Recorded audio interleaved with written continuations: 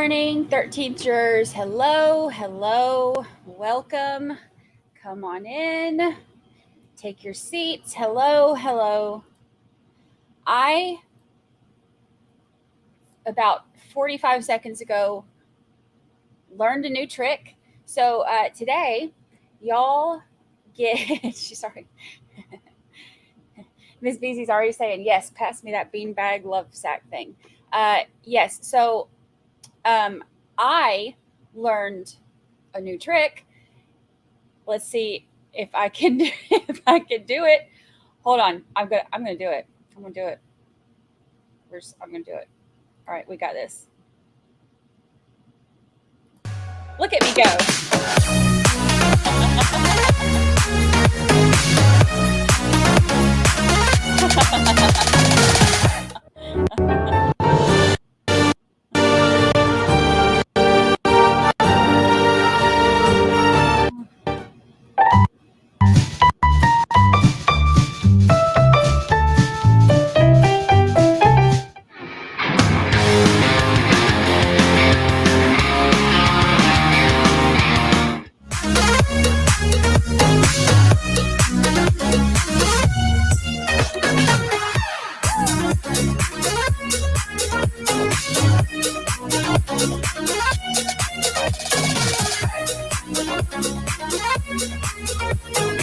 Okay, are y'all proud? Because I did that. Okay, JT portaled in, but I played the video. I mean, of course, he told me how to do it, but I hit play. Oh, I'm getting tech savvy one little moment at a time. That's all it takes. So congratulations to our top three in the tailgate, first three in the tailgate. Get your comfy chairs, grab a seat, and come on in. And there's I'm hitting things again.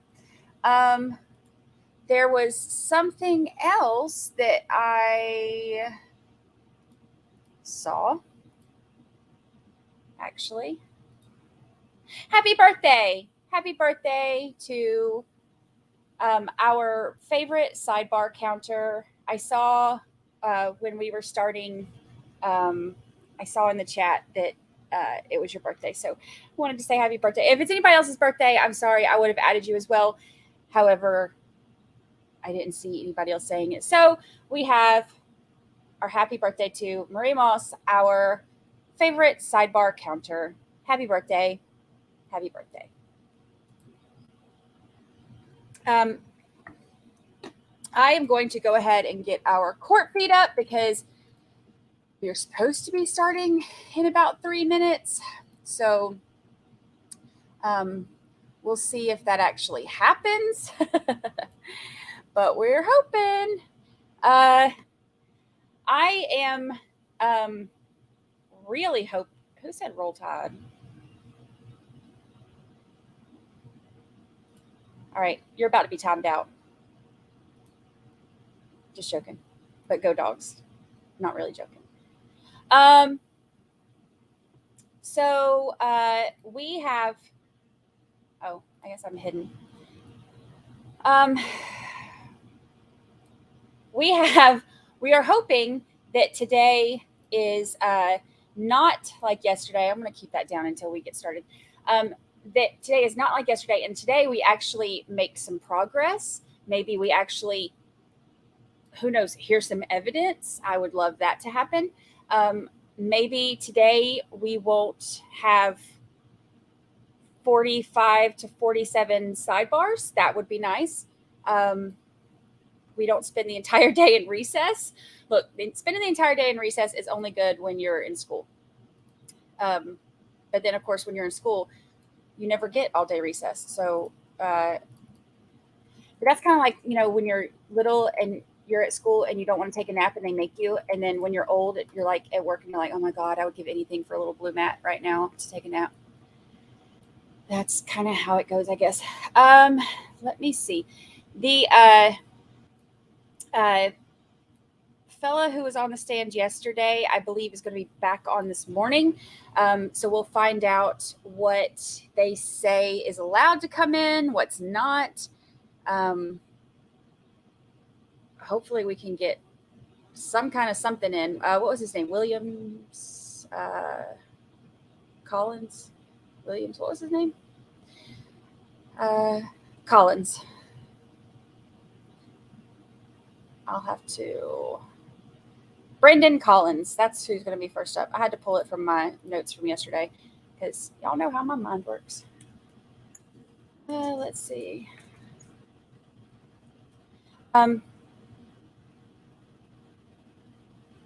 While we are, dang it, my keyboard's doing it again. I gotta figure that out. While we're waiting, I wanted to show y'all a couple things. Oh, I have. I got a few things in the mail yesterday, and I was really excited about this.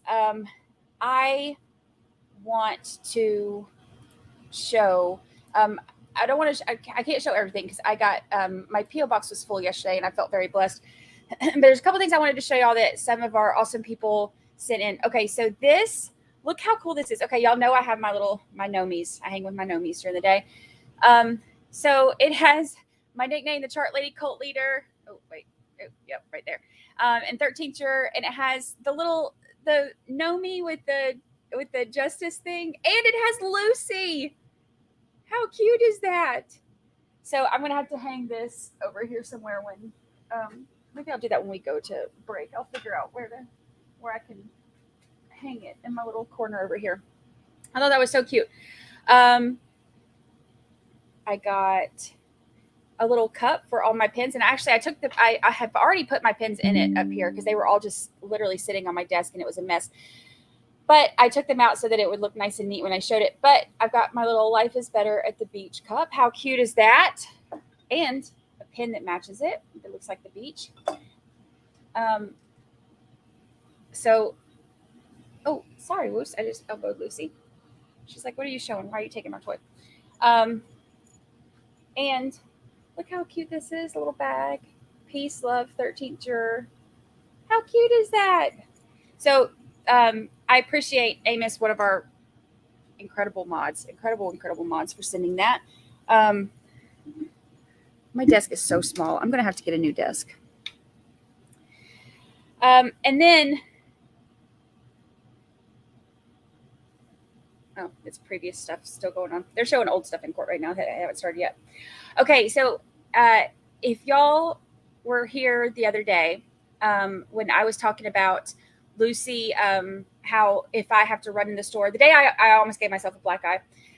When I run in the store real quick, and I have the keyless entry, so I'll leave the car on, and the air full blast. She'll sit on stand on the little middle console thing so that the air is blowing right in her face, so she feels like it's like the breeze blowing. And I'll put on her favorite song. And somebody asked what her favorite song was, and I said it's "Hey Ya" by Outkast. So,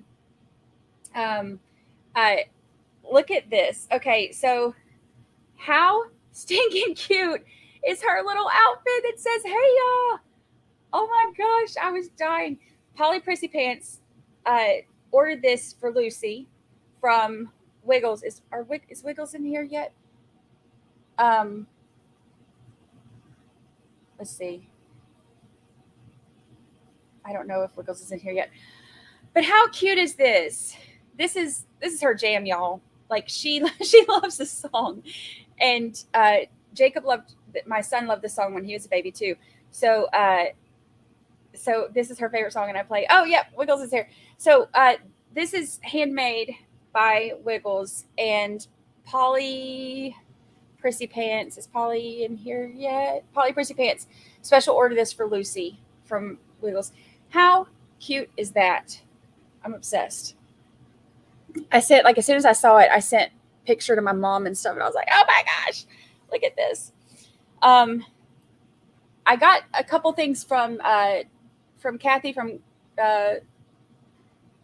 Gossip, Rumor, and Innuendo, but she's on vacation, so I know she's not in here, so I'll wait to show her things. And I got this book, The Boy Who Wore Blue. And so it's a children's book, but this did not have who it came from. So I don't know who this is from. So whoever this is from, I need you to let me know so I can thank you. I was reading it, and it's a really sweet book, and it's beautifully illustrated, but it is sad. It's the Idaho 4, Ethan. This is written by his mom. Beautiful, beautiful tribute.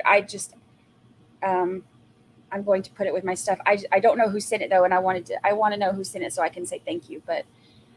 Um, but yeah, it's if you can see, it's Ethan's mom who wrote it, and yeah, oh, oh, the sweetest thing ever. And so, but it didn't say who it's from, so I want to know who it's from so I can say thank you, because that's a beautiful gift and a beautiful tribute, and I appreciate it. So there were a couple other things I couldn't fit everything on my little bitty desk, but I appreciate that so much. And thank you, Nurse for God. Thank you so much. Thank you. I appreciate it. Thank you. Thank you. It's I y'all are gonna think I'm crazy. I'm a nut job, but I read it to Lucy last night actually. But it's beautiful. It makes me tear up. It's a sweet book. So sad. If y'all haven't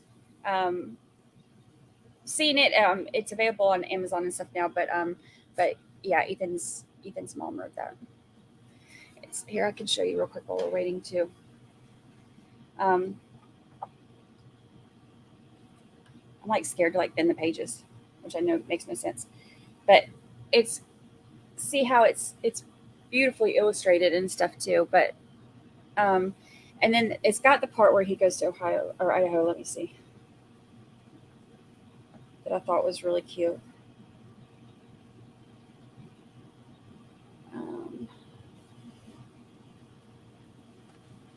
Let's see. See, it's got the little sign where he's going to Idaho and stuff. But it's beautiful, and it's beautifully illustrated.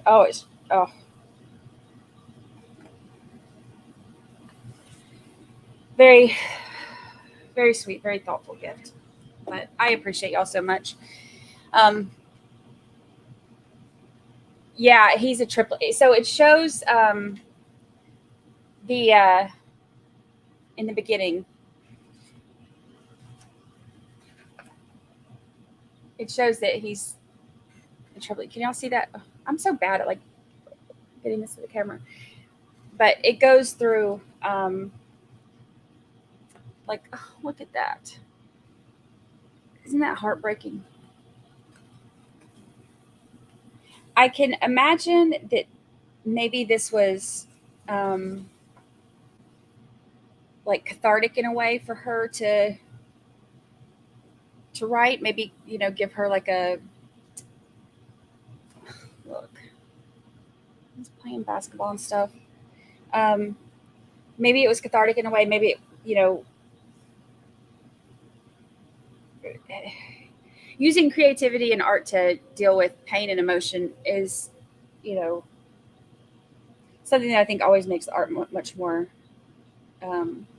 meaningful. And look how pretty the illustrations are too. Oh, the description says, The Boy Who Wore Blue is a story of a happy kiddo who loves his family, life, and new adventures. He's a funny, kind, and inclusive friend to all, especially his best friends, a triplet, sister, and brother. The detailed illustrations depict everyday activities and highlight a sunny disposition and a smile, empower us to enjoy life's little moments. And it made me so sad. And some of the this one stood out to me too, because we've seen the picture of like him on the boat and stuff. So anyway, a beautiful gift, and I appreciate that so much. I appreciate all this stuff. Oh yes, Polly's here now. Polly Prissy Pants. I was showing the outfit for Lucy. I'm obsessed. I appreciate y'all so much. We have the best little community ever. And now I get to put my pins back in my pin holder now too. I need to get I need to figure out how to set up my little area back here because it's getting bigger and bigger. It started with just my little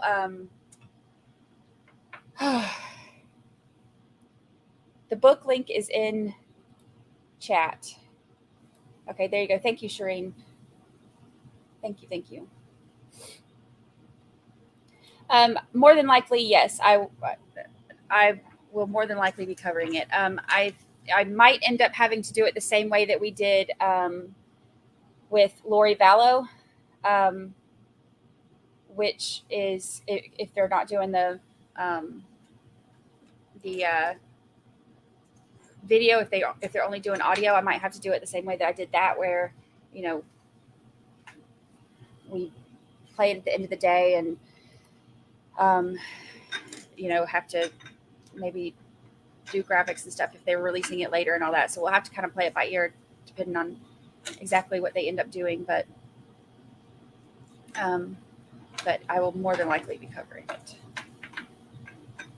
I've started doing some deep dive stuff on it, and I've got a little bit of I've got some of the stuff charted out on my website, but yeah, I'm gonna need a bigger office area. My condo is tiny, tiny. I live right on the beach, but in order to live right on the beach, you give up square footage.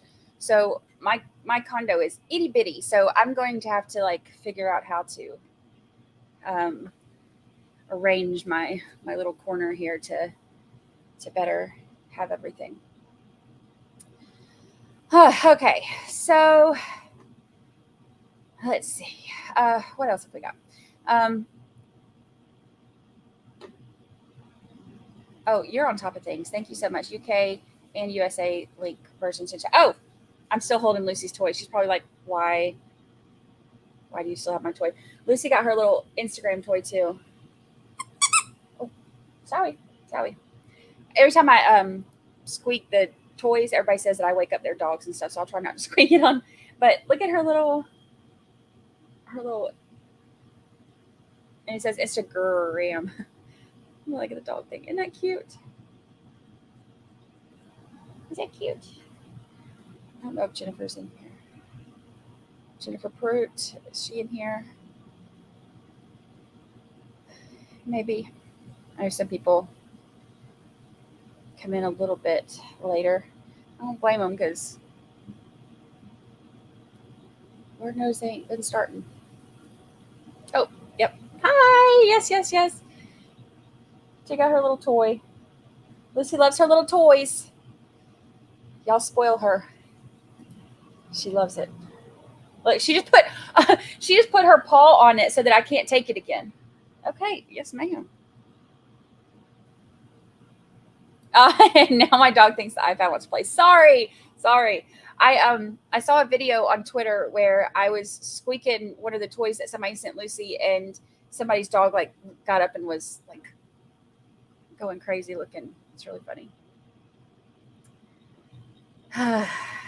Yes, thank you so much, Amos. I love it. I love this stuff so much. And there's also, and I couldn't even fit all of it on my little table to show because there was also some other stuff in the little package. And there was a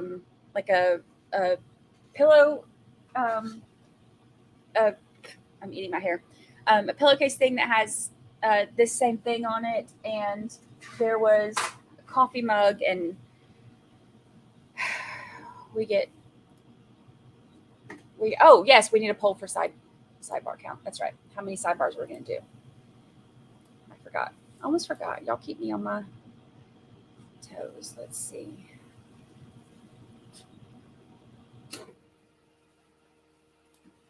Okay, how many will court have today? Okay, so first one will be, You want to go in like twos? How many did we have yesterday? 8. So we'll go in. You go 2, 0 to 2.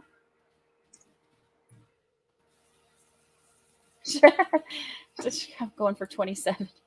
Going for 27. Okay, 0 to 2, 2 to 4. No, wait, 3 to 4. 3, 4. We'll do 3 to 5. 6 to 8. Or 9 plus.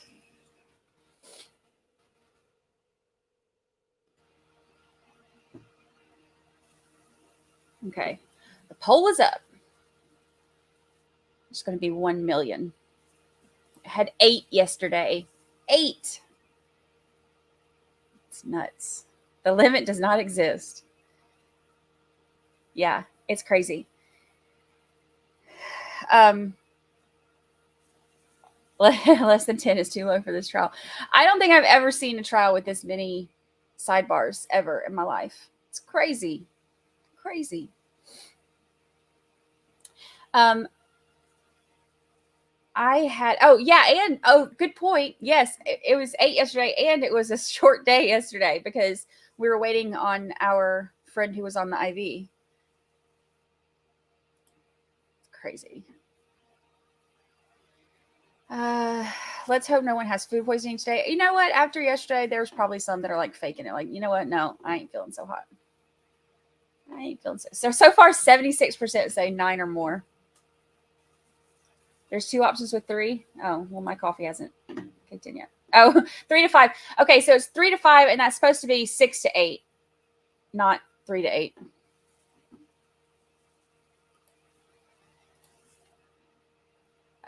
Yeah, the juror did come back at 1:30.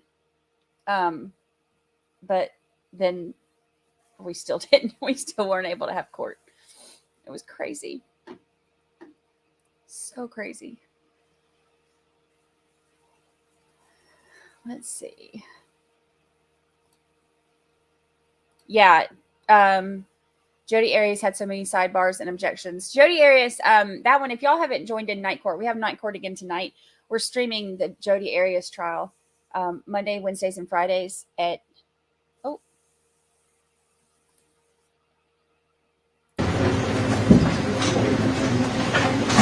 Central. Anna A was gifted a membership by Nurse for God. Thank you so much. Thank you. Nurse for God gifted a membership. They cut our audio again.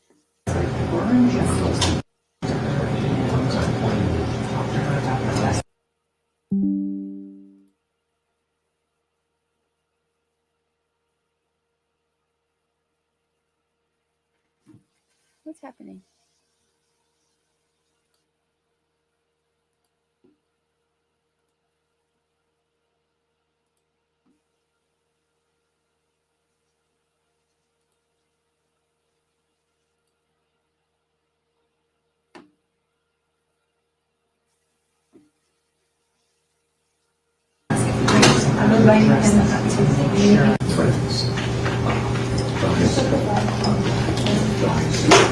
I'll double check. I don't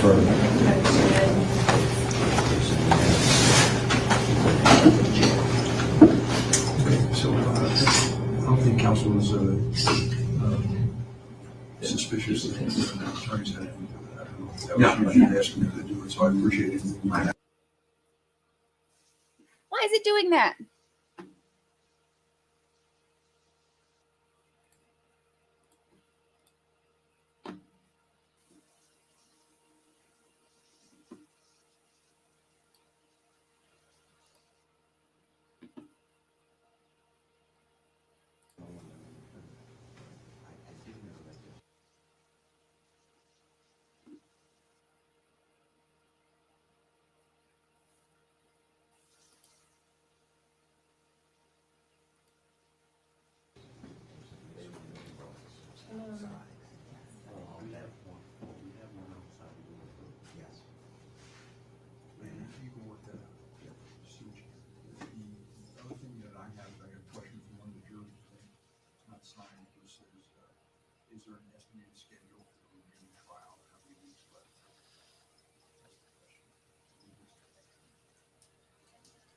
Christmas. Christmas. They said Christmas is when the trial's going to be over. About the state's presentation. So,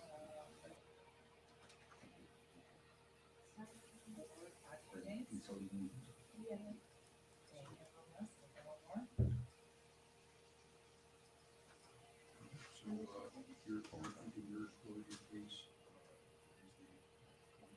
on the first one.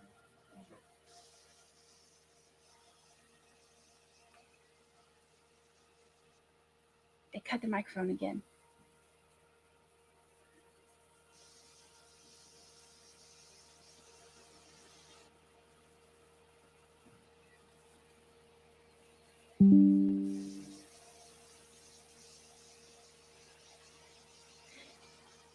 They had a juror who asked about the schedule for the rest of the trial, how much longer it's going to go. And the one guy said Christmas. He was joking. Maybe. But I was trying to hear what he said. And then they cut the mic.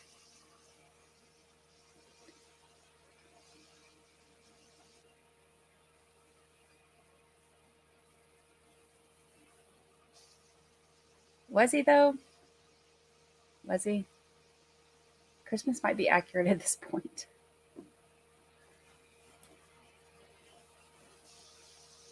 Getting their lunch orders in.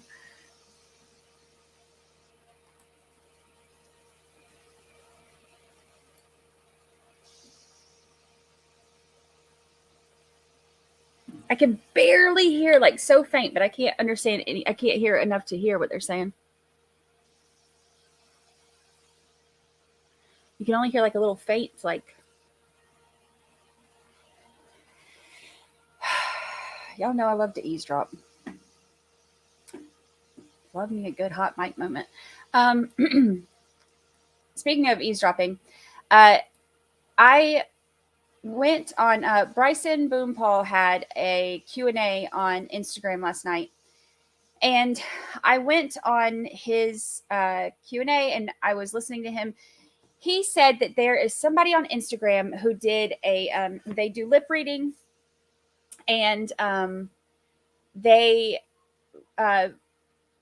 figured out everything that the other day when Melly was getting so mad at the end of court, or like so bothered or whatever at the end of court, they figured out everything that he said, but he didn't say who it was. And I have not been able to find that video on Instagram. So if anybody knows what video it is on Instagram or who posted it, let me know, because I want to see what they're saying that he says. And we'll play it on here. We can play it during one of the breaks or at lunch or something, but I want to hear what he says. As that after she finishes her direct, I can't hear you, sorry. sorry, if after she finishes the direct, if we could have a brief break so I can. What is happening?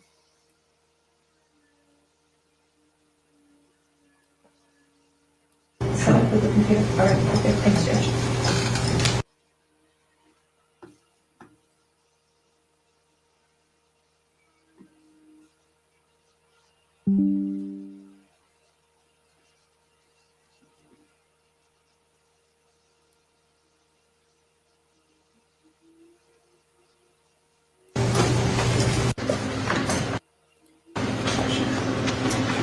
May we approach very briefly?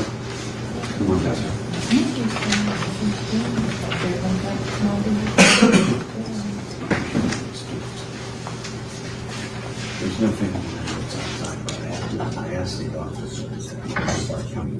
You can just sit. I need to go outside.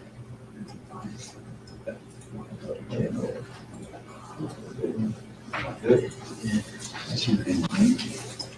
If you want to bring some up, Mr. Howard? Yes, Your Honor. It needed to be sidebar, but the state just advised. If the court recalls yesterday, I was inquiring of the witness whether or not he, Miramar Police Department had any other software to test the results of their Celebrate download on. He said no, wasn't done. The state advised me half an hour ago that there was another one done on another software In June of this year, which the state did not disclose, purportedly because we asked for discovery to be closed, even though the state opposed the closing of the discovery and the court denied closing discovery. Nonetheless, the state indicates that it failed to meet that discovery obligation because we were asking to close discovery, but wants now to introduce through another witness the fact that another analysis was done in June of this year. We would object to that admission based upon the discovery violation and the ambush that would ensue. So you're alleging there's a discovery violation, so you allege that I need to do riches in here and just find out whether what you're saying is true and not true, and whether it's inadvertent or intentional, and make some decisions. You heard what the council suggested, so what are you telling me? Yes. So Your Honor, in terms of there was an additional evaluation that was done, this was done, and the only reason why it's been coming up is because of counsel's questioning. So based on counsel's questioning and asking if there was additional or other ways to prove it, different witness, Detective Moretti, did a second analysis of the cell phone. Because at the time when Zeller had it and did this, they did not have an additional software program called Reiki. Miramar Police then subsequently obtained the license for Reiki.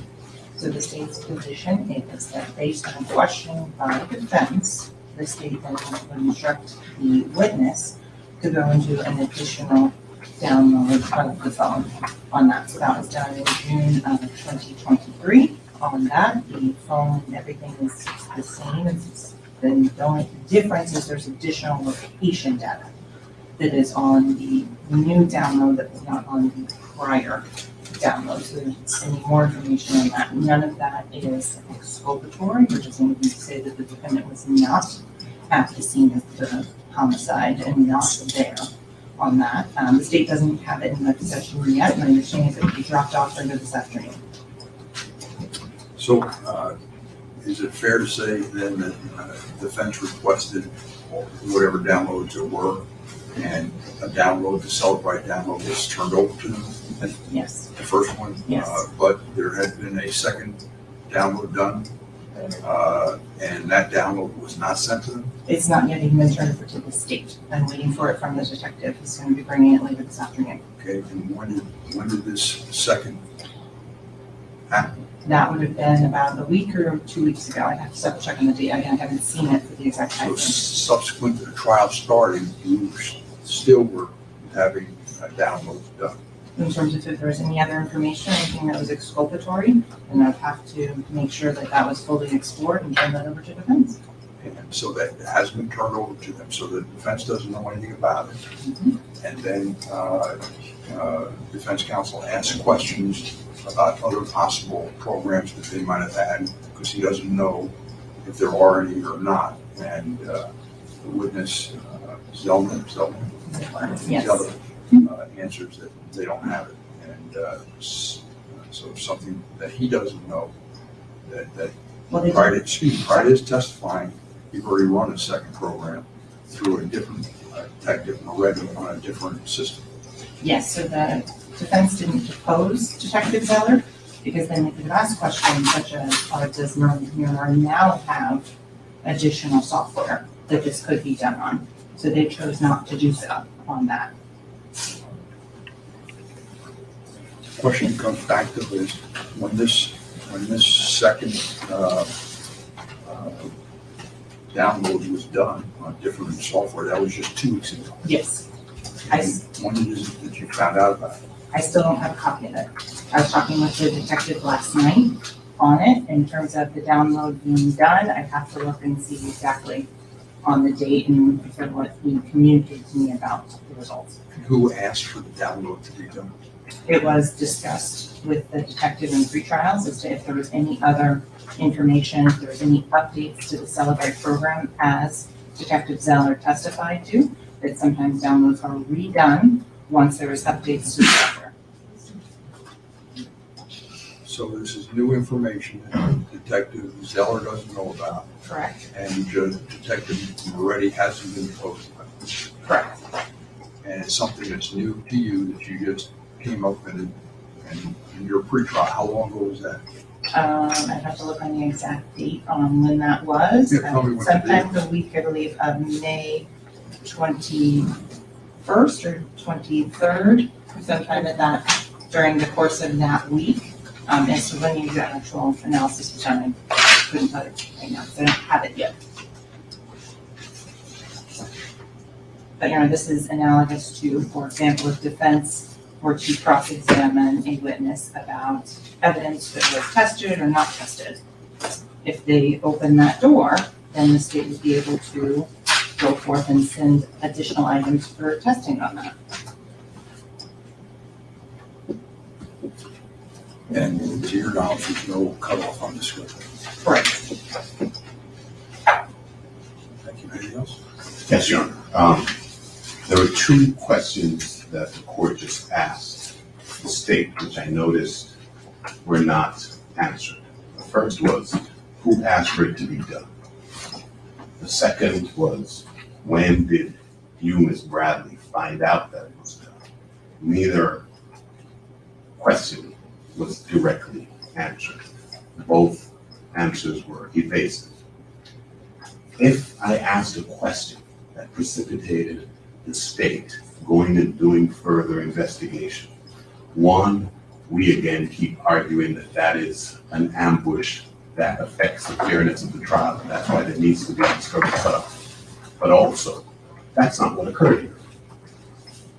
The state's discovery obligation is triggered by the rules, not by questions I put to a witness during trial. So if the state was aware of the existence of the fact that another download was done, whether the report was not, and that we are in trial, and then puts a witness on the stand to say, well, we're going to turn it over to you now because you asked a question, I don't think is a good faith response. One, we need a discovery cutoff, and we need one to be put in place now so that this propensity for ambush is not enabled. Also, that's not the case in this instance. There was an analysis done. Ms. Bradley knew about it. She knew of her obligation to turn it over. She didn't turn over the fact that it was done, nor did she turn over the report. Apparently the report she is now claiming has not yet been finalized. If the analysis was done, it's a download. If the download was done, then the material from that download exists. This isn't a test that's done. It's a download. So if this download was done a few weeks ago, that is the material that should be turned over. And it was not. And we would object to any reference to it. And the defense team is going to discuss what other, also for the court to inquire the state if there's any other discovery out there about which they know to exist and have not turned over. And we're going to discuss whether or not we're going to seek any further relief. But we would ask that the state be prohibited from engaging in this ambush. I've had it for over a month now. No, of course. So I think I have to look at the notes on that and answer on, so if Your Honor wants me to respond on those, I can go and check exact dates on emails. That's fine. You can check the dates and that type of thing. Right now, I'm deferring ruling on it. Detective Moretti's not anticipated to testify today, is he? No. So we'll talk about that later in the day. Sure. Okay, Your Honor, we also move for a discovery. understood. I heard it. I defer ruling on it. All Thank right. you. Let's bring the jury in, please. If we can have the witness resume his seat. Sure.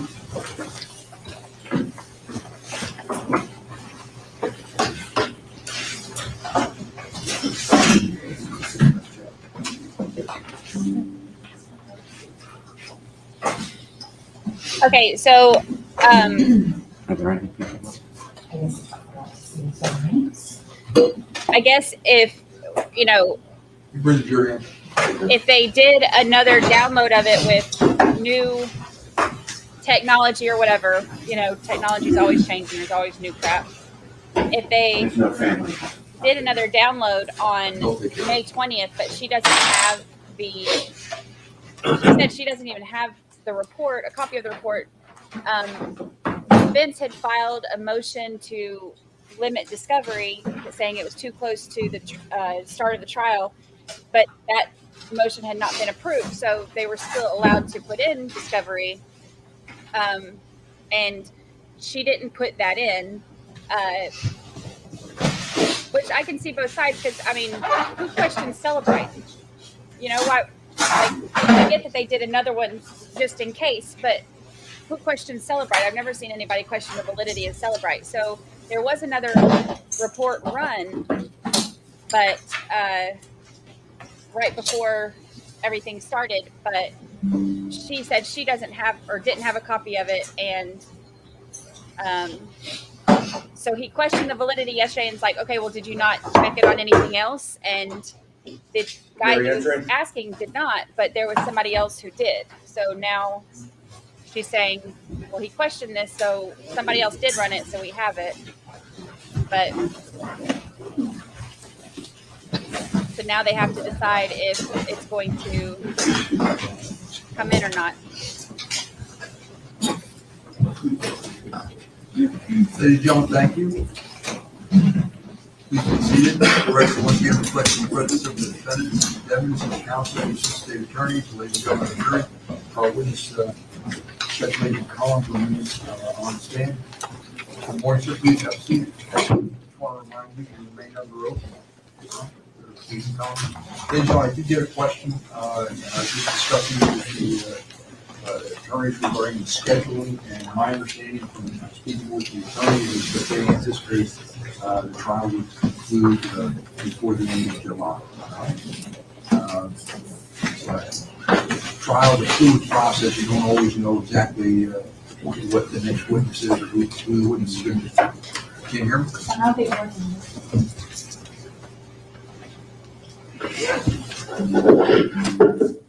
I apologize. So let me start over. I received a question about when the schedule of the trial, what it's anticipated to conclude. I spoke with the attorneys. They advised me they believe the trial would be over before the end of July. I want to remind you also that one, because the attorneys reminded me, I forgot that there's the week of July 3rd, 4th, 5th, 6th, and 7th. That week we're not going to be in session.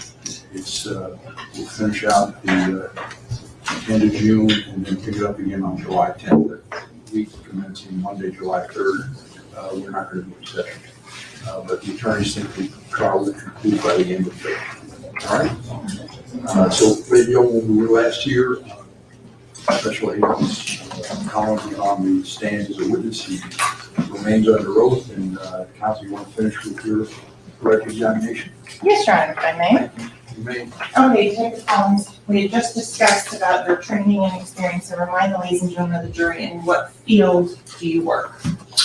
I'm testifying here today in my role as a CAS asset, so cellular analysis survey team, a group that specializes in historic cell site analysis and device location analysis.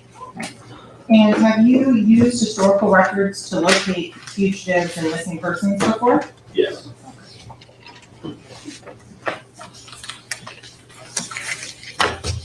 Did you conduct historical cell site analysis in this case? Yes. Okay. Did you prepare demonstratives to help show and explain to the ladies and gentlemen of the jury what your analysis is and how it is completed? Yes. Okay. I want to start with and go over the cell site records. Are those records provided to you? Yes. Okay. And so it's been previously admitted into evidence as states 63 and 64.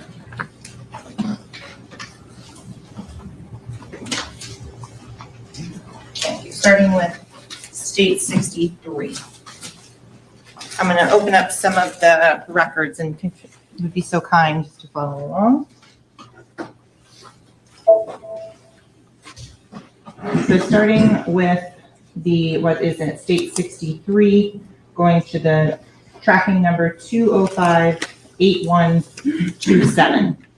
And so it's clear. I want to also publish state 28.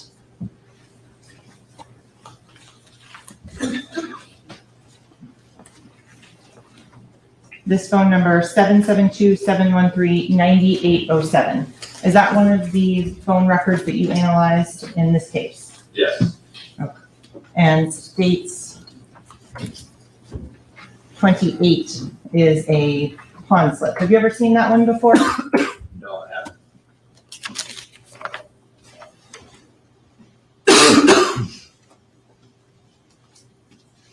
So going back to the same phone number, 772-713-9807. Can you explain to the ladies and gentlemen of the jury what we're looking at in these phone records?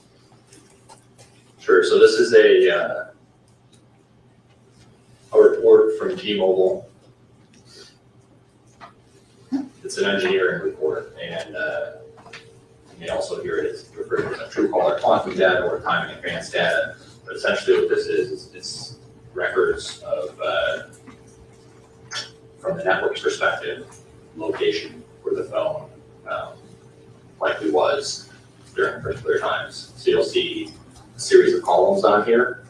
At the top, it explains what is contained in each column, and then you'll have a series of entries. All that is associated with a particular time. So column A in this case is end latitude, and column B is ending longitude. It says what the confidence level is, the IMSI, column E, and the IMEI.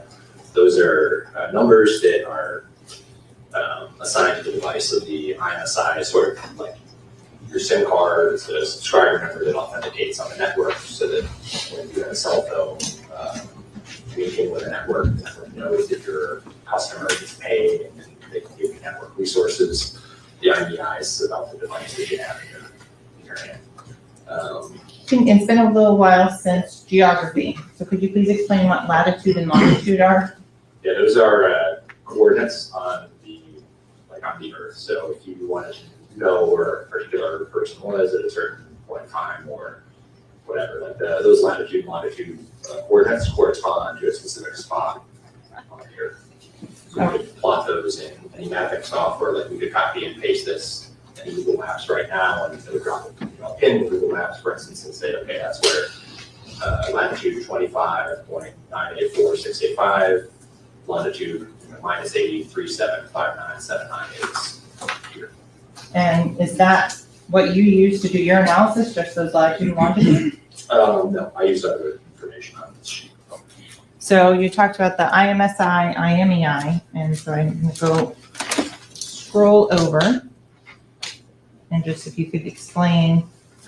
So the next column is, so we said roaming group, I think model and make would be the next columns that for you to explain. Yeah, so the roaming group, it's T-Mobile records, the phone that is applied to, you can see the model and make. It's an Apple phone, it's an iPhone 10. We'll skip to column. You can see in column K, it will say what type of record this is for. So data, which would be whatever, some sort of internet connection, whether you're using email or social media, or it will say voice and data. Voice is obviously for making like a voice call. Okay, so going down to row 91, is that an example of the voice and data? Yes. Make it a little bit bigger. Zoom in, so it's easier to see for the ladies and the jury. Okay, continuing up at the top again so that you can explain the columns. Which specific column are you looking at when you are analyzing these records and the data in that? So usually one of the most important ones is the time and the date. That's column F, because often when you're doing a case, in this specific case, I was asked are the records consistent with certain things the detectives had wanted to know based on the investigation that they had done separately. So we need the time and date. And it's, when you're looking at this time and date, what is that telling you? The time of the record. Okay. So when, like, column, or excuse me, row 2, when you see October 26, 2018 at midnight 000, you will know that the latitude, longitude points attributed to that in columns A and B, or a little further down the spreadsheet, we'll see that a distance measurement from a tower that is associated with that particular date and time. So with regards to the date and time, do you have to take into account if the records are kept in Eastern Time or UTC? These are in local time, so Eastern time. So the time that's on here is the time that the event happens here in whatever location it's plotted in. Yes. So going forward, continuing across, and then which column, you talked about distance from the tower, which column are we looking at for there? So you'll see if you scroll over further, S&T, you'll see cell site and so start cell, start eNode B. eNode B is another name for cell site, like 4G technology for cellular providers. So depending on what technology, whether it's 3G, 4G, et cetera, it might be, they call the hardware different things. It performs the same function. So that's a tower. And you will know that that tower is at a certain spot in the real world. So if I know that at a certain time, I call them to where that time was at midnight, the phone connected to a tower named 76963, the antenna 23, I can go find where tower 76963 is, plot that on the map and say, okay, this tower is here, and the antenna is pointed in a particular direction, and at midnight, the phone was in that direction, and then we'll see if you scroll further to the right.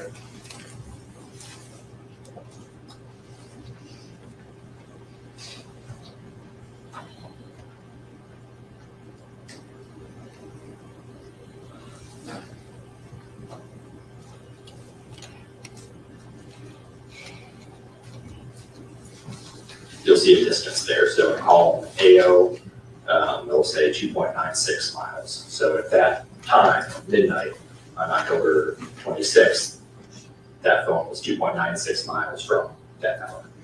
Okay, so we've gone through a lot. I'm gonna go and break it down a little bit in some of the things you talked about. You talked about 3G, 4G, 5G. Yeah. What is 3G, 4G? Different technologies for, like, I guess, evolutions for the phone.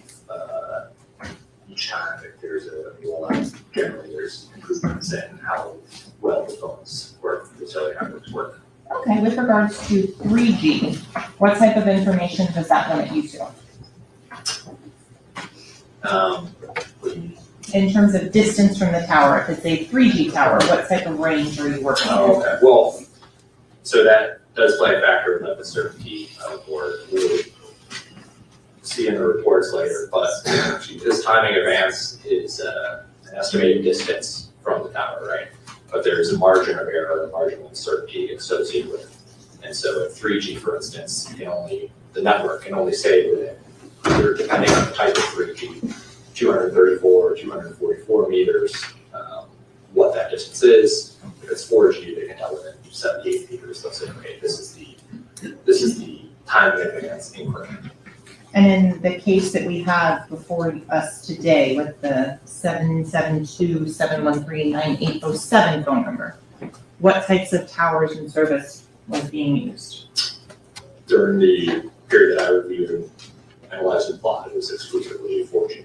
4G. So in terms of how wide is going to be your margin of error on the 4G towers? 78 meters. 78 meters.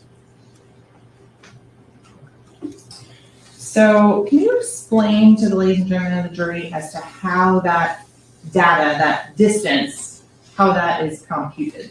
Sure. So essentially this is it's sort of like if you think about throwing, if I had a ball and I'm playing catch with myself, throwing it off the garage and it comes back to me. So the the cell tower will send out a burst of signal to the phone, and then the phone sends it back to the tower, because the network knows when it sent the signal, when it received it back, it has an amount of time. And we know the speed that cell signal travels at, 'cause it's the speed of light, so by multiplying distance by time, or speed by time, you get a distance. Is the speed of light constant? Yes. It's been a while since physics. So you just kind of explain that a little bit so that ladies and gentlemen of the jury as to how that works. Yeah, so it's, that's, the speed of light doesn't change, cell signal, the speed of light, anywhere in time, it's gonna be the same. Is the speed of light affected by foliage or trees or leaves or anything like that? No, speed of light's the same. Are cell signals or service affected by changes in environmental conditions? Can be slight changes, but generally not. And if there's a change, we're talking about like minuscule amounts of meters, not miles. So meters, not miles. And what types of environmental conditions would be required to have a change of those meters, not miles? Well, if your phone is in a, like, a lot of buildings down here are built for hurricanes, so if there's lots of concrete walls, that could affect it. If the path that the signal takes to the phone is not a direct line, but say it bounces off something, like it, we call that multipath, so if it hit a glass building and then came to the phone and then went back, obviously those things would increase the time that it took for the signal to go there and come back, so that would then increase the distance. Okay. With regards to hurricanes, is that something that would affect? Blizzards? I mean, if the way that would affect this would be if that had a catastrophic effect on the network and then the network wasn't functioning properly.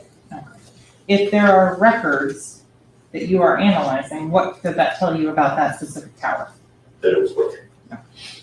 Going on again, so you've explained a little bit about cell tower or cell phone and how it works, and you mentioned cell towers. What are cell towers or antennas? Yeah, so obviously our phones, our cell phones don't have wires going out of them to make a call or send a text or do whatever we want on our phones. We can connect to the cellular network. We do that through cell signal, which connects to an antenna, so usually on a tower, and then through the network's infrastructure, the call or the data transactions routed through its core and handle. You hadn't missed much yet. So a tower can be anything that has an antenna on it. Have you created a demonstrative exhibit to show the ladies and gentlemen of the jury what a cell tower is? Yes, Would it help in explaining and the understanding of the testimony? yes. Judge, we're gonna object before she publishes it to the jury and maybe go sidebar. Yes.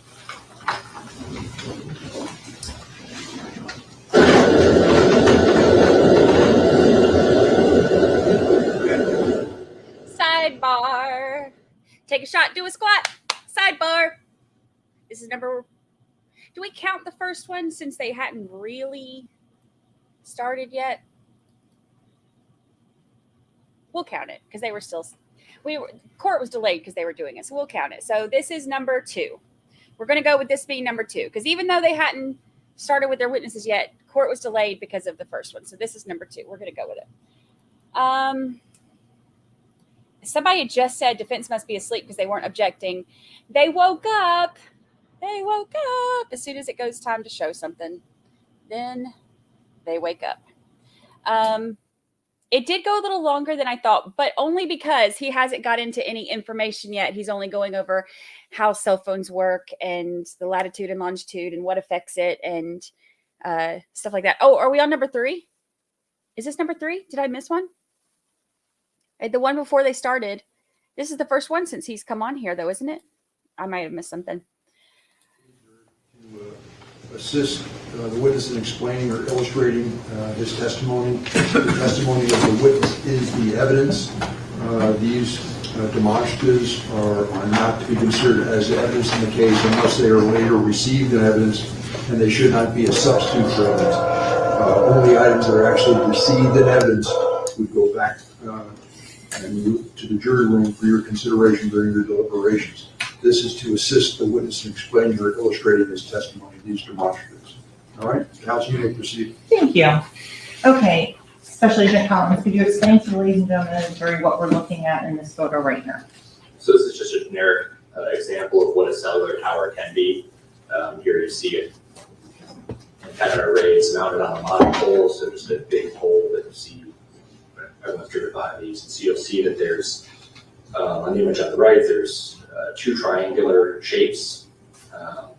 Each of those on each side, of each triangle shape, there's multiple pieces of equipment mounted on them. So that would be in a cell tower example that has 3 sectors or antennas pointed in 3 directions. So each of those sides that has multiple pieces of equipment, those are transmitters and receivers. Can I? I was just about to tell you, that is a touch screen, so if you touch it, you can draw on it as well. Fantastic. So all of these would be part of one sector, one side. All of these would be part of one sector, and all of these. So this would have 3 sides. And if you think about like what these are doing, if you wanted to imagine that it's like a flashlight, because of the light, cell signal, all part of the electromagnetic spectrum, they have the same characteristics and properties, right? So this would be like somebody standing on top of the pole with a flashlight pointed in one direction, sending light that way. And this side is a flashlight pointed in another direction. This side is light going in another direction. That way, there's light or cell signal going in all directions to service, in this case, phones that are within the coverage area of the tower. So you mentioned a little bit about the coverage area and the 3-sided. Going on to what's on page 4 of the demonstrative exhibit at this point. You explained the flashlights and things like that. Can you demonstrate again on this particular image, the sector 1, sector 2, sector 3, and why that's important? So this would be, as we were discussing further, further drilling down into what this example of tower could be. So here again, with the 3-sided tower, and you'll see that each side has a particular direction that that flashlight is pointed with the antenna sends signal. That will be recorded in the tower list by something called an azimuth. So in the records that we'll have for the phone we were just talking about from T-Mobile, it will say the azimuth is 0. And what that means is that the flashlight is pointed 0 degrees, like out of a compass. And that will be where the coverage is the strongest, like that's the center of the beam, but it creeps out. And so it will be covered approximately 300 to 60 for 120 degrees on that side. Each side, if we have 3, would be divided up like an eye to cover 120 degrees. That way we'll have 360 degrees of coverage for the tower. Towers don't have to be 3-sided, they can be 6-sided. They can be one side that covers 360. It's up to the network engineer to build out and optimize the network, what they want to create based on what they need to. But the most common type is 3-sided tower. Is the information as to how many sides on any given tower something the FBI captures and takes note of? The providers provide that to towers. And is that provided to the FBI? Yes. Is that done and updated so it is at the time of whatever the records were created? Right. Yes. Could you take those same records that you were given and look at the towers that are working today and make an analysis?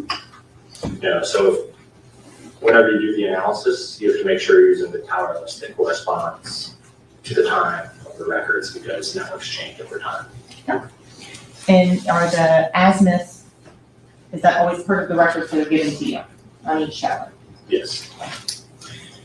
When you pick up your phone and you make a call, what determines what cell tower the phone uses? So the phone picks the tower that it's going to connect you for its initial connection. The way that does that is it, even as anyone's got their phone with them right now, as we're sitting here not using them, the phone is still scanning the environment. It's constantly looking for signal strength and signal quality. And the phone's going to identify the tower, the sector. When I say sector, I mean a tower and an antenna that offers the clearest, strongest signal. When the phone wants to make a call or send text, that is the antenna, the tower that the phone is going to reach out to. So that's very important for what I do because That means that when the call is initiated, it's not based on the network or something. It's based on what the phone sees. It's based on what the phone sees as the tower that has the clearest and strongest signal. Does the phone always use the closest tower? No. The phone always uses the tower with the clearest, strongest signal. Usually, or often, that is the closest tower. However, there's other things that can determine what the clearest, strongest signal is. For instance, line of sight. If the closest tower is doesn't have a clear line of sight to the device, then you may use the phone may use a tower that's slightly further away because the signal strength and signal quality are better from the antenna with a direct line of sight, for instance. Are all the antennas and cell towers, do they look like the ones that we showed in the previous slide? No. What does a cell tower look like? Yeah, and whatever the companies want them to look like, right? They that's a good one because it's that I use in this because I identify that as a cell tower, but I'm sure everyone has seen antennas that look like they're hidden flagpoles, antennas that are mounted on the sides of buildings, up here on the roofs of buildings. They can be small antennas that are just on the tops of street lights, or they can look like anything. In terms of the general direction that the cell tower antennas are pointed, are they at 90 degrees out, or are they angled downwards towards the majority of the phone? Usually they are tilted down. If you saw an example of it picking a cell tower that's further away, would you look at the records and try to determine why that's happening? So yeah, I see a red flag or something to me that stands out and it's being atypical. When I'm doing my analysis, usually I'll look further into it and say, okay, why is this not connecting to one of the towers that I expected it would? So we've described the CDRs and the information that's used on those. Is that the same that you did for each and every phone in this case? So we were looking at the time in advance report, the engineering data, the CDRs, the call detail records are in different data sets. And just explain to the ladies and gentlemen of the jury what's the difference between the timing advance, the engineering reports, and the CDRs. So the CDRs, or the call detail records, are records of the phone's communications, like calls and outgoing, certain types of text messages, etc. That will say date and time, the numbers involved in the call, the tower, the azimuth, etc. But it doesn't have the extra information that the engineering report does. So in the call detail records, which looks like billing records that you usually see with your phone if people actually look at their billing records.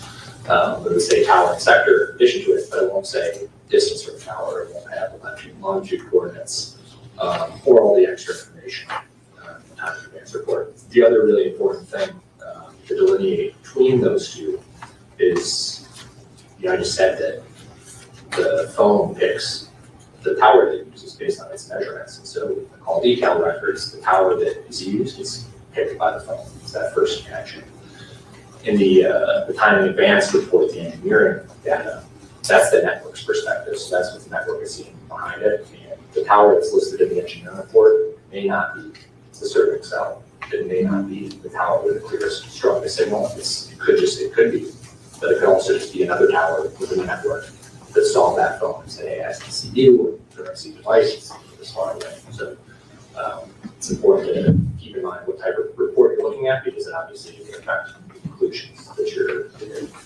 So in terms of the way you illustrate the difference between a tower being used or a sector and a timing advance, or the distance measurement on that, I want to make sure it's very clear. What we're looking at right now, what does this illustrate when we see just a round circle in your reports?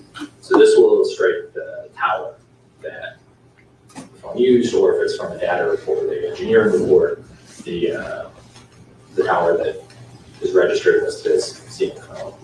All the green dots in the middle of this graphic, those are all cell towers. And you'll see that there's one tower in the center of the map that has a blue circle around it. So that would be the tower that the phone connected to. That's not, it's not like if you're using Google Maps and you're used to seeing a blue dot. when you pull that out, this is not the location device, this is the tower. Okay, and can you just, so it's clear, point out a couple of the towers that are on this map and just highlight them so it's clear what you're talking about? Because sometimes the color doesn't come across great on the screen. So these green dots would be other towers that weren't used or weren't, that didn't see the phone. This one here in the center of the blue circle would be the tower that was the STEM report. And then this big blue circle, that's not a coverage area, that's not saying that, hey, the phone has to be somewhere in here. I'm just flagging that as saying that is the tower that was listed for report. That's the tower that was used over a cell phone. Is it your testimony that the phone is definitely within that circle somewhere? No, definitely not. Why not? That's not what this is intended to do. This is just intended to show this is the tower. So now I'm gonna go into the cell site. How would you indicate that in your report? So cell site, meaning tower and sector, or tower and antenna. This is showing the direction that the flashlight is pointed. So this is like wedge or slice of pie, or however people like to think about it, that will show the direction of the flashlight's beam. So the azimuth, the center line would be, in this case, like 180 degrees due south, and then the illustration shows the estimated like ends of the coverage area. But what's really important about this is that this is just showing the direction that the antenna is pointing, the direction of the beam. So this is again not showing where the phone is. In other words, I'm not saying that the phone has to be within this blue shaded area.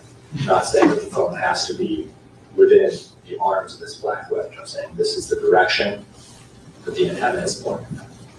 Are you able to tell anything about the strength of a signal from a tower at any given time?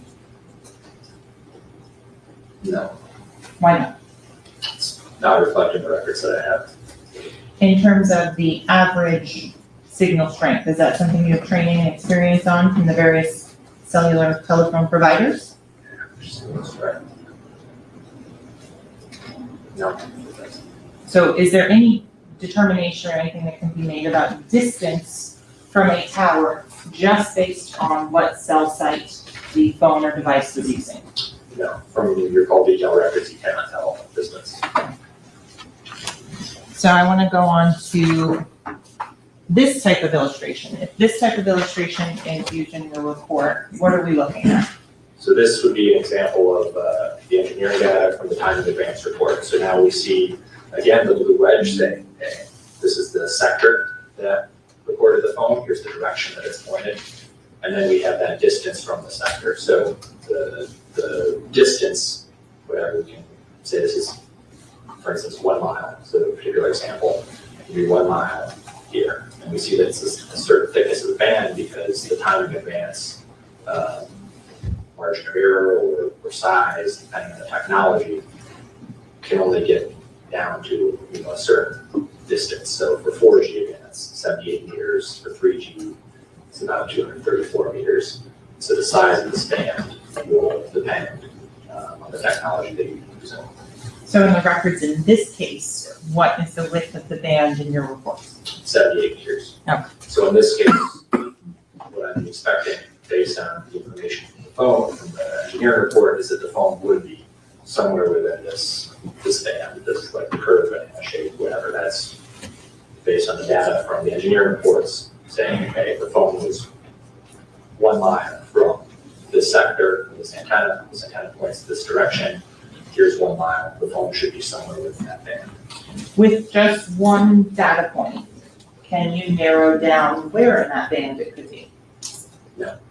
With multiple data points, can you draw conclusions as to the location of the phone because of multiple records? Yeah, potentially. So one way we could do that is if we had intersecting bands. If we had another tower, could you zoom out a little bit, please? Sure. Like let's suppose that this tower down here also recorded a measurement.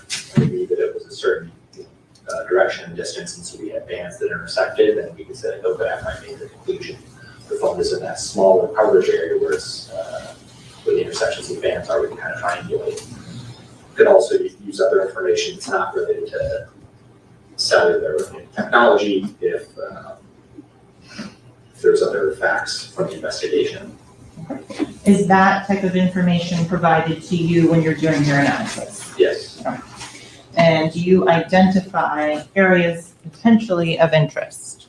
yes.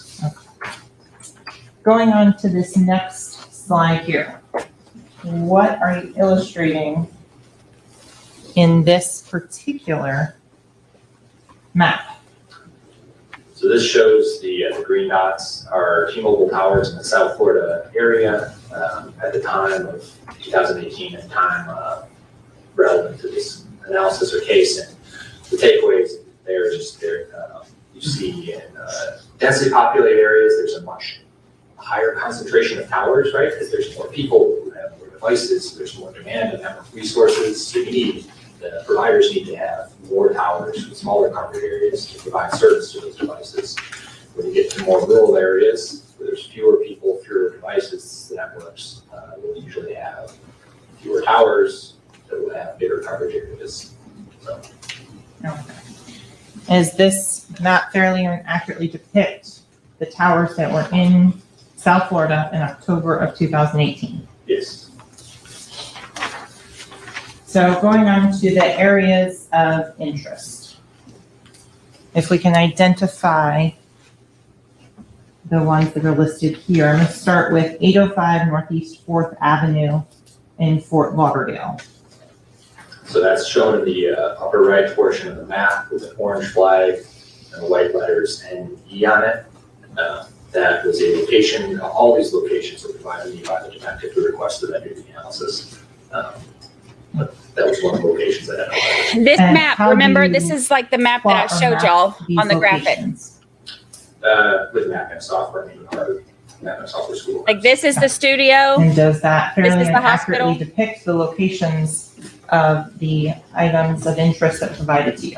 Yes, So moving on, so you have a crime scene with coordinates on it. yes. So Is that again provided to you by the detective? Yes. Next, reported shooting. How would you identify that on the map and point it out, please?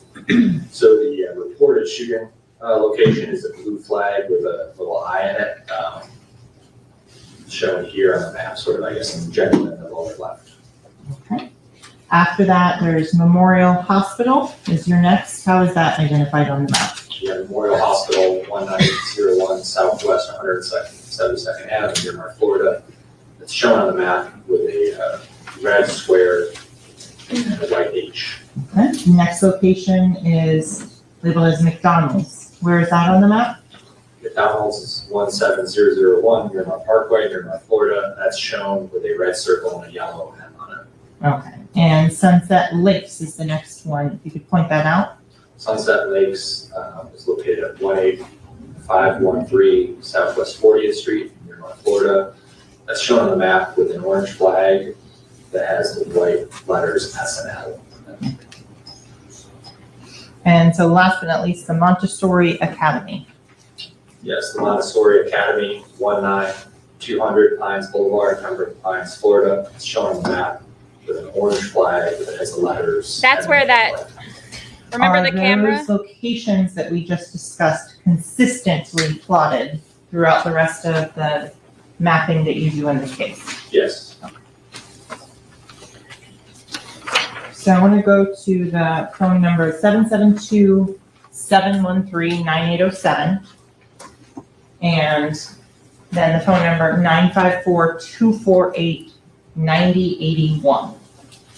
Do you know who either of those phone numbers belong to? Objection, outside of the scope of knowledge, Two, and hearsay. as used. Sidebar.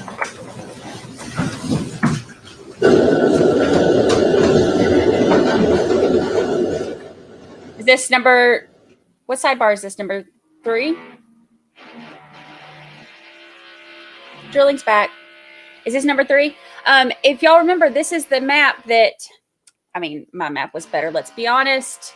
But this is the same map that we had where remember the shooting or the studio was up here. They came this way, came down here, came here, and then got to right here. This is where they said the shooting was. The red SUV came home and was over here. The Jeep came up and over and down. Okay, so Tom, you may answer the question. Do you know who any of these phone numbers belong to? I don't know. I know the detective treated them. Yes. I'm sorry. We'll stop it right there. All you know is what somebody told you. Right. Okay, so I don't want to get into any of that. I just want to know what your personal knowledge is. You don't have any personal investigation or knowledge as to who these phone numbers belong to. No. Okay. And you just know that the phone numbers that were provided to you.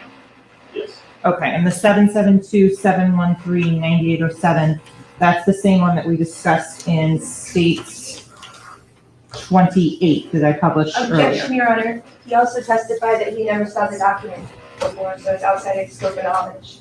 Sustained. Thank you.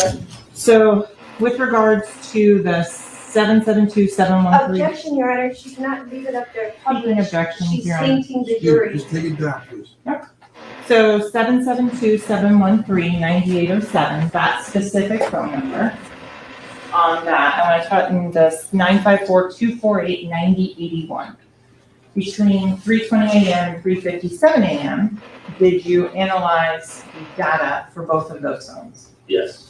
And if you can tell the ladies and gentlemen of the jury what this data is showing and explain it to them. Sure. So the several slides like this in the report. So I'll talk a little bit more about this first one, just so everyone understands, which the slide says. At the top, it says the analysis of the two phone numbers that conducting analysis for. It says the time period that I'm analyzing, so October 26, 2018, 3:20 a.m. to 3:57 a.m. And then the bulk of the slide is the graphic, is the map. You see all the green dots all over the place. Those are T-Mobile towers, like we talked about before. And then you'll see that certain towers are highlighted with a circle showing that those are the towers that saw the film. Some circles are red, some circles are blue, some circles are red with a blue perimeter around them. And so I'm going to kind of zoom in up here on this top section, the 3:20 a.m. If you could just show some of the red with blue circles and then the blue and red on that. Yeah, so there's an example of a red circle. And what that means is that you can call it, since it's hard sometimes to remember numbers, it's called the red phone and the blue phone. So the red phone was seen by that tower. And that's why there's a red circle there. Here, the network saw the blue phone on that tower. Here's an example of a tower that saw both. Judge, may we approach Sidebar, please? Sidebar again. I'll take a shot, do a squat. Sidebar number 4. Here's the thing. They don't want anything that is going to show that Melly had this phone. They don't want anything for the jury to see that there's any chance that he had this phone or that it is his phone or that he used this phone. So any of this stuff looks really bad against Melly. So they're going to object to every single thing because obviously they don't want the jury to see this. The prosecutor desperately wants the jury to see this. So she is, even amid all the objections, is doing everything she can to try to get everything she can in there. Let me see let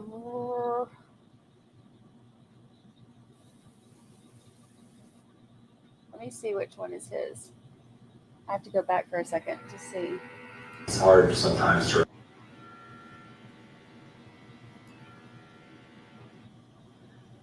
Let me see. That dang drilling. I'm going to mute my microphone.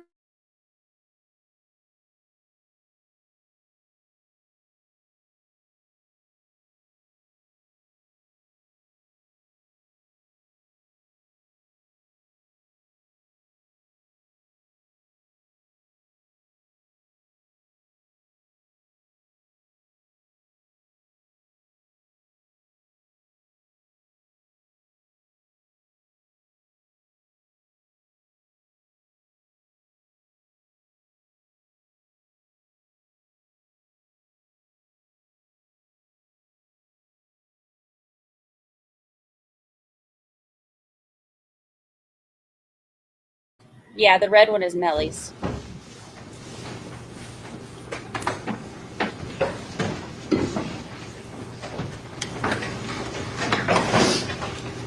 Thank you. Let the record reflect the jury stepped out. Counsel remain along with the defendant. Witnesses also present, the state's present. All right, so I don't understand. You're saying you didn't have this report?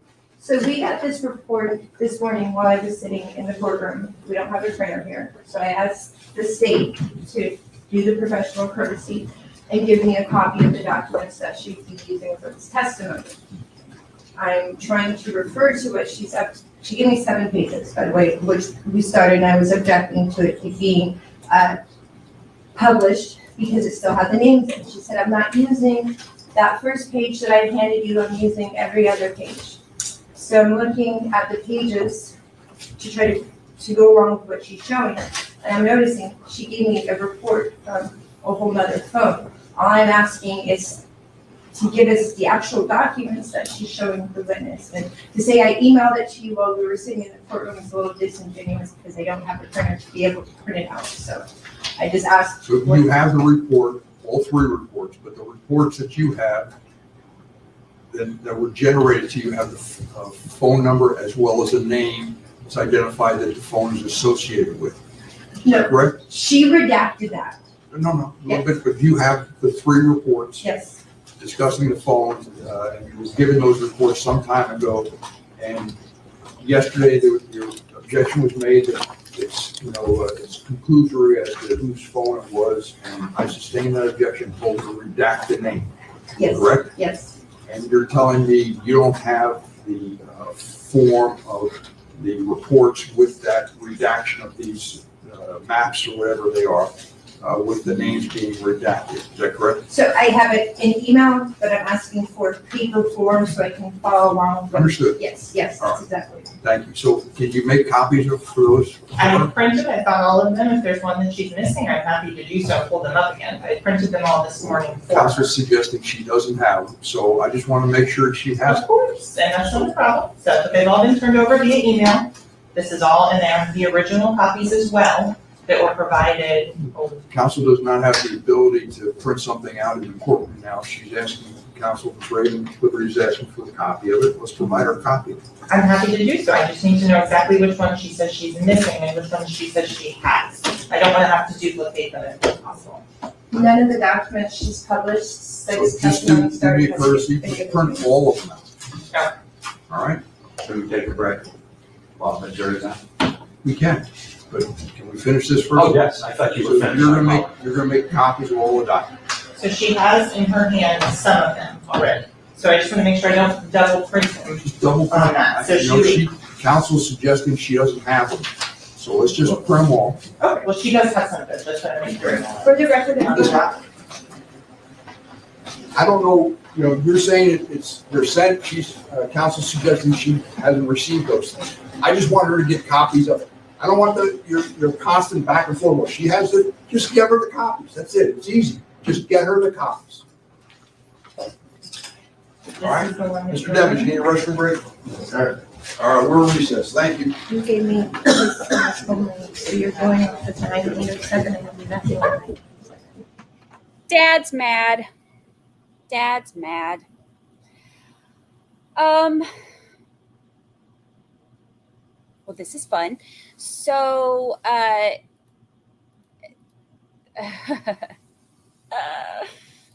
recess number 1.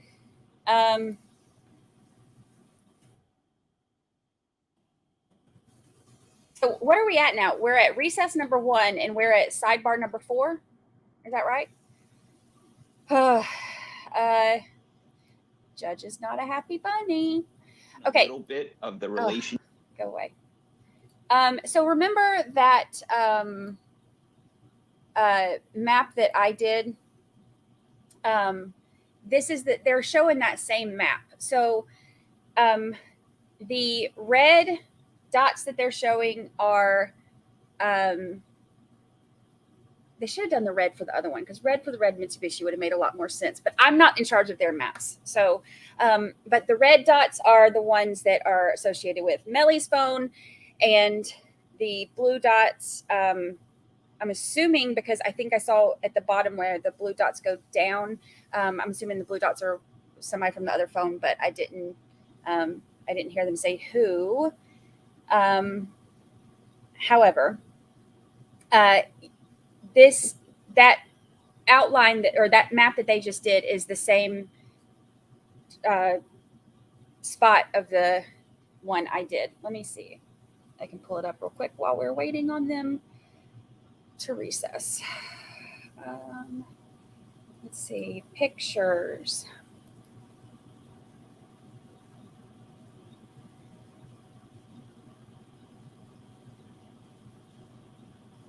Let me find it.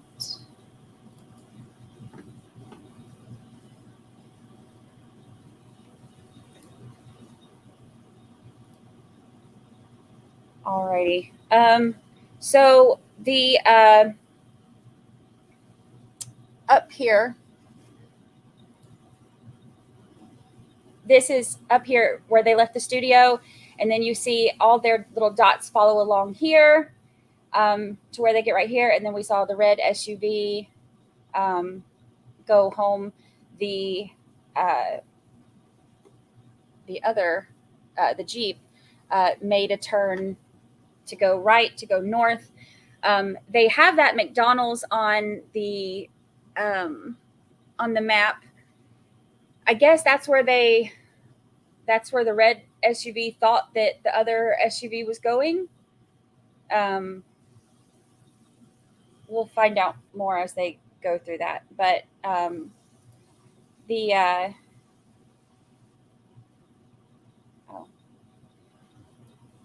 move that. But see, down here you can see this is where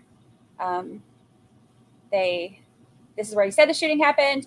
This is where the red SUV turned left, the Jeep turned right, came north and over. And then this is that road that they were talking about. They didn't go all the way to the trash dump, but I'm showing this is where that trash dump goes. So they came on Pembroke Road right here, right off of 27. That is where the staging happened. So that's that part. Let me find my little zoomed in part. This is the zoomed in part. So you can see when they got off 75, this is where they said they went and came up. However,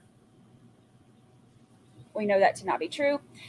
When they mentioned the school is up here. The reason they're pointing that out too on the map is because that's where we saw them on camera, if you'll remember. We saw or we didn't see them. The cameras saw them. But if you'll remember, I pointed that out when we did our little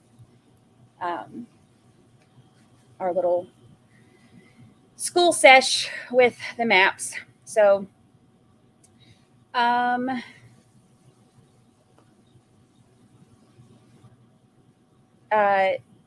the tower information, I know it gets really boring, but it is necessary because they have to go over all of that stuff so that we have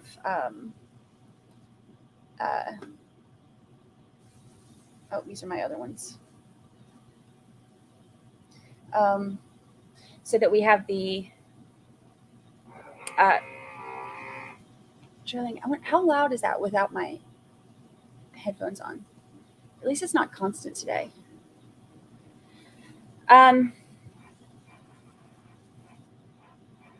So they're wanting to keep anything they can from coming in that could be damning for Melly. Of course, the defense is wanting to keep anything from coming in, and like I said, the prosecutor, she really, really wants to get this information in because their entire case is built on, the cell phone data and showing that he wasn't where he said he was, and that, that they can prove it by his location and his phone calls that he made and all of that stuff. So It's very much a power struggle right now between the prosecution and the defense on, trying to get these in and trying to keep them out. It's no matter which side you're on, as far as, guilt or not guilty or innocent or anything, no matter what side you're on, it's an interesting power struggle to watch when the attorneys are going back and forth about this kind of stuff. Hopefully this recess won't be too long. Let's see. Oh my gosh, no, I could not imagine this in the last judge's for Travis Rudolph, where he was wanting to rush everything. I could not imagine this in his courtroom. He would be panicking, flipping out. The other dudes that were in the red SUV did it, or it was Melvin and Portland. The other dudes in the red SUV could not have done it based on all of their latitude and longitude stuff. They went home and their car never stopped motion. They went home and the red SUV is seen on camera going into their neighborhood, and the guard comes out and talks to him and everything. So they are all cleared. Hello, Lady in Gray. Welcome. I hope you enjoyed breakfast with your dad. Right now, you have missed 4 sidebars and a recess. And we've gone over the cell phone data stuff. So now we are in recess waiting for them to come back and fight some more. So they're trying to get the cell data in and the location data and all of that. So that's what we're waiting on right now. I love the wrangling too. It's what Real Boring Housewife says. I love the wrangling. It's what they went to school for. I love it too. I love to hear the arguments and I'll be honest, if I've completely made up my mind one side or the other, then I get mad about some of it. I'm like, oh, well, they're just doing this. But I still enjoy watching it anyway, even on the moments when I've made up my mind and I get mad. Like on Travis Rudolph, I had made up my mind after hearing so much that like he was innocent. So then anytime the prosecution did anything, I was like, I was getting mad at them. But hello, Blake Patton, and welcome. Yes, recess already.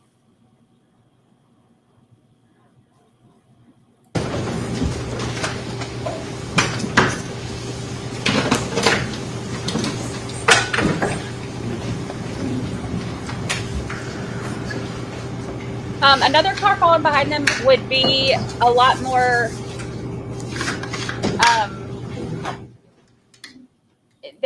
They on all the security camera footage. There, from what I understand from reading everything, there was no car following them because that school camera caught them going down that deserted road off of 27 and everything. Caught them going that way. And there was no car following them on that CCTV footage. I don't think we have color printers in the back side of my office, so it's not something I can do regardless.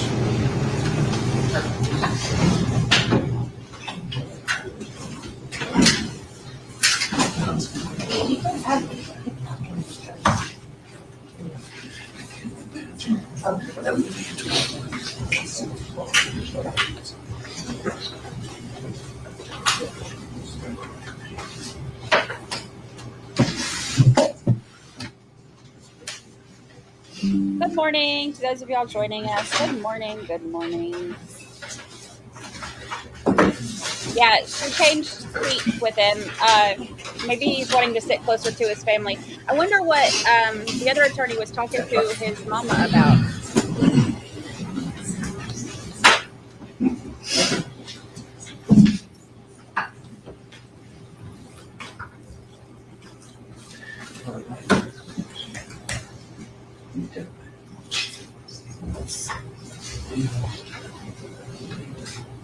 All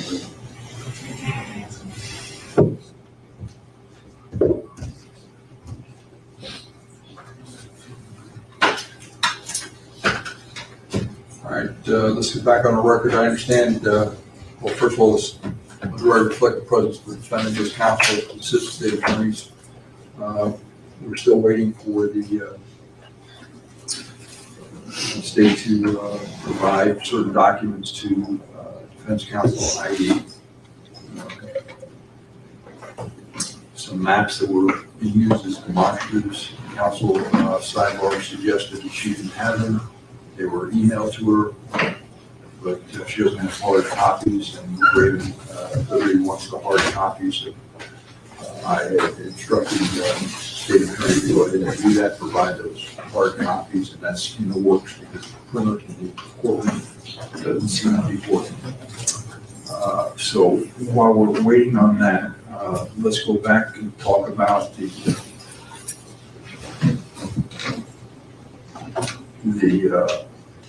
discovery cutoff that counsel suggested he wants. What's the state's position on the discovery cutoff? That if there is anything that council brings up with regards to the witness that suggests additional analysis or anything that can be done, that the state would do it on that. So you're opposing it. Yes, right. Anything else that you want to be heard on regarding this discovery cutoff? Yeah. Anything the defense wants to be heard on? Yes, sir. I just started to do some research, and quite frankly, I've only candidly found a case. It's in the 4th DCA, but it concerns a civil matter. And it speaks of the need for a discovery cutoff to avoid the very term I use, ambush and surprise. And that when a party conducts itself in a way as to ambush, they're not to get the benefit of that. These trials, we understand, life goes on beyond trials. So the evidence that can be introduced into a trial should have some finite and determinable parameters. The notion that the state comes here and asks jurors to put somebody to death suggests that they have completed an investigation that warrants that co-signing, co-signature. To suggest that, okay, there are a lot of things that we could have done and we didn't do, and if you ask about it, we're going to go do it and introduce it while the proceedings ensue, is not only an ambush, but it's an insult to the process. They're saying that they have the evidence. Now, the state can get up there and say, hey, the defense is making some ridiculous cross-examination and we don't have everything because what we have is enough, which is when they bring an indictment of this nature, or any indictment, they're saying we have enough now, beyond a reasonable doubt. But what they cannot do is, as these proceedings go forward, continue to investigate and plug holes that we reveal to exist as the process goes on until this case goes to verdict.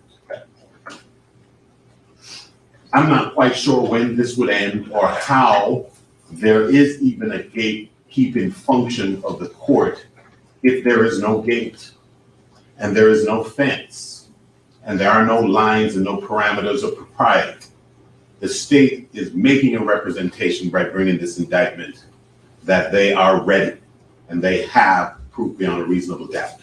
And if that proof beyond a reasonable doubt also includes areas of investigation that were not pursued, then they should explain to a jury why it was not pursued and why the failure to pursue it does not undermine their case. They don't get to keep plugging holes as the proceedings go forward. And so, as the Fourth Circuit said, that is ambush.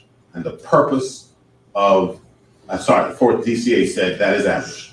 And the purpose of a discovery deadline is to avoid surprise, avoid ambush, and a party that engages in that ought not to get the benefit of it. Thank you. Thank you. Hold on. Just briefly, and I would mention that defense hasn't yet to provide any reciprocal discovery, but alluded to some yesterday that they were looking at Instagram posts and everything that had happened as recently as this week, but yet they have provided nothing to the state. So if there's any deadline of any sort that needs to be imposed on both parties. Thank you. Oh, Council, my understanding is that's the way it works, is that it's not, Richardson violations apply to both sides, doesn't apply to just one side. It's deadlines apply to both sides. And there's an obligation to do that's not what it's talking about. We apologize, the pictures decided to not work on it. I'm sorry. I apologize. What I'm saying is that the whatever obligations that are imposed would be applicable to both sides, whether there's discovery cutoff or not. My thought is that the discovery cutoff, you can keep investigating the case, however you feel fit, and you're more than welcome to do that. However, that doesn't mean that anything you find can be used at trial as in evidence.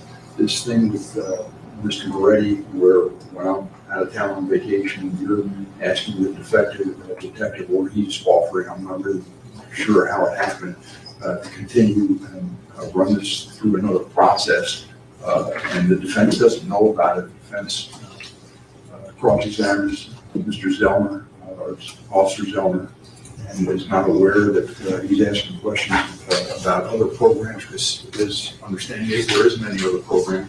But you know there's another program, they have access to it and they've done it, you just don't have the results. That seems to me to be what the council's talking about. And it seems to me to be a Richardson violation. There's discovery that's ongoing, you know about it, you're not telling them about it until we're here in court. So as far as I'm already is concerned, I think that's a discovery violation.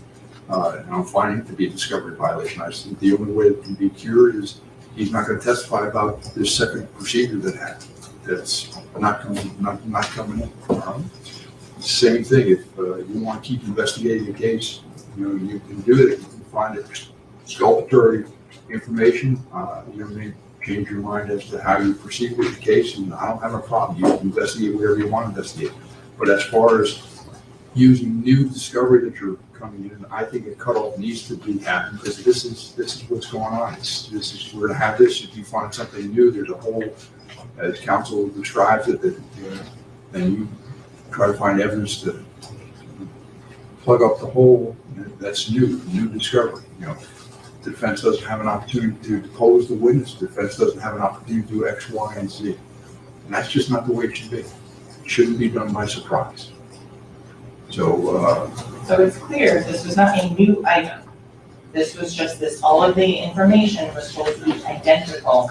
you found it, you had a meeting with the detective in May when we're in hiatus because I'm on vacation. All right? You had a meeting with him in May after we picked a jury, and when we're ready to, or we're in the middle of jury selection, you picked it, you did it, and you said, well, he tells you, or you ask him, do you have more, programs to go ahead and provide the information, and you find out there's another program, and he runs the program, does a different download with something other than Cellbrite, and therefore, you have more information. Don't make the defense aware of it. You hold that to yourself. You go ahead and put on a couple weeks of trial testimony, and then when it comes up after he, in cross-examination, points something out, you bring it up and say, well, by the way, I told him, the detective in our pretrial meeting, it came up and he has the program and we can use it and we're doing it. All right.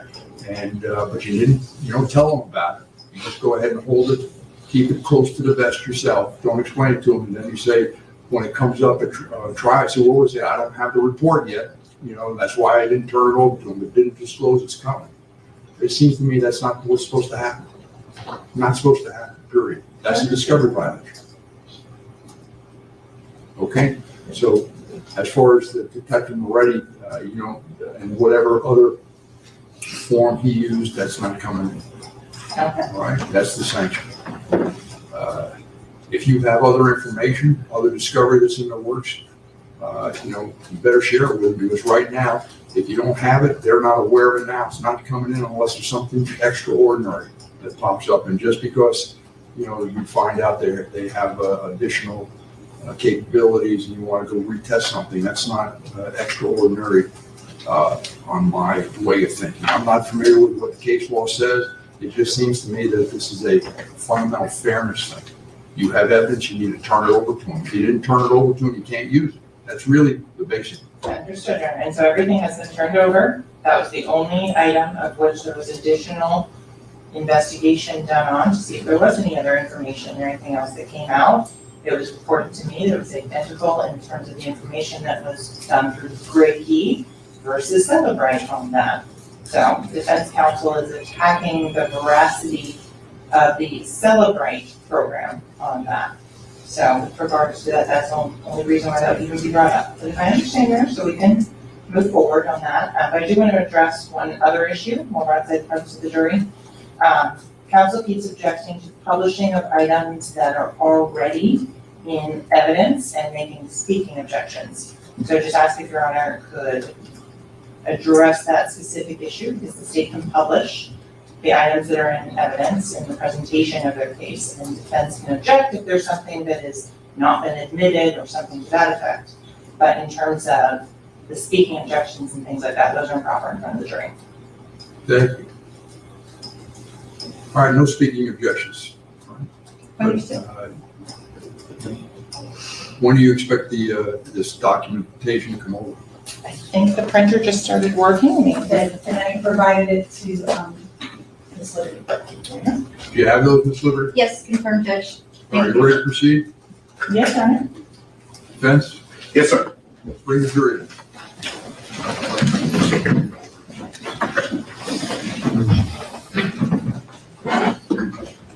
Wow, okay.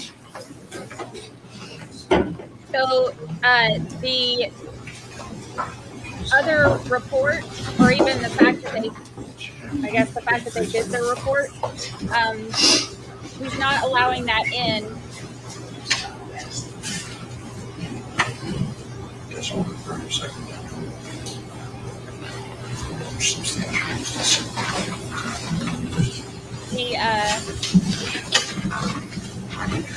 Exclude.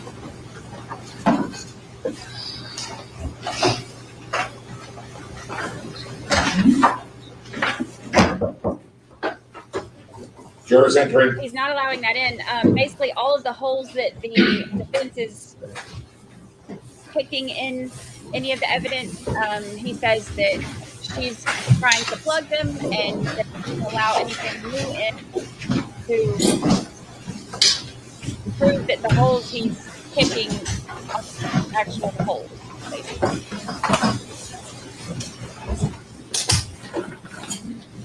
Ladies and gentlemen, thank you. Please be seated. Let the record once again reflect the presence of the jury as well as the defendants, his counsel, the state attorneys.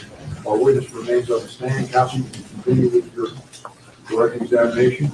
Okay, so we had left off, we were talking about the red phone and the blue phone. And just to remind the ladies and gentlemen of the jury, what is the red phone number? That is, listed at the top of the slide, it's 772-713-9807. And then the blue phone number? The blue phone number is 954-248-9081. Okay, so going back, you have a little green box with the numbers 154129-11. What is that? That is the name of the tower and the sector. Okay. And the times that are listed below, what are those indicative of? So there's a time that's it says 3:28 a.m. in blue, it says 3:28 a.m. in red, and that is the time from the records that the blue phone and the red phone each respectively connected to that tower. So based on what you're showing here, what can you tell us about where the blue phone and the red phone were at 3:20? So generally in the area around New Era Studios. Okay. As you're moving across the slide, what are we looking at? So we see a series of towers that the red phone and or blue phone were observed by as they move from east to west. So you see there's a line of towers generally in this area, kind of along 595, down I-75, and then the last ones at the end of the slide are the west, kind of by the intersection of a tower that's near the intersection of Pines and US 27. The tower is 63035, sector 15 at 3:57 a.m. That tower saw each of these phones. So I want to make sure it's clear when you're the 3:20 a.m. that's on the right side of the screen. Can you kind of go show in order the way the towers are plotted? Yeah, so I didn't know the time for each tower because then it would be just a mess of boxes on the slide. But generally, these towers in the northeast, and then sequentially or chronologically, as time went on, these towers were used. This tower was used later than that tower, and this tower, and that tower. And so as time went on, from 320 closer to 357, these towers were used. And based on your training and experience, what does that tell you about how the phones were moving in relation to one another between 3:20 and 3:57 a.m.? Yeah, so in my opinion, that's consistent with devices moving generally together. So you mentioned that there are some in which there is red and blue together. So I want to focus in, there's one here, it looks like at the intersection of Flamingo Road and I-75. And Yes. 595 rather. The red with the blue. What does that mean when you have them overlaid like that? So that tower saw both the red phone and the blue phone. Okay. Is that at the same time or are they at separate times? Could be either. So going on to the phone of the 772-713-9807, what are we looking at this slide titled 3:47 a.m.?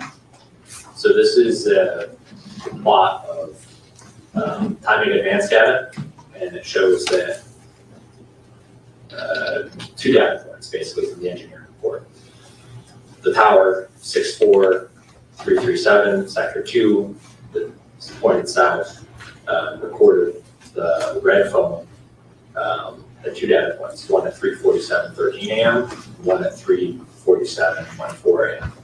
And the measurement that was that phone at those times was 0.24 miles from the tower. So you said it's two different times, but it's the same measurement. How do you explain that to ladies and gentlemen of the jury? That's just what the records recorded. Okay. And in terms of by having two data points along, are they going to be in the same exact spot? Well, it could be or it could not be. So the 0.24 miles from the tower is this red arc here. And I guess your question is the phone in the same spot or not? I don't know. Those are two data points close in time. They're separated by 11 seconds. So the phone certainly could be stationary. The phone could also be moving. For instance, at one point it could be here, and the other point it could be there. There are both possibilities, and you can't determine for this thing. In terms of you don't have any cameras if it's stuck at a red light or anything like that. So that was the 772-713-9807 at 3:47 a.m. Okay. Moving on to the 772-713-9807 from 3:52 to 3:53 a.m. Could you explain what you're illustrating and the data shows on this slide?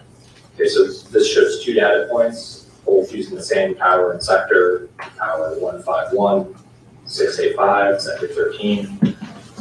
And the first data point is at 3:52:58 a.m. Okay. That's this arc here, that's 0.58 miles from the tower.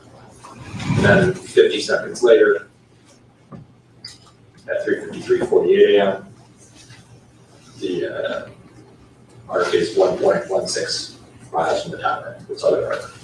And in terms of the distance between the two arcs, what is that amount? It's a little bit over half a mile, And the time frame in between those two arcs is how long? about 50 seconds. based on the records and that you have, can you give a information as to where that phone was along those arcs? Based on the records that I have, Yes. Based on other additional information that was provided to you, can you make a determination as to where it's more likely than not the phone was? yes. And where is that? So the phone moved half a mile in 50 seconds. That's consistent with vehicle travel. It's too fast for a phone to move. That's 30 miles an hour. So there's a couple places that the phone could be logically. For instance, it could be going east to west on Pines. It could be going north to south on 184th. Those are both options. Now we can see A it. data point that was provided to me. And that reason for this analysis was I was asked, hey, the detective recovered some video footage from Montessori Academy that he believed these devices might be in a vehicle that was seen driving by around this time. The detective asked, is the cell data consistent with these devices being in a vehicle? In my opinion, yes. The data points that we're looking at, are those the only data points that exist in this case? No, but these are the data points that from 352 and 353. So going on to now the 772-713-9807 and 954-248-9081. The 4 a.m. to 4:03 a.m. Can you describe what information is contained here? So both phones were seen in the same tower and sector, tower 63035, sector 15, at 4 o'clock and 36 seconds. The blue phone was 1.45 miles from the tower. We have two data points on the red phone, one at 4 a.m. 54 seconds, one at 4:14 seconds. The red phone was reported being 1.5 miles from the tower, 1.45 miles from the tower. So when we're looking at here, this purple area, why is that? Because the red and blue phones are both, they are red and blue mixed purple, so. Just in case anyone's colorblind. So, with regards to the locations along this arc, can you narrow down in any way where the phones are along that arc? Now, from the cell records, all you can tell is that there's some proof of it. Yeah. And in terms of if you're looking at it in the totality of the circumstances based on the other records and information that you have, can that help and assist you in rendering an opinion as to where the phones are located? Yes. And where would that be? So the red flag depicts the crime scene that the detectives told me about, and they asked, is it possible for these devices to have been in the crime scene? In my opinion, yes. The data is consistent. It includes devices being in the area of the crime scene at this time. Okay. So going on to the 772-713-9807 phone at 4:06 a.m. What information or data are you showing here? So this shows the red phone at 4:06:22. There's a data point where it's back on tower 63047, sector 3. It's 1.02 miles from the tower. So in this band here. Okay, and in terms of where it is along that band, can you give a more definitive answer? From the cell phone records alone, no. The reason for this slide, this analysis, was because the detective had video footage from Montessori Academy again at a certain time. Objection, Your Honor, hearsay. Sorry, repeat your question. So based on these records, can you say where the phone was along that band? And your objection is it calls for hearsay? That wasn't the same question, Judge. Thank you. Proceed. You can answer the question. So based on these records, can you say where along the band it was? No. Was other physical evidence provided for you to review? I don't think I saw physical evidence, no. Oh. So going on to the next slide, the 772-713-9807 and 954-248-9081. If you can explain what we're looking at on this particular slide. So this is a series of data points on 3 different hours for both the red and blue phone between 4:17 and 4:23. We're starting back on the left side of the slide, where 4:17:43, the blue phone is 1.21 miles from this tower. Shortly after that, at 4:18:02 a.m., the red phone is 0.87 miles from the tower. Shortly after that, at 4:20:50 a.m., the blue phone is 1.02 miles from this tower. Then after that, at 4:23:22 and 4:23:55 a.m., the red phone is 0.29 miles and then 0.68 miles from this tower. Okay, and in terms of what can you tell about how the phones are related and correct in distance from one another based on this slide? Distance from one another. Well, both phones move north and then east. We know that the blue phone and the red phone are both over here, and now they're over here at the end of the period.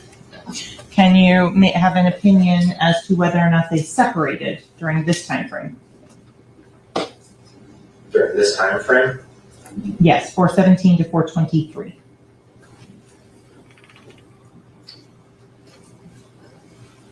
I don't know. To me, I don't think there's enough data here to form. Okay. So going on to the blue phone, 954-248-9081, 4:40 a.m. to 5:52 a.m. What data points and what information do you have on that phone? So there's a lot of data points, or many data points for the blue phone during this time period. All the timing advance bands were 0.82 or 0.87 miles from the tower, tower 62492 sector 3. Each of those bands, the 0.82 miles and 0.87 miles are shown here. Okay. Does that phone then, that's all the data that you have for that particular blue phone? Right. Okay. Now to go to the 4:40 a.m. for the 772-713-9807, where does your data show that phone to be in the area of?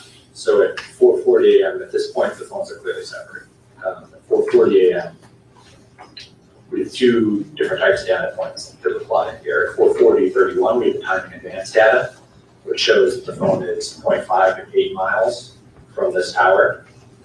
And then at 4:40:34 a.m., the red phone makes an outgoing call using that cell site for that tower in sector 62407, sector 12.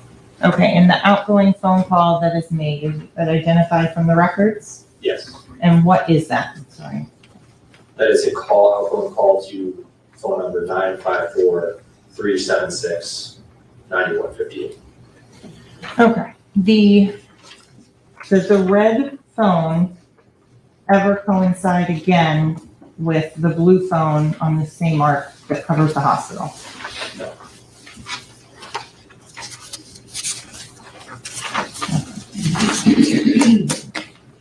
So that was the first analysis that you did. Did you do additional ones? Yes. Okay. So I'm going to move on to the sprint at records and analysis that you did. Counselor, you're okay with one?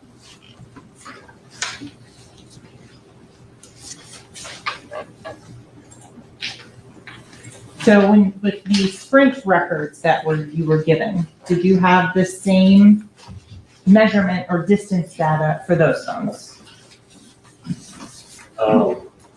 No, we had a similar report, which is the time in advance. Brent calls it per call measurement data report. It's formatted differently.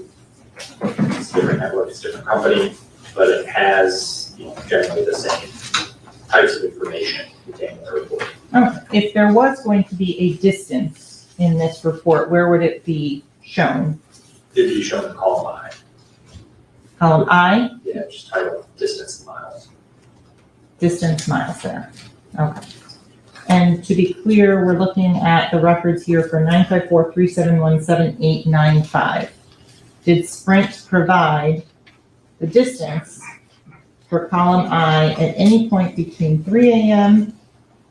and 3:57 a.m.? This one's Dontavius Withers in the blue car, Sorry, that's column or 163. red car, sorry. Was there any distance provided? No. Okay.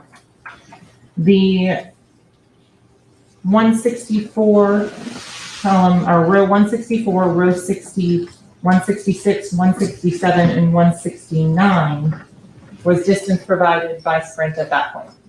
Yes. Are they from a different manufacturer or vendor of cell tower? Yes. So based on, and so on this, the state would also publish what's been previously admitted as state 63.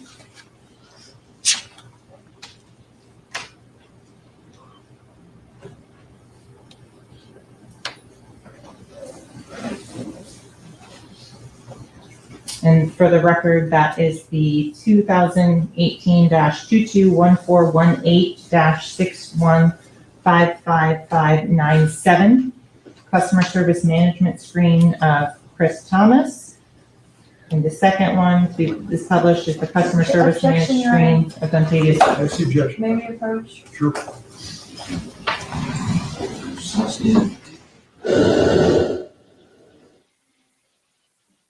Take a shot, do a squat, another sidebar. Chris Thomas is the 2-3, according to yesterday, is the 2341. That's Juvie. And that 7895 they were just talking about is Dontavius Withers, who was in the red SUV. So let's see what they have to say about that. They didn't say.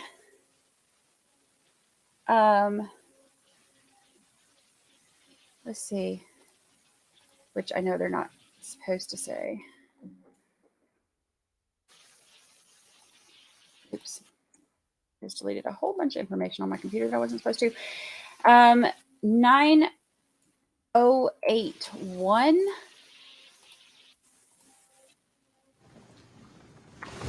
Mr. And Williams. so now also publishing the 2018-221418-6155640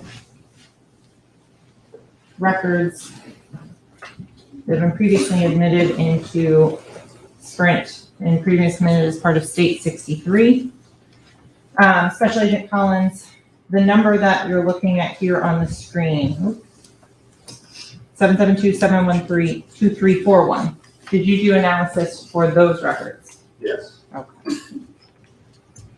And again, for the record, publishing the subscriber information previously admitted as State 63 for Chris Thomas. Going down to the next phone number, did you do a cellular analysis for the phone number 954-371-7895? Yes. And for the record, publishing what's been previously admitted as State 63 with an identified subscriber of Dontavius Withers. Okay. On the Sprint records, do you do substantially the same type of analysis that we talked about on the true call data analysis? Yes. Okay.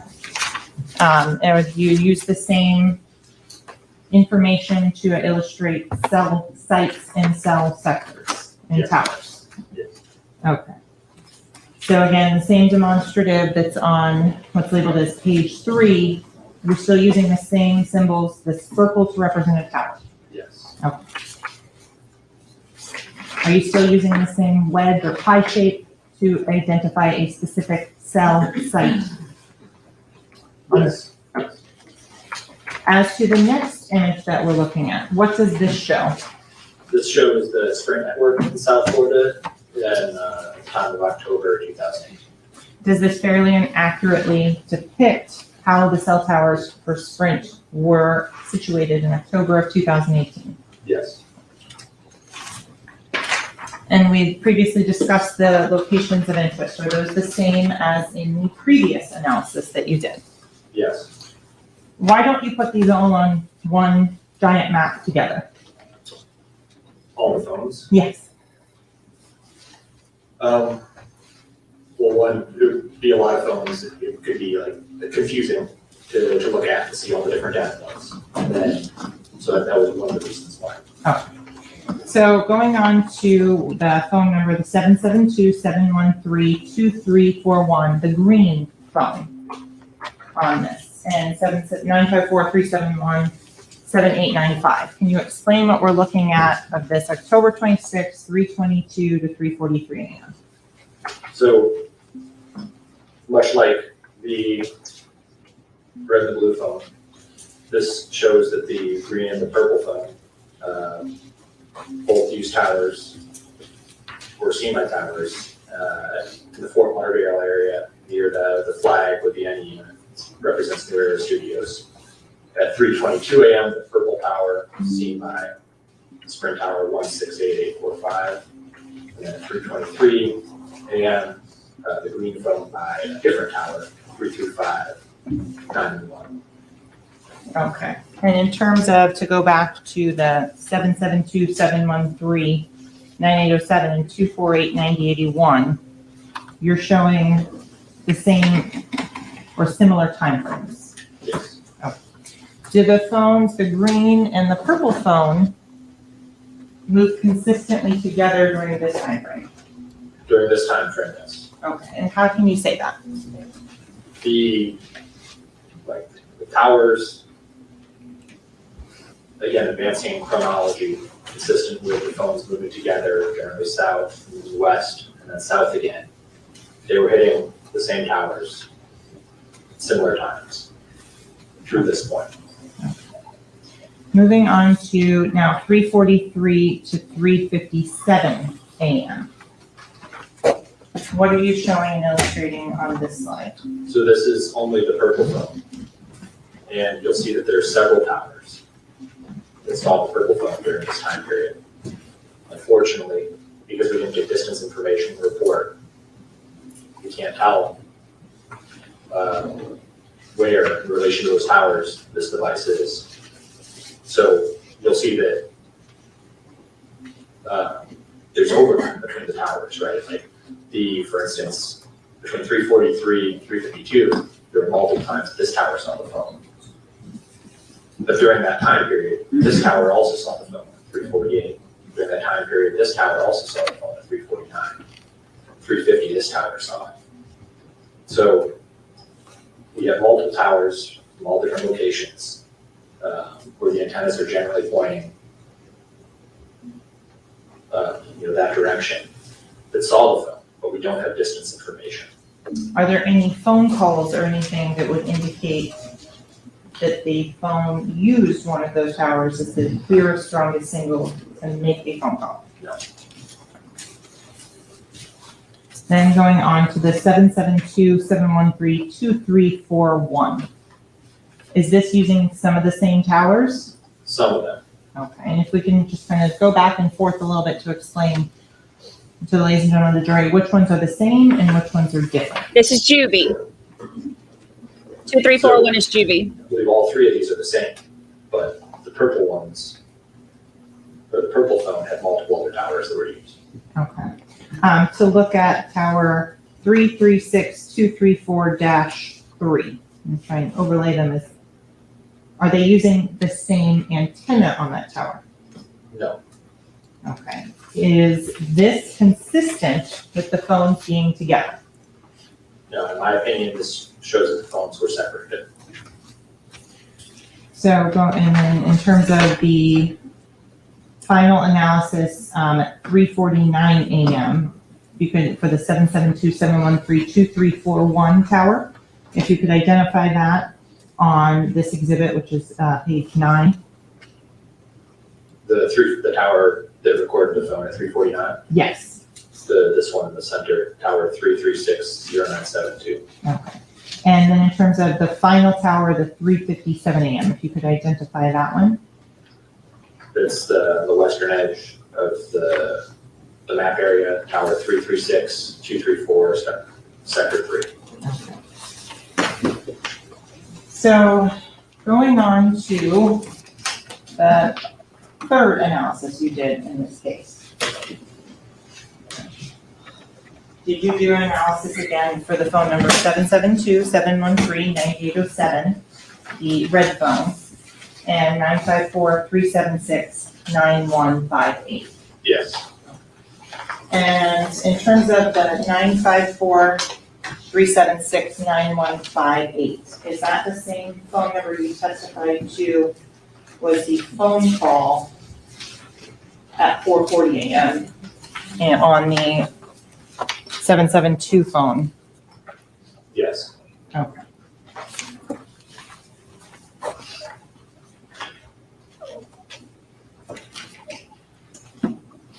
So going on to those, you again use the same information to depict timing advance and cell sites and everything of that nature. Yes. The two phones, is it important to know what network a phone is on before you do the mapping? Yes. Okay. Were both of these phones on the same network? Yes. On this particular one, what network were both phones on? T-Mobile. Okay, so back to the red phone.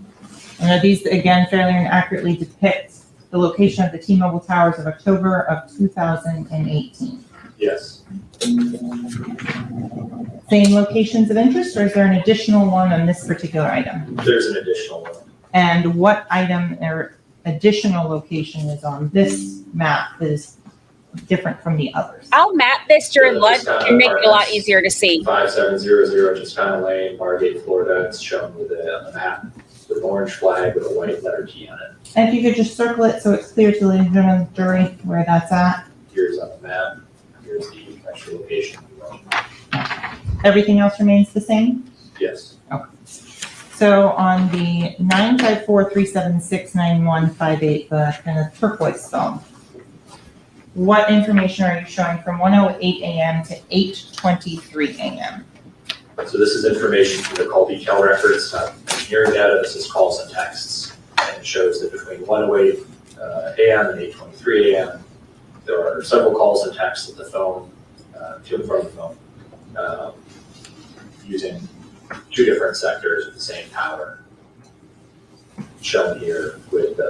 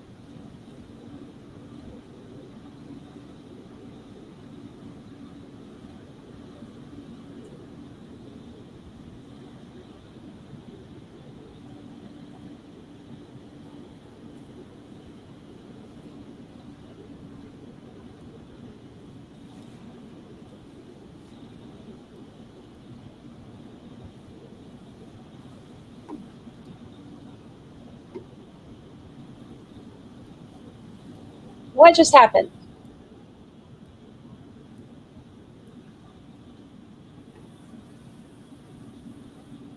And the next time frame that you're mapping on this location is what? it's 12:05 when the time in advance measurement that's recorded is 1.02 miles from this tower, south of it. Okay. Going on to 12:06:07 to 12:12:37. So during that time frame, there's measurements from two different sectors in the same tower. So we see on the one hand that there's arcs here that are either 1.45, 1.5 miles from the tower. Okay. But also during that time period, we have measurements from a different side of that tower. They're 1.5 and 1.55 miles from the tower. Okay, and in terms of the location, is there anything you can say with specificity as to where that phone was at 12:07? No, I mean, I think that I would generally look for the phone to be someplace where the arcs are overlaid, or an area where it would be seen by both sectors, but no, you can't in isolation or anything. Do the cell phone towers overlap in their sectors? Yes, they do. Going on to October 26, 12:14 to 12:20 a.m., the 954-376-9158 phone number, the turquoise phone. What are we looking at in this image? So, starting down here, south on US 27, or tower near the area of Pines of US 27, pointed south. At 12:14, 14 p.m., the band is 1.45 miles from the tower. Then a few seconds later, it's 1.21 miles from the tower. It's getting closer. A few seconds later, it's 0.97 miles from the tower. And then 0.48 miles from the tower. Then it's in this band on a different sector, but perhaps still close to the tower, traveling in the same direction, 0.63 miles. And then to the north, 1.1 and 1.6 miles from the tower. And so in terms of the north to south distance of each of these bands, how wide are they? If we're looking at the north to south, aspect between here and here, what type of, remind ladies and gentlemen, what, is this still on a 4G phone? Yes, yeah, so each of those arcs is still 78 meters. Based on the multiple locations that you have, do you have an opinion as to how that phone or handset was traveling? Yeah, I think the data is consistent with the phone traveling south and north during that time. Now going on to the 772-713-9807 between 12:01 and 12:12 p.m. on October 26, 2018. What are you illustrating with this particular image? So at 12:01, first there's an incoming call from the turquoise phone 91158. And then at 12:01, the red phone is this band, 0.92 miles from the tower. At 12:03, it's 0.68 miles from the tower. At 12:05, it's 0.92 miles from the tower. And then 12:07 to 12:12, it's 1.55 miles from the tower. Okay, and just to flip back again to the 12:01 to 12:12 for the 954-376-9158. In terms of, can you make any opinions as to where these two phones were located in relation to one another during these time frames? So they're in the same general geographic area for sure. If they're both on the same tower at the same time, near Pines and US 27. There's areas where there's times when their bands are approximately the same, and there's times where they're different as well. Can you make any sort of opinion that they were in the same vehicle? No. Going on to the 772-713-9807 phone from October 26, 2018, from 12:14 p.m. to 12:21 p.m. What data are you illustrating in this particular slide? So the first data point, 12:14:47, is this band here. It's 1.02 miles from this tower. The next one, 12:16:28, is this band here, 0.92 miles from the tower. Then continuing on at time, at 12:18:08 p.m., the red phone's in this band, 0.92 miles from the tower. And then at 12:18:28, 0.68 miles from the tower. And then finally at 12:21:17, it's 0.29 miles from this tower. And in terms of that was the end of the mapping and cellular analysis that you were asked to do in this case. Yes. do all of the maps fairly and accurately represent your testimony that you just gave? Yes. In terms of, we talked a little bit about cell phone signal and things like that. Does being in a parking garage or being at elevation change your analysis of where the phones would be? Being a part of the country elevation change. I mean, I think so. If there was something that was a red flag in the data, what do you do to catch that? If I see a red flag for whatever reason, something that doesn't make sense, I'm gonna look at it much more closely. I'm trying to figure out, okay, what is the issue? Is there an issue? Then, yeah, Was there any such information or issues that in the records that you looked at in this case? No. Can you ever say why a phone picks a particular tower or doesn't pick a different one? Yes. So if we're talking about making a call or sending a text, then from the call detail records, the phone picks the tower based on its readings of signal strength and signal quality. The phone always picks the tower with clear structured signal. If we're talking about the engineering data, what the network sees, why the network reports the distance measurement from one tower instead of another, no, I don't know why. In terms of, can you tell whether or not a specific tower was working on the evening in question? If there's a record associated with that tower, it was working on the evening. There's other mapping software that's available. Does the FBI use a specific mapping software when doing this? Yeah, we have a couple different programs. I used one program. Okay, and what is that? ASPA. What is that specifically? ASPA is a program for cell site data. Why do you use that specific program? It's the tool, the one of the tools that we have, and they meet our needs or requirements as an agency. In terms of just plugging the latitude and longitude into Google Maps, is that something you can testify to based on those records? Yes, And do you use that and those latitude and longitude that are in that timing advance data to determine where the phone was? so I didn't use the latitude longitude to produce that report. Could I use them? Could I plot them in ESPA or Google Maps and look at them? Sure, yeah, that's what.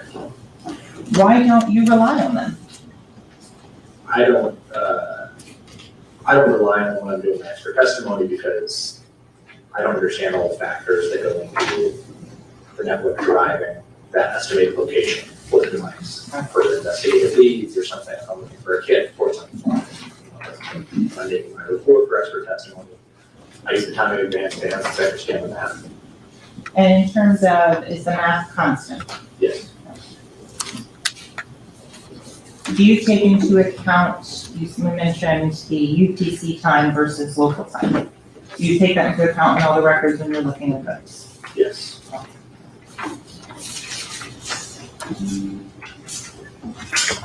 Does the power of the antenna or cell site affect your analysis on the speed of light and the distance from the tower for each cell phone?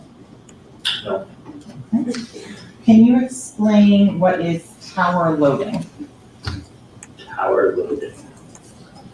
Like when a tower gets overloaded? Correct. Okay, so, towers have, finite capacity. There's, not unlimited network resources for a phone company. So, generally, you're able to make calls or text whenever you want, right? Like towers generally don't get overloaded, but, it is possible for towers to get overloaded. So, the way you see that, I guess, is if you're trying to make a call, if you ever experienced the phenomenon where you're looking at your phone, like say because it has to be an event where there's a ton of phones, like an unexpected, unanticipated influx of devices and people, like say the Super Bowl or something like that, and there's just an incredible demand for network resources, that was trying to Facebook Live or make calls, take video, everything. So if you've ever been in a situation where you're looking at your phone and you see, man, I have like great service, I have 4 bars, and I try and place a call, and the call just won't go through. It's just the towers, those might, could be, because the towers are loaded, you just can't handle your call. Okay, and in terms of, would that be something that the phone would be able to see in the phone records? No, so if the tower is overloaded, the phone won't know that it's overloaded, right? The phone can't see or doesn't have a view into what the network is handling, which is why your phone has identified a particular antenna as the one that offers a clear, strong signal. It says you've got 4 bars from this antenna, this is the one that connect you. It doesn't know that that antenna is overloaded, so that's why when you have 4 bars, it sends you try to make a call, the call just doesn't connect, it just won't go through. If the phone doesn't know, oh, I should be looking for an extra antenna someplace, all it knows is that's an antenna. And if there's no records or no entry in the records, can you analyze any of that data?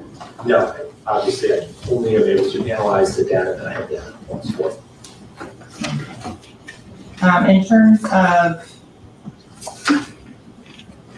the mapping and everything that you created, is it a fair and accurate depiction of the cell phone data and records that you just specified here? Yes. Does it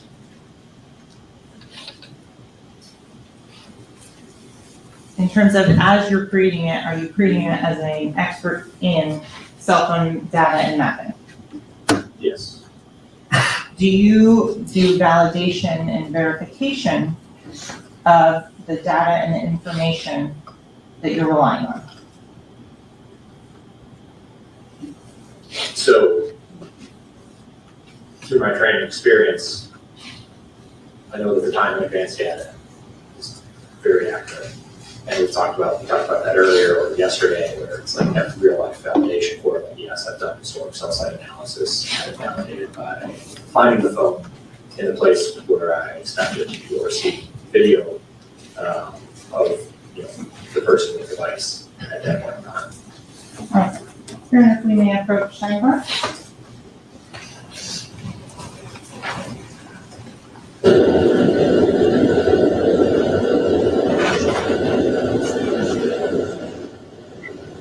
Sidebar. Which number are we at? Number 6? Take a shot, do a squat. Sidebar number 6. I will map all of this out during our little lunch break while I'm sitting here eating my lunch. I will map this out and make it a lot easier to understand. They're not allowing them to use names because the defense doesn't want Melly's name attached to his phone because, of course, that makes it look bad. And if he allegedly didn't have his phone, then they don't want them saying this is Melly's phone, et cetera, et cetera. So I'll map it out. Do not discuss the case, not form any opinion about the case, or allow anyone to discuss the case with presence or research. Please no page on your chair, we'll be back to you shortly. Thank you.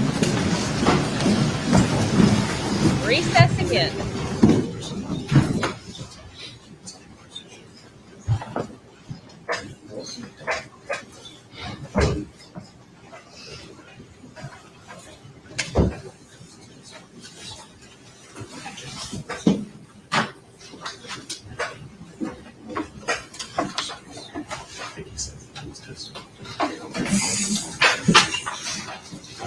Thank you, Lord, request the jury step down.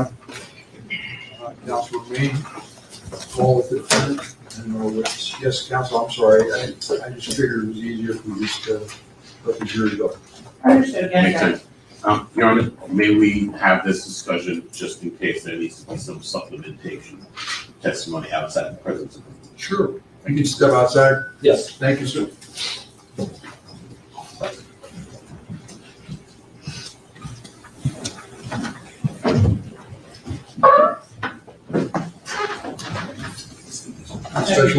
Special Agent Collins has left the courtroom. Yes, sir. He wants an issue yet? Well, he's got to use the restroom. Who does? Defendant. Sure.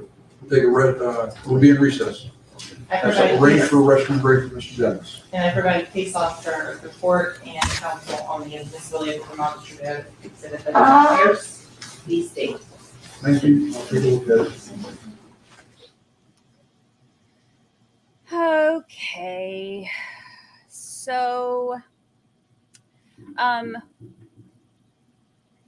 the turquoise phone, 9158 is Francois, Jameson Francois. That's his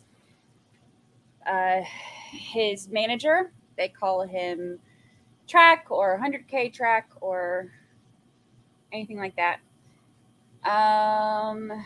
Yeah, take a shot, do a squat. Look, you've lost weight. What have you been doing? Sidebars. Yep. Making use of our sidebars. So they went over the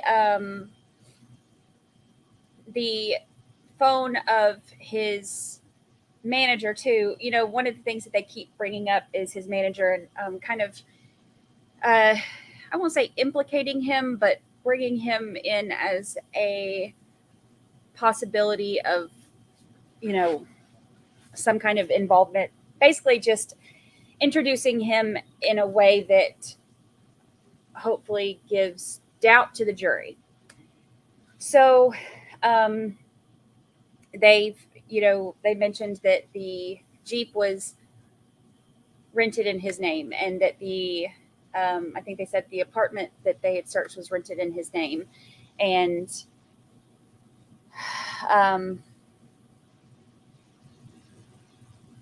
they've brought him up on multiple different occasions. I think that, and I'll map it all out during lunch so that with actual like names instead of having to use colors, so that you can see who's who and who was where and what times and all of that.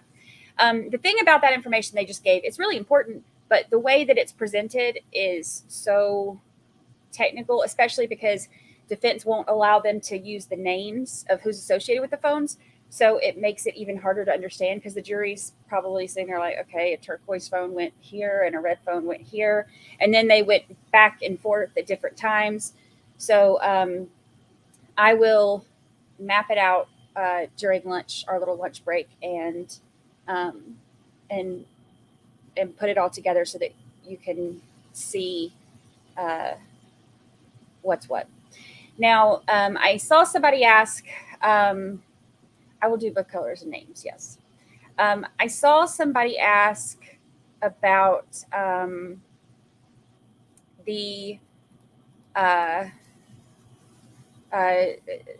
about the judge not letting them use names. So if you missed some of the arguments yesterday, was it yesterday or the day before? Who knows? Yesterday was mostly fighting, but I can't remember. If you missed that, they were saying that with Melly's phone, the prosecution's side of everything is this is his phone. This is the phone that has 10,000 selfies of him. It has it's logged into all of his social media accounts. This is the phone number that he gives out to people when he's saying, hey, give me a call. This is my phone number. And I think they said they had like 14 or so, maybe it was more than that, times where they shown that he had given out that specific number as his phone number for people to call him and stuff. So they said, between that and the fact that he's logged in to all of the social media, he has all the selfies. There's screenshots of him where he was taking screenshots of FaceTime, so it shows that he's the one on FaceTime, and all that has the data on it. So you can tell it's not somebody sent him that and he saved it to his phone. It has like the actual data on it. Also, the passcode that was on it. They said that Francois, his manager, is the one who actually turned his phone into authorities, but there are recorded jail calls where he's giving Francois the passcode to that phone. So all of that is, I mean,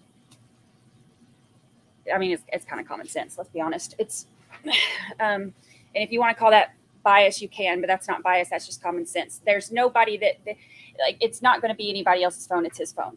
Now, having said that, whether or not he had his phone on that night, they haven't proven yet. So we don't know if he had his phone, but it was his phone.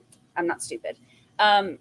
So that's all of the stuff that shows that it was his. Okay. Now, as far as what defense is saying, they don't want it presented as his, because even though it's his, let's say he's completely innocent and he didn't have his phone that night, that somebody else did, that when he got out of the car, wherever he went, that he left the phone there and somebody else ended up getting it or whatever. Let's say that's that's the story of what happened. Even if that's the reality, if he's completely innocent and his phone just happened to be there, it's still going to be hard for the jury to hear, oh, this is his phone, and then not believe that. It'll be harder for them to believe that it wasn't him if they know that his phone was in the car. So even though it is common sense that it's his phone, all of the, and okay, the plan's in his mama's name, it don't make it his mama's phone. It's still his phone. When I say it's his phone, it's like, that's his phone that he's using. It's his daily way of communicating everything. That's his phone, as in he is the one who uses it. So it had the plan, I think, in his mama's name, and then him and Sack are both, they have the family plan, I think. So there was something that said that Sack's name came up on there too. They have the same phone, same family plan, whatever. So defense is using those two factors as a way to exclude them saying that it was his phone. So they don't want it being called Melly's phone because it was in other people's names or whatever. So that's kind of what they're going back and forth about, that, because like I said, even if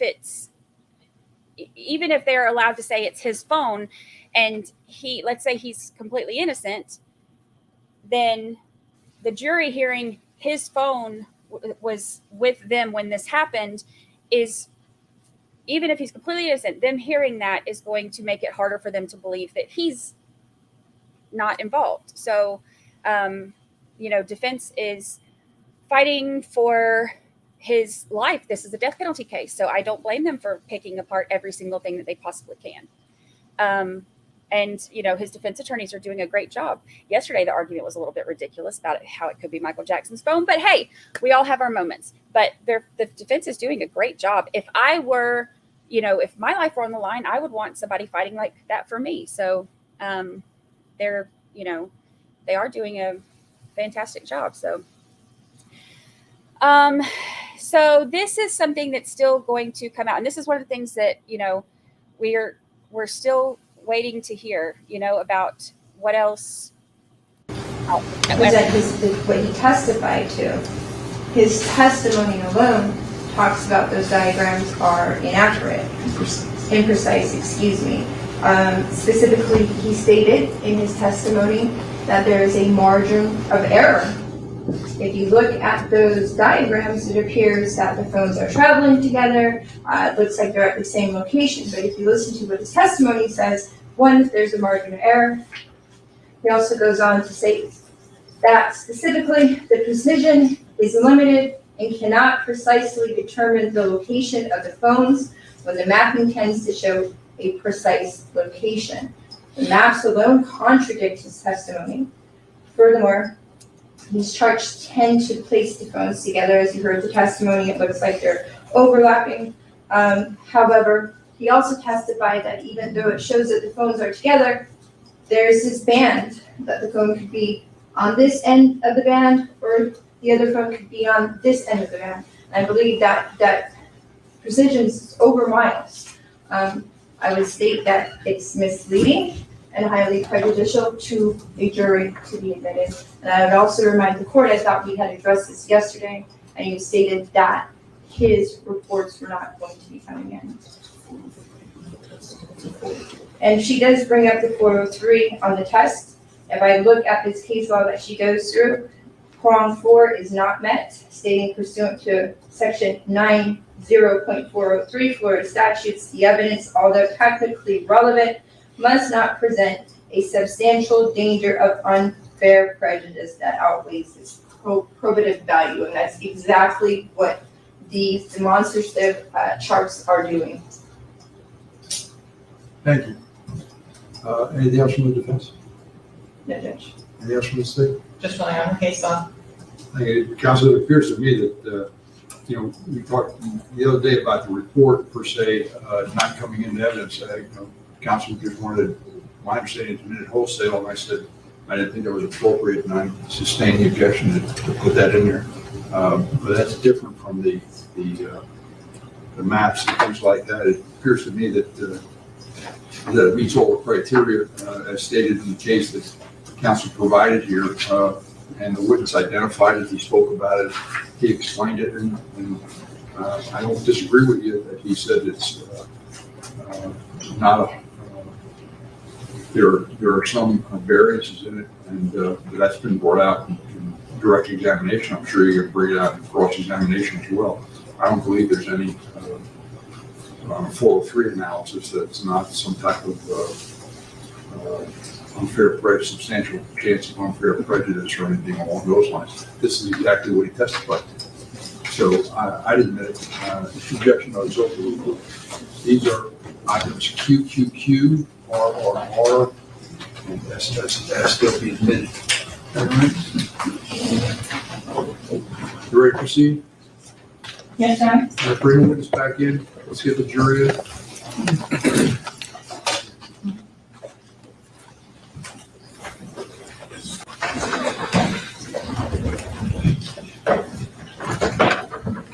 So the maps meet the criteria to be entered into evidence, but not the reports.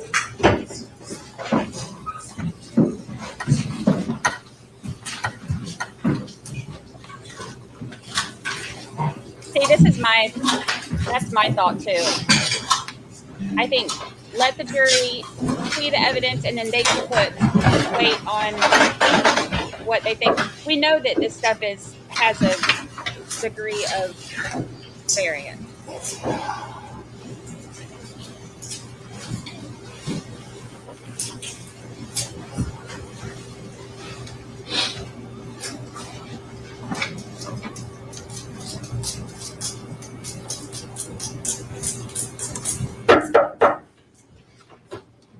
Jury entering.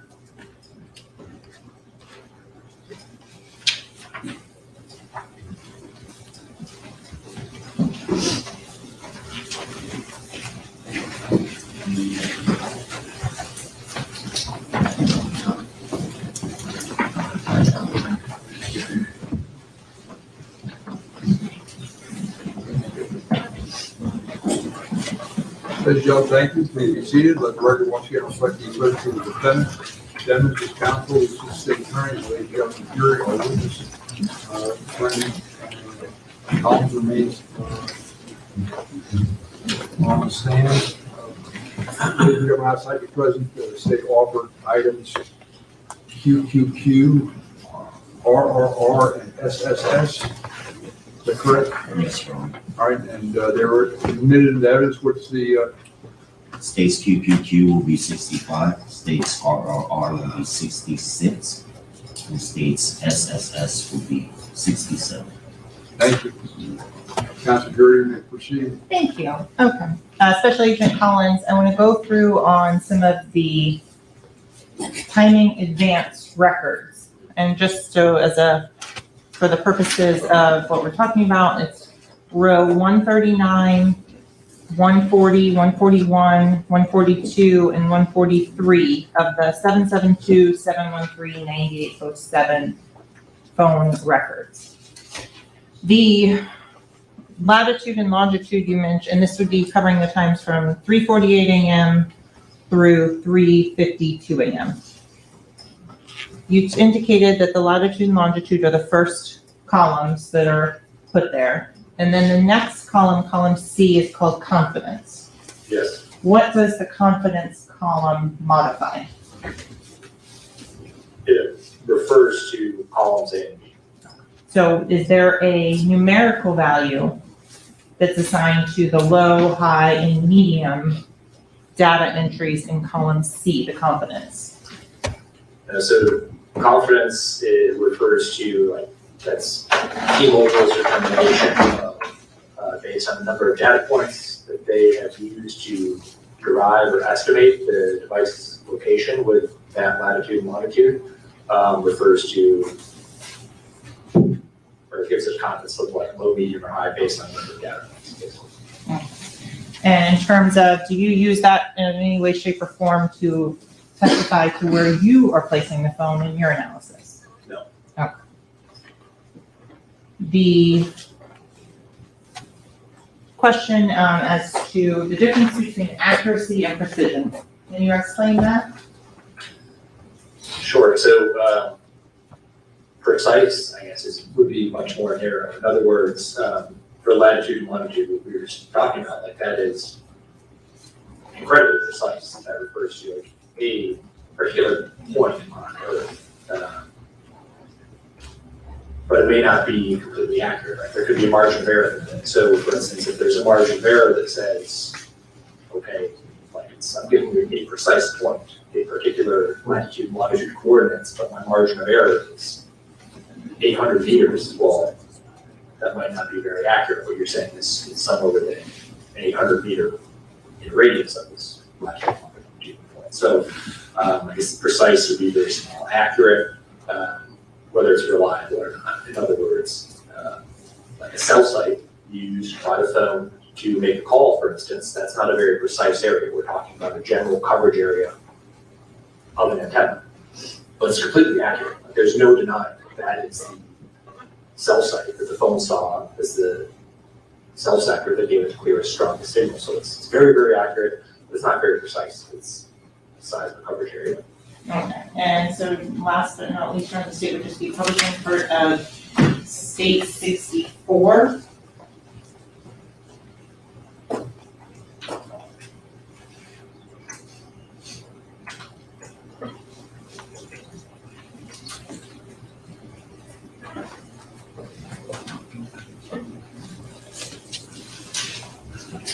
The top number, the 954-376-9158, is that the cell phone that you did the analysis on, one of the It's one. phone numbers? Yes. For the record, publishing part of state 64, contact list for the phone number 954-376-9158 from the phone extraction 772-713-9807.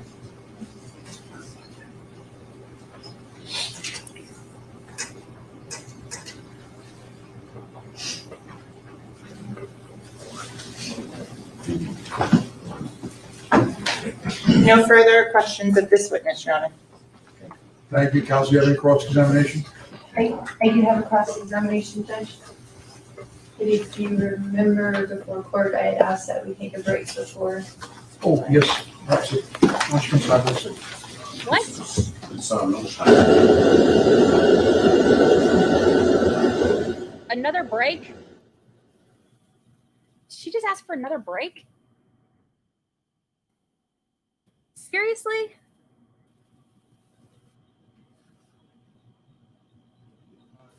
Take counsel a few minutes to set up, and my thought is we just take our lunch and recess now. So do not discuss the case, don't form any opinion about the case, don't allow anyone to discuss the case in your presence or any research. It's now, looks like 5 to 12, so how about if we see everybody back here 1:15? All right, does that give you enough time? Yep. All right, 1:15 for lunch. Remember, don't discuss the case, no research. Just leave your notepads on your chair.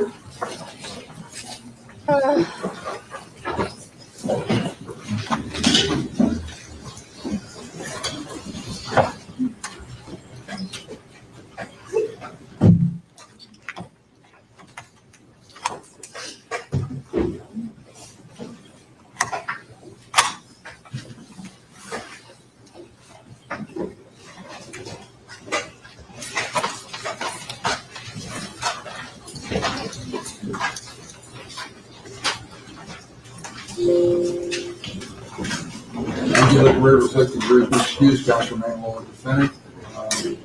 Anything to discuss, ladies? No?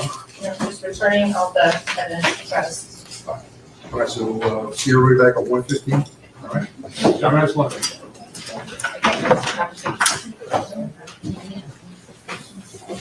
Excuse me, but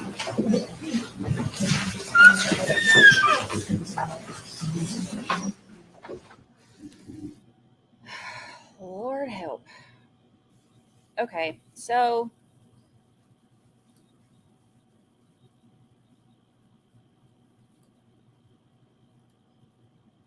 now we're at lunch, but at least we've gotten somewhere today.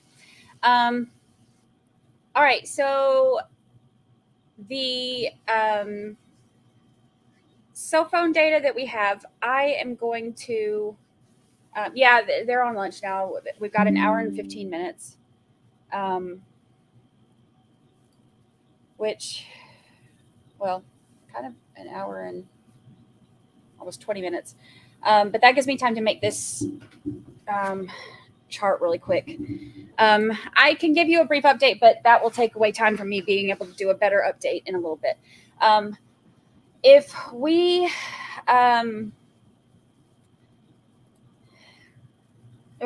okay, I'm going to plot this stuff on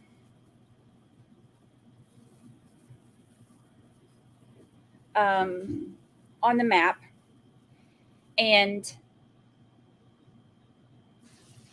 if I give you an update now, it's gonna make no sense. It'll be better if I can do it visually. So what we'll do is we will take a little break for a few minutes. I am going to plot this out, and as soon as I get it done, then I'll start the I'll come back or whatever, and I'll put a timer up and stuff. But we'll come back and we'll look at all the stuff that they just did on a map that I make, so that we can actually see what they're talking about. And I'll do the colors that they did and the names instead of just the phone numbers. So we'll do that. Let me put up a timer.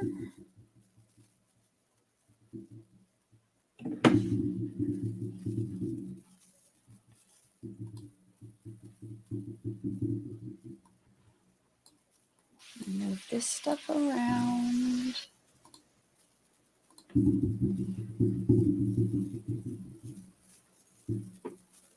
Move stuff around.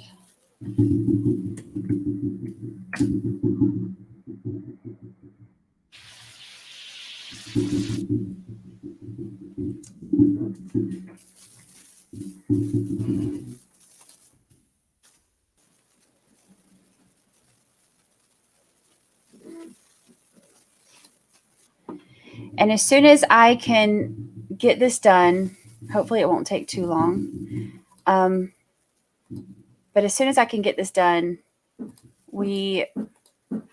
I'll come back and we'll start. And I'll go over the map stuff.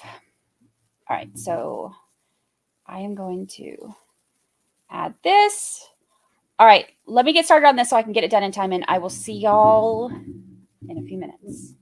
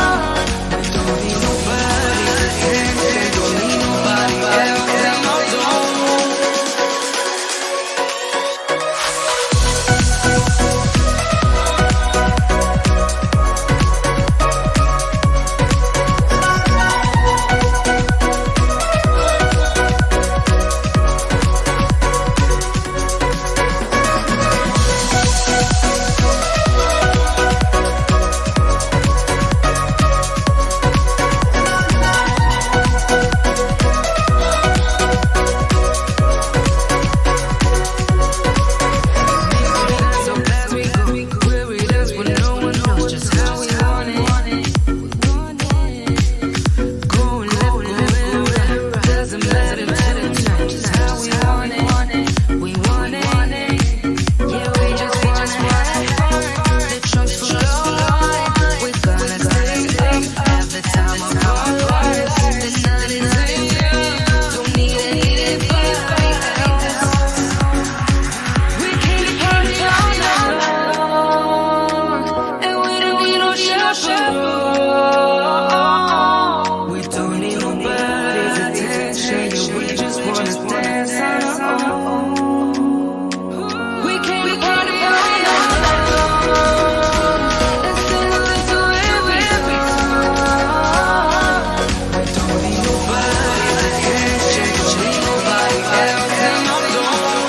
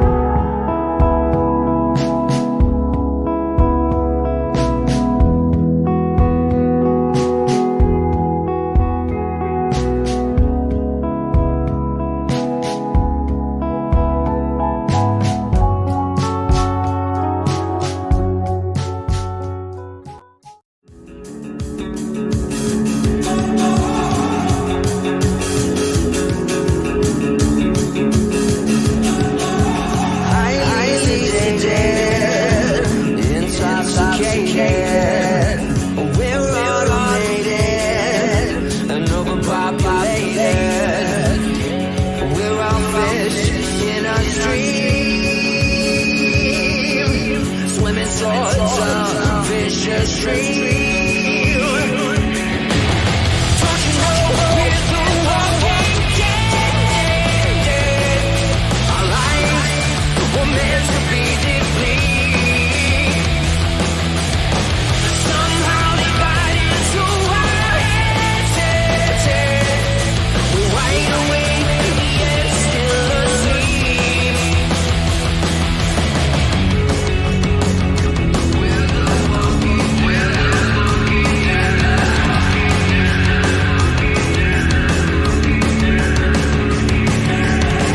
fear and hatred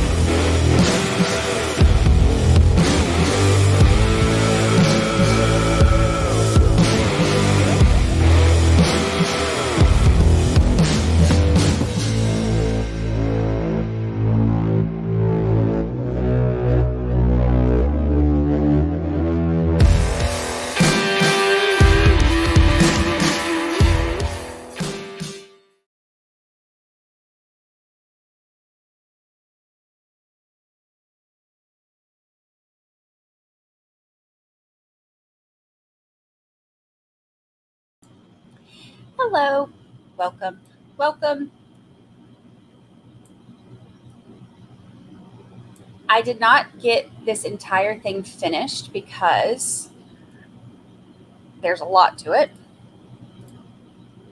But I got a good bit of it.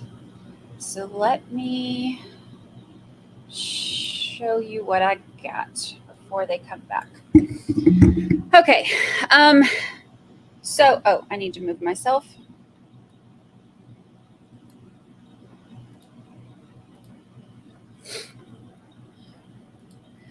All right. I will do a more complete one of these tonight. I tried to hurry this one while I was also trying to eat something.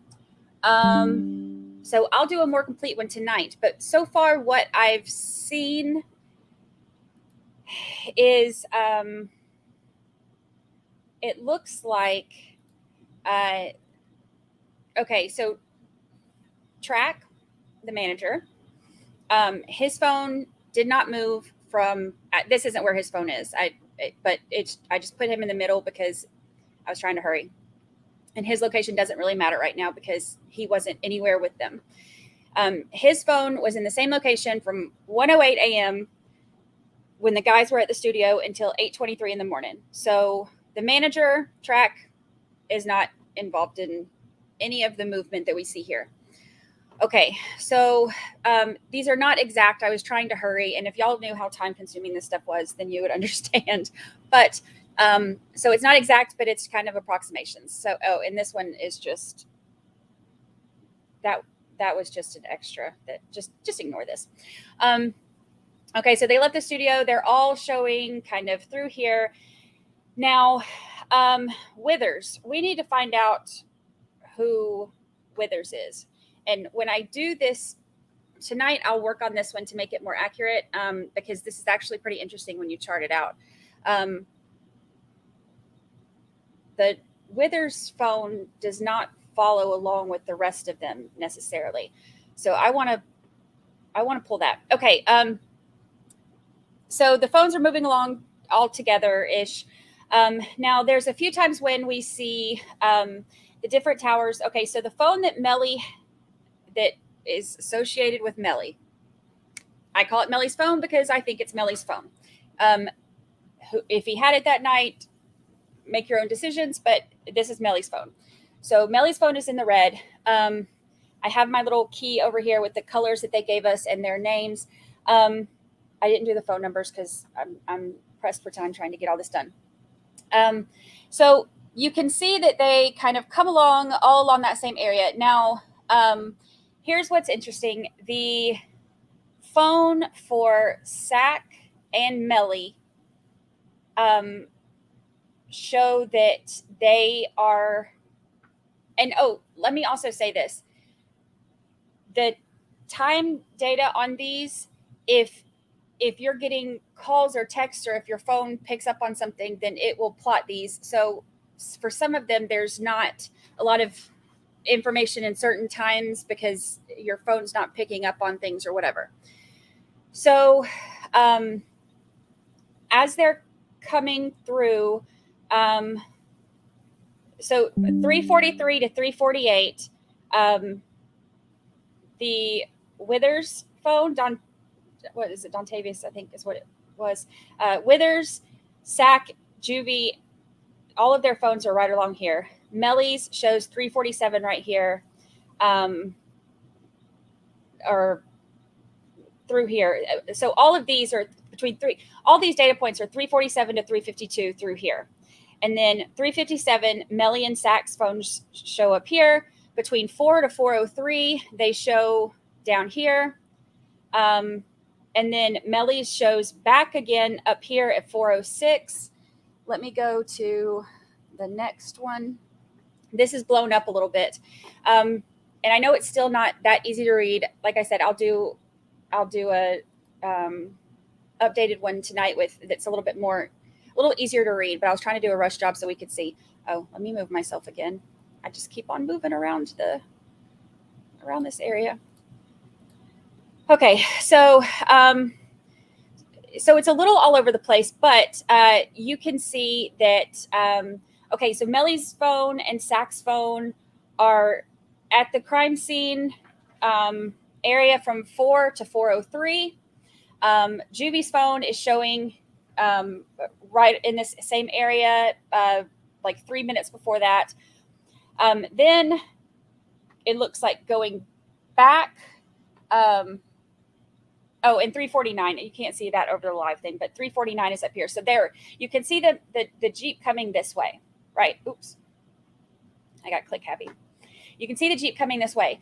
So at 3:53, they were called on the security camera. 3:49, it's still showing from this tower. So this tower is all through here. They come down here. They're showing at the crime scene from 4 to 4:03. And like I said, Juvie at 3:57.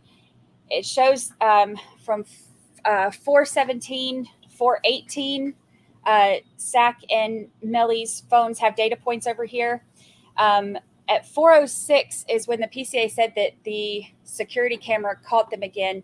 But this looks like, and when I have a little bit more time and we're not just on a lunch break, I'm going to, like tonight, I'm going to plot this out. But this is interesting because you can see at, let's see, at 4:06 a.m., security cameras catch them. Where's the next one over here? Where is it? Oh, the Withers phone over here is 3:43 to 3:53, 3:52 to 3:57 right here. And then 3:48 right here. So Withers is all around here somewhere. Juvie's phone shows that it does a data point in the hospital area at 3:49. The Withers one does at 3:48, and Zach's shows that it's at the hospital from 4:40 in the morning until 5:52 a.m. Melly's shows at 4:40 a.m. that his is right in this area somewhere. So I'm going to, when I have time tonight, I'm going to plot this out and I'll make it a lot easier to read. I was trying to get it all on here, but and then we'll look at it tomorrow morning before court starts. But the big thing from this is we know that, and I need to find out who had Withers' phone, who Don, I think it was Dontavius. I have it written on my notes. I need to find out who that is. But the big thing, I think they're trying to point out is that Zach and Melly's phones were together at the time of the crime, and again after the crime happened, or the shooting, the whatever, the staging, whatever. And then as they come back to town, then Melly's phone separates from theirs. And they go to the hospital. So Melly's up here at 4:23 a.m. His is showing up here somewhere. Then at 4:40, it's showing down here. And we know that between here and here is sometime in that time is where they said that that he got out of the car and did the FaceTime and was hiding in the bushes and all that stuff. So I'm excited to map it out though, because it's going to be, once I get it all done, and a lot easier to read, then it'll make a lot more sense. But the relevance of Track's phone is basically just that they keep throwing him in there, and he was at home, or his phone was at home. Withers is not the manager. The manager is the turquoise phone. His name is Francois, or some of them call him Track, some of them call him 100K Track, Jameson Francois, all of the above. But his phone was the turquoise one, and he was at home the entire night. Or I don't know if it's his home. I don't know where he lives. I don't have his address, but wherever he was there all night.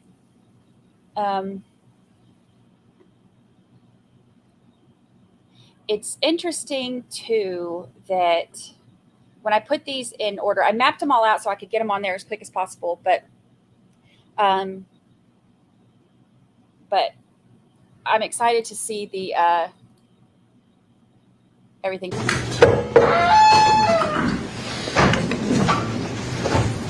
I did as much as I could while I had the time. But now I gotta finish my one.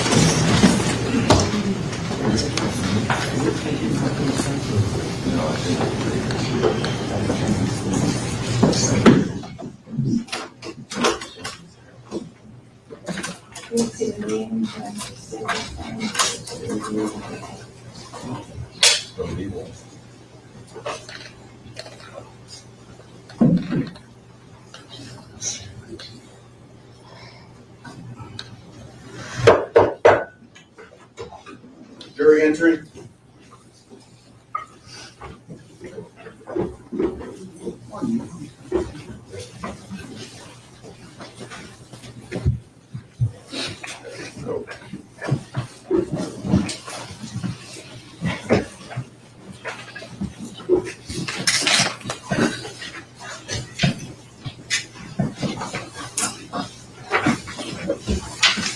Ladies and gentlemen, thank you. Please be seated. Let the record once again reflect the approach of the defendant, judges, his counsel, assistant state attorneys, ladies and gentlemen of the jury, and our witness, Brandi Collins, remains on the stand.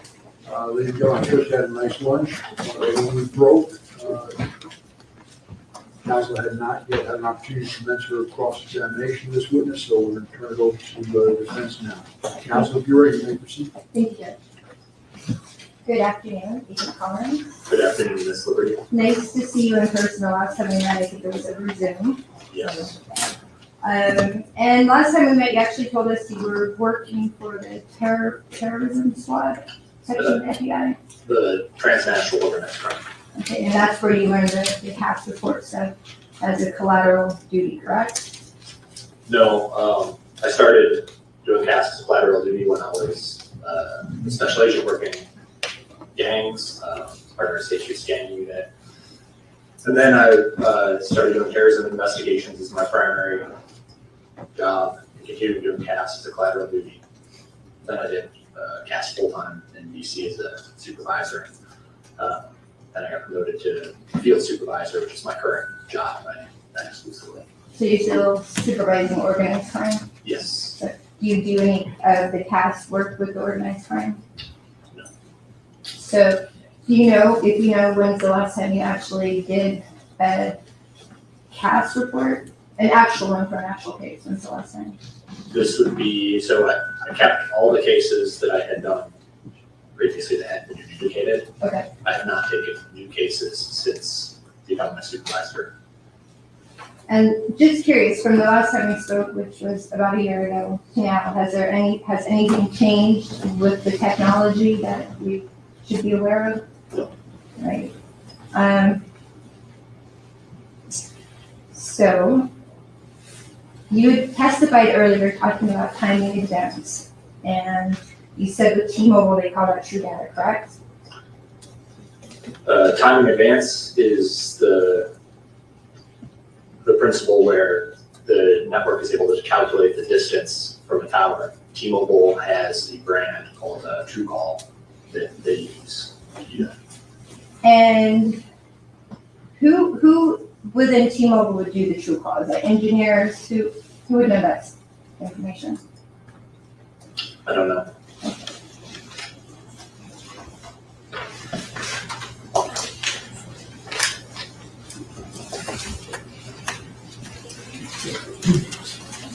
So I'm gonna put up your report. I'm looking at this band. You want that? Oh, I do. Sorry. Thank you, Gary.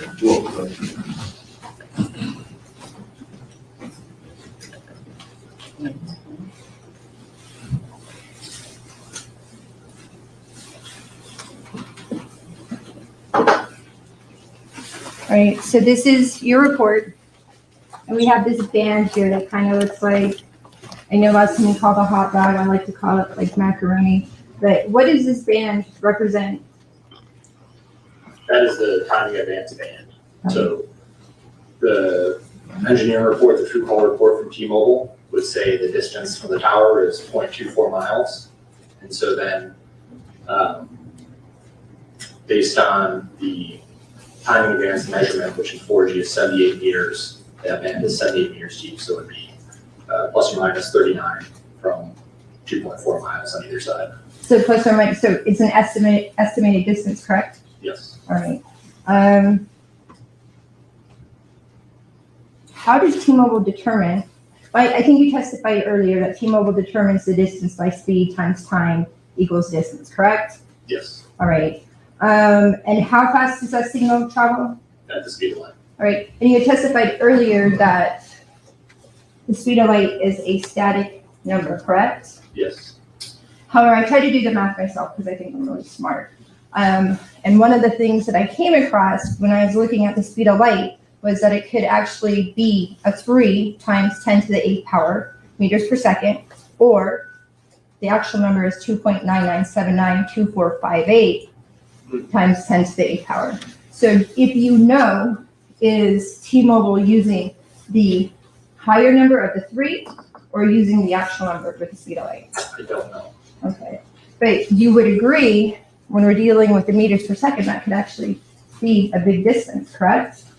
Yeah, so obviously the bigger the distance or the bigger the time, then the more significant the distance or the difference between those two numbers would be, yes. And just curious, would that estimate, because we talk a lot about sectors and I'll get further into it, is it possible that that estimate would change what sector you're paying off of? Possible. Well, let me ask you this, No. because if you're dealing with a meter, if we're dealing with a meter, it's 3 feet, 3 inches, correct? Yeah. And if I'm off by 4 or 5 meters, we're talking about like 15 feet basically, correct? That's a little bit more than 15 feet. Yeah, so I guess at some point there always has to be a transition from one sector to the other, because they have multiple sectors. So on the sector boundary, could that change? I guess, yeah, there's a possibility for that for sure. Okay. Can you do this calculation yourself? Which The calculation of the speed times time equals distance. Can you do that math yourself yes, I can. by hand? And would you include timestamps when you did that calculation? So I didn't do that calculation for this report. I used the distance that was in the engineering records that T-Mobile gave it, produced. If they gave me the time, and we could use either 3.0 or 2.99, whatever the other number that you said was for the speed of light, I can do math if that was your question, but for this report, I did not do that math to produce these distances.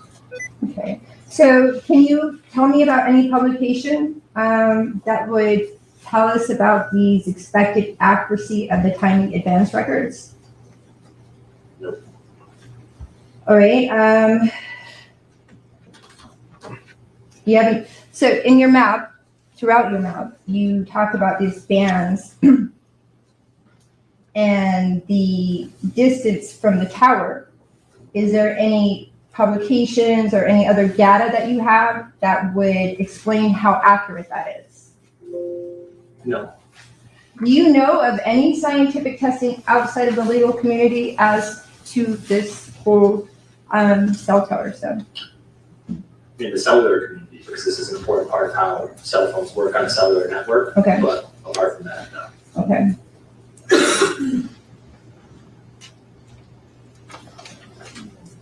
And you show that band as a plus or minus 10 miles, correct? Is that the width of it? No, it's 78 meters. All right. And could you break that down? How big would that be? If you were to compare, like, would that be a football field, 2 football fields? No, it's less than a football field, slightly less than a football field. So slightly less, like 3/4 of a football field? Something like that. And do you have any factual basis that would back that up? Factual basis for what 78 meters is? Yeah. No, well, the distance, the approximation of the span. Do you have anything that would back that up? As to why it's 78 meters? Yeah. Because that's what based on how the technology works, based on 4G, that's what the timing advance is. I mean, that's just what it is. So did T-Mobile tell you this in your training, or how did you figure it out? Yeah, through my training experience, not T-Mobile specifically, but I mean, that's for regardless of whether it's T-Mobile or Verizon, Sprint, and 4G technology, the time in advance is 78 years. All right, so is this an estimate that's being made by T-Mobile? The distance? Yeah. The tower? Yeah, Yes. all right.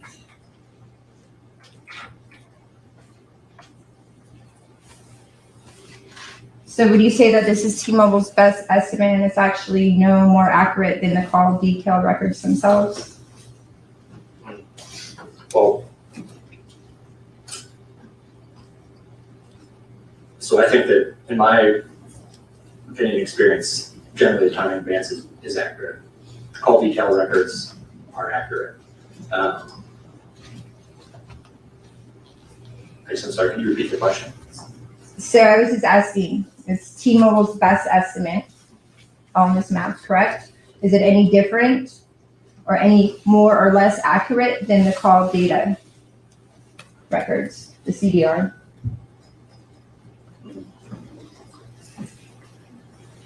Well, the call detail records would have to be more accurate because they are less precise. So without a doubt, that is the sector that the phone chose. The timing advanced measurement, in my experience, is accurate, but there are factors that could make it less accurate than the call detail records. For instance, we just talked about how the difference of whatever 3 100ths in math could make a difference in the calculation of distance.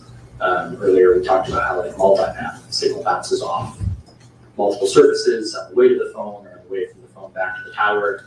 It increased the amount of time that it traveled, which would then also increase the distance. So although I think the timing advance is accurate because it's more precise, there's the potential for it to be less accurate than call detail records. So do you know of any publications or studies that would back up your opinion? No. Okay, so based on that information, you can't really tell the court precisely which locations these phones are following, can you? One of the limitations of cellular analysis is that you can only say a general area where the device would be at any time. All right, so even with the general analysis, all of the stuff that we've gone through for about 4 or 5 hours, at the end of the day, you can never give an exact location. True. All right. Can you tell us if the phone is on a highway? So that depends. From one data point, no, you can't. You just general area where the phone would be. If you have multiple data points, you may be able to infer an opinion as to where you think it is. For instance, like in this case, if you see the device traveling from east to west, the towers along 595, and you have the time between those towers, you could infer what the speed would be and say, okay, I think it's likely that they're on a highway because I know the area, or they're on State Road 84 traveling a certain speed. But from the cellular data alone, no, you can't tell the phone's in a car, on the side of the road, on the road. So can you tell if it's in the woods? No. How about another residence located in the area? No. And could you tell if somebody was walking around a car with the phone? Would you be able to tell that? No. Okay.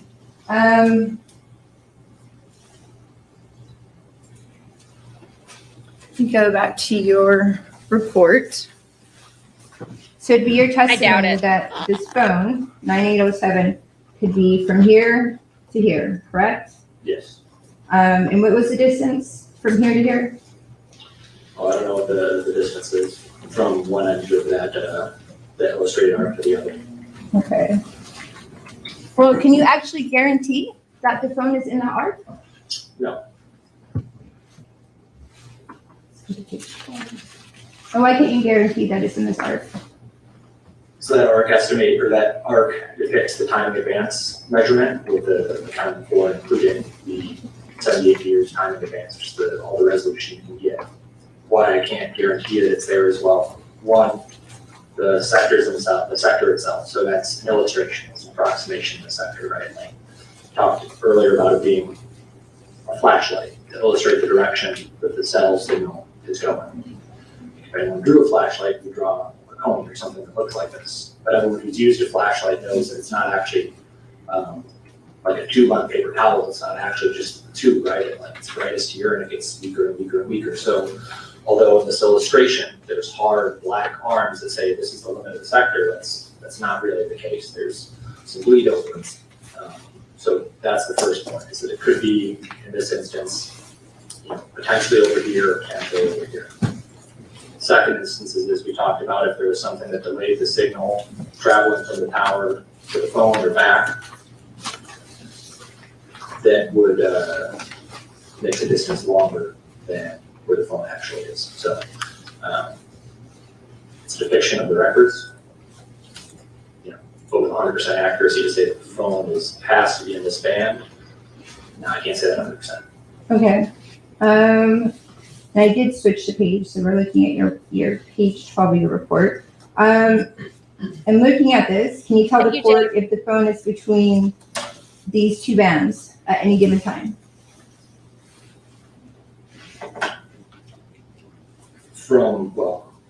I infer, in my opinion, yes, because it had to have been at some point in time between those two bands, because it was here at 350 or somewhere within this area at 352, 58, and somewhere here at 353, 48. So to get from here to here, we had to be somewhere between them at some point.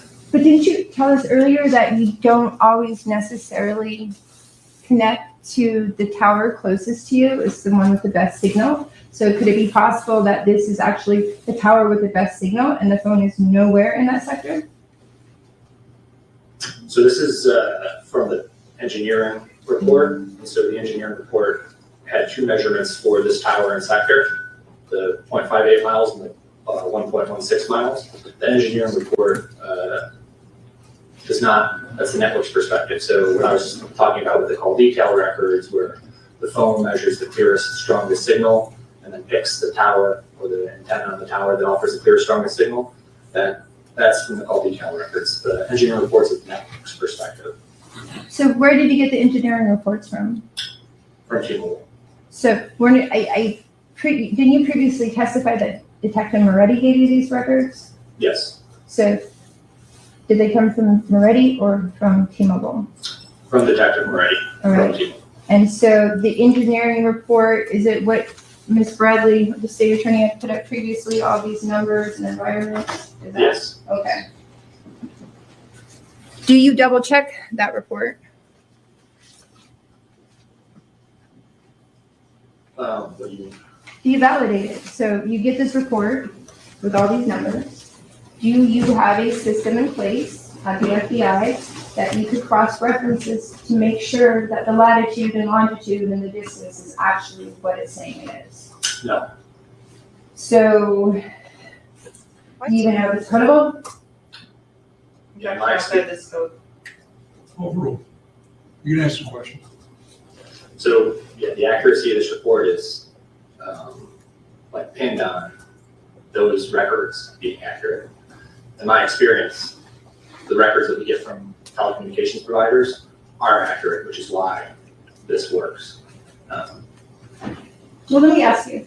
So, have you ever had an engineer come through on any of your cases, the 130 cases that you had, and have them validate the information that you got from T-Mobile, Sprint, or whatever carrier it is? So I've had cases where there was actually, no, not for me. I know of other cast assets who had cases where there was a red flag or a problem, and then we contacted the engineers and said, hey, there's something that's not making sense. We need to look more into this. But for me, no. All right. Do you know of any instances in these records where a mistake or any oddity occurred? No. All right. So, and you've already testified you did not request an engineer to assist you to review these records, correct? Correct. And you said that one of these bands would be a little less than 100 yards wide? Yes. All right.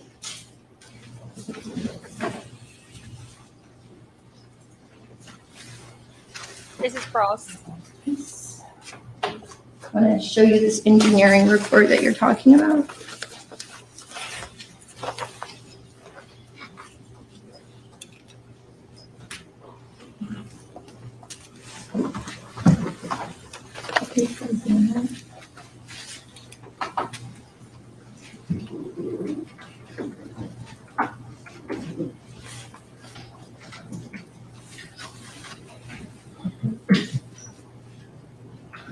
Okay.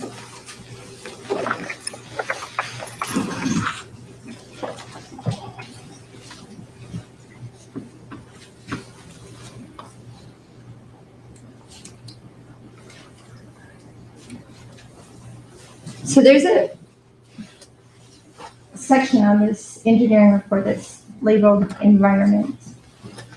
All right. And it goes on to tell you, and I'm looking for, good thing I didn't do the cell tower analysis, it'd be a mess. So obviously I can't handle this modern technology, but you have a section in here called environment. I just want to find where it's at. It's to the left. Yeah, it's so small I can't even see it. Since mommy can't even see But you it. know what I'm talking about when I talk about environment, correct? Yes. Do you rely on this? No. Why? I don't know how it's calculated. So, and it goes back to my other questioning. This document that's produced from T-Mobile, from their engineer, your engineering report says that T-Mobile can tell you if a phone is outside, inside. So why do you rely on everything else in this document, but you won't rely on that column? So I rely on the time in advance, I guess, just because I have, well, I think it's really comes down to two things. One, because I understand it, right? I understand speed of light times time equals the distance. And two, because I've done that and I've been able to validate that through my real world experience. That's why I have confidence in time in advance. When it comes to the environment, Good answer. and you know, the latitude and longitude coordinates and your associated confidence level, why don't I use that? Well, I didn't use them in this report because I don't know all the factors that go into calculating those. And I don't have real world experience validating those or disproving them to speak to myself personally, whether they would be So accurate. you had previously testified that in your training, you actually get invited out to different cellular companies, correct? Yeah. And did you get invited to T-Mobile? Never been to T-Mobile. Okay. Do you know if any of your past people went to T-Mobile? I don't know. Okay.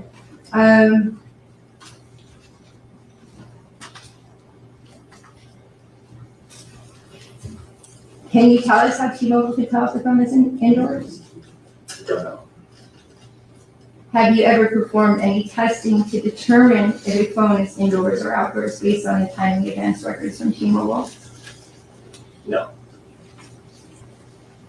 And is there any way for you to verify that environment column? The environment estimate from T-Mobile? Yeah, I mean, if we wanted to test it, we could coordinate something with T-Mobile, or I'm sure T-Mobile could test it, where they would use test phones and you know, do things that people do with phones, calls, texts, data. They would look at the phones of the record and say, like, okay, here's our control group, and here's what the data said, and here's where the phones actually were. So is there a way to do it? I'm sure that. We were kind of just talking about a hypothetical, because Right. as far as you know, it's never happened. Okay. So with the tool called distance estimates, has T-Mobile ever shared the calculation with you or possibly other members of the task team? The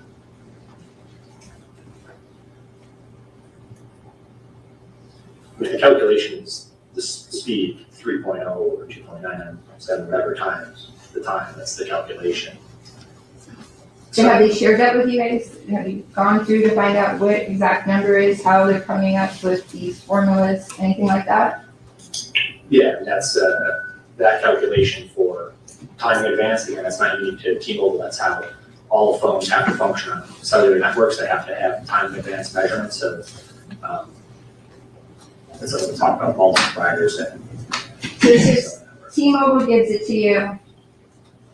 You have 100% trust in T-Mobile and its records. So you just get them and you go off of that, correct?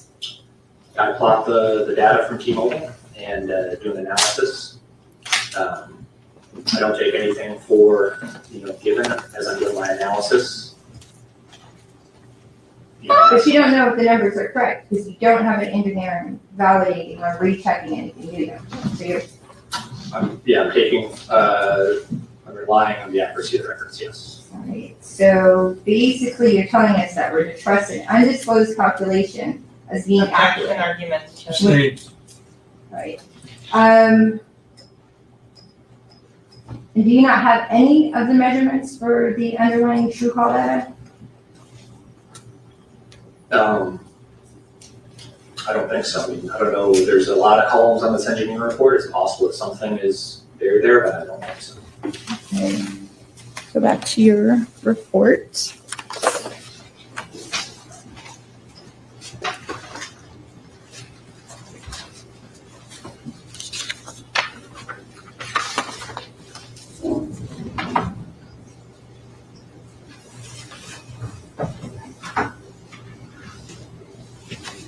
So in this report, you say that the measurements of phone number, Just like on the phone. I'll move it up here. So your report says, you can come over the stage if you want to help me. Of course. That these two phones, 9807 and 9081, are in the area of the crime scene, correct?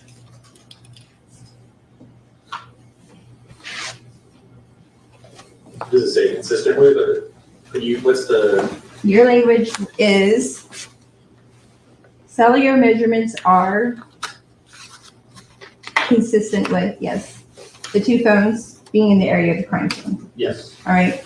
But is it not true that they could also be over here? yes, And could 9807 be over here and 9081 be over here? yes. Could it be over here? 07 be over here I don't think so. Yes, yes, and right here? yes. And again, this is an estimate because it could just be pinging to the tower with the best signal, correct? No, because this is from the engineering report. Okay.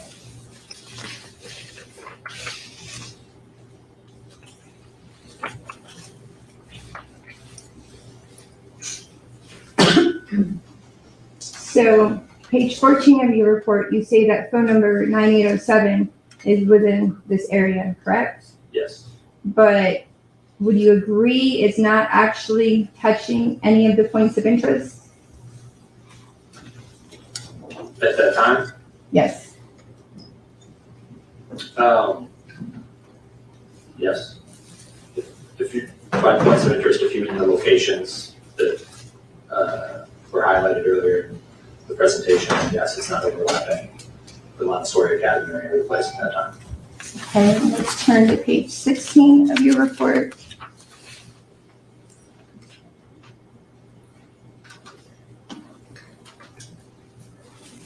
So does this show phone number ending in 9081 near the hospital? Yes, that's consistent with the phone being at the hospital. But this science is not actually precise enough to pinpoint the location of the phone, correct? Correct. So while you say it's consistent with it being at the hospital, you actually don't know that, do you? From the cellular data alone, no. So this 17, here you've mapped again the data for 9807. And again, would you agree that this macaroni does not touch any of the points of interest? Yes.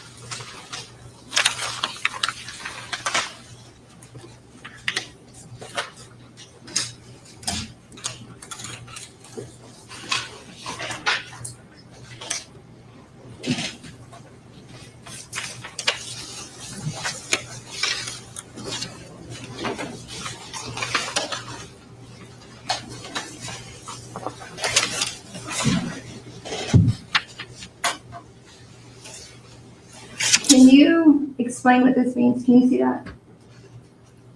340, the text box that you're pointing to? Yes. Yes, so that means that there were multiple data points on that tower and sector between 3:43 a.m. and 3:52 a.m. Okay, so 3:43 to 3:52 a.m., that phone number was pinging off of this tower. So it's from the engineering reports, and that tower saw the phone multiple times between 3:43 and 3:52. Okay, so let's go over here, and what's this mean? The same thing, all these cell sites that are shown are from the protocol measurement data from Sprint's engineering reports, and those towers, in that sector on that tower saw the phone at whatever times indicated. Do you know the difference from this point to this point? I'd imagine it's a couple miles. So from this report, we're showing that there's a couple miles difference, but the phone is pinging over here at 3:49. But according to your report, between 3:43 and 3:52, it's pinging here. And what does this one mean right here? 3:48. So it's pinging from this tower at 3:48. That tower saw the phone, yes. All right, and then down here. 3:50. So again, back here, between 3:43 to 3:52, it was pinging off of this tower. But at 3:50, it was down here. No. The phone wasn't down there, it wasn't up here, the phone wasn't in any of those places. That's not what the data says. The data is saying that these towers at those times saw the phone. This is all from the engineering reports, which means that the towers, these towers that see them, are not necessarily the tower with the strongest signal. It's not necessarily the serving cell that saw it. If we had distance information at these times, we'd see like a band, just like we did on the T-Mobile record. So for instance, at this one, 3:49, we'd see a distance whether it was an arc like this or like this, whatever. The distance column on that engineering report for all these data points was blank. We don't have distance. So we know that these towers saw the phone. And we know that they were not necessarily the serving cell. It could have been, anyone who could have been, but we don't know that. And we don't have any calls on the call detail records to, to cross-check and say, okay, well, which tower did the phone reach out to when it needed a call? So we're left with the question then is, well, what's this mean? Because as you we're just asking, as we were just talking about, 3:49 falls between 3:43 and 3:52. How could two towers in two completely different areas both see the phone? Well, they both did see the phone at different times because they registered that connection with the phone. So if you ask me what's my opinion, what's that mean? It's like, well, the phone was someplace where all these towers could see it.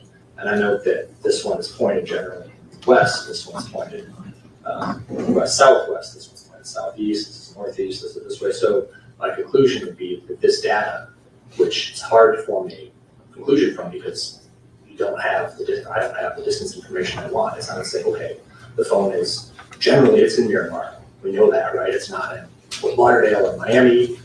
It's probably somewhere in the middle of all these towers. So if I'm asked a specific question, like, hey, is this consistent with the phone being in Silver Lakes? I would say yes. Is it consistent with the phone being in McDonald's? Yes. I mean, this is a... So it could be anywhere in Miramar, basically. How it could be anywhere in Miramar? I think it could be anywhere kind of in this map area. I think it's a fair statement. Okay. At any given time as well, correct? Because I just, for the sake of my knowledge, when we look at this item that says 3:43 to 3:52, so I know it's hitting that tower throughout that time, right? But it's then also hitting this other tower at the exact same time, and 30 seconds is hitting this other tower. Is that a fair statement? The network's hitting the phone. The phone isn't in the network, but yes. Okay, and then how far can a phone go? Is it 1 mile? Could it be between 1 mile and 20 miles? Or could a phone ping off a tower that's 50 miles away? Do you have any background on that? Yeah, so it depends kind of what you're asking. If you're asking how far away can a phone be from a tower when it makes a call, well, that depends. If you're asking how far away can a tower see a phone, which is a different thing, because the phone choosing the tower is gonna rely on the phone's clear and strong signal. And that also depends. Generally, I see, something in the range of like a couple miles, but I've seen in extreme cases, many miles that a tower can see a phone. Okay. So even with this is, again, based on that, Yep. any area Yeah, could be in this ping. To try and make a conclusion about a precise location for a phone on this data is, I don't think possible, based on this data. He's clearing. So wouldn't it be more accurate just to show a range of where it could be at rather than trying to do these curves and pinpoint the precision? What? What do you mean? I mean, you would agree with me that there are some unknowns, even though we're talking about the speed of light static, we don't know what T-Mobile's using. Are they rounding up to the 3 or are they actually keeping the right number, correct?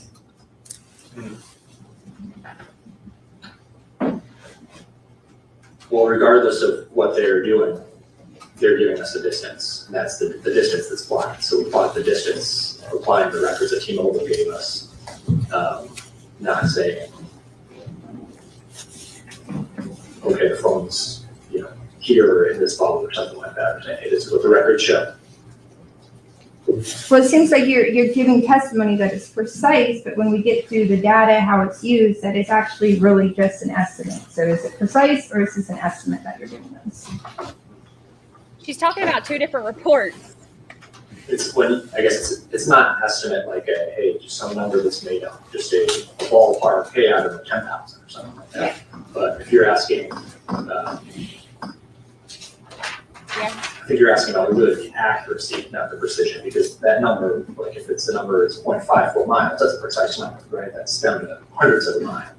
You're asking how accurate is that number? We'll say, okay, generally that's accurate. And that's why with my testimony, even when I have a precise number like 0.54 miles from a tower, I still say hey, it's consistent with it being at this location, or it's generally in the area of this apartment complex or something, because the possibility they may not be precisely there. So based on that map, could it be possible that you have two phones registered to the same person on the same carrier being operated by two different people who were sitting next to each other? Can those two phones ping off different towers?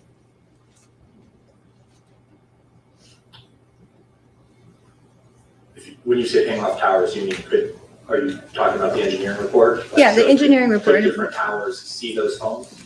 Yeah, so Yes. we're both sitting in the car here. Yep. Is it possible that it's pinging off to here and then the other person's phone is pinging here? Yes. Well, they're next to each other. Yes. All right. Can you tell if this phone's in somebody's pocket? No. Can you tell if it's left on the car seat? No.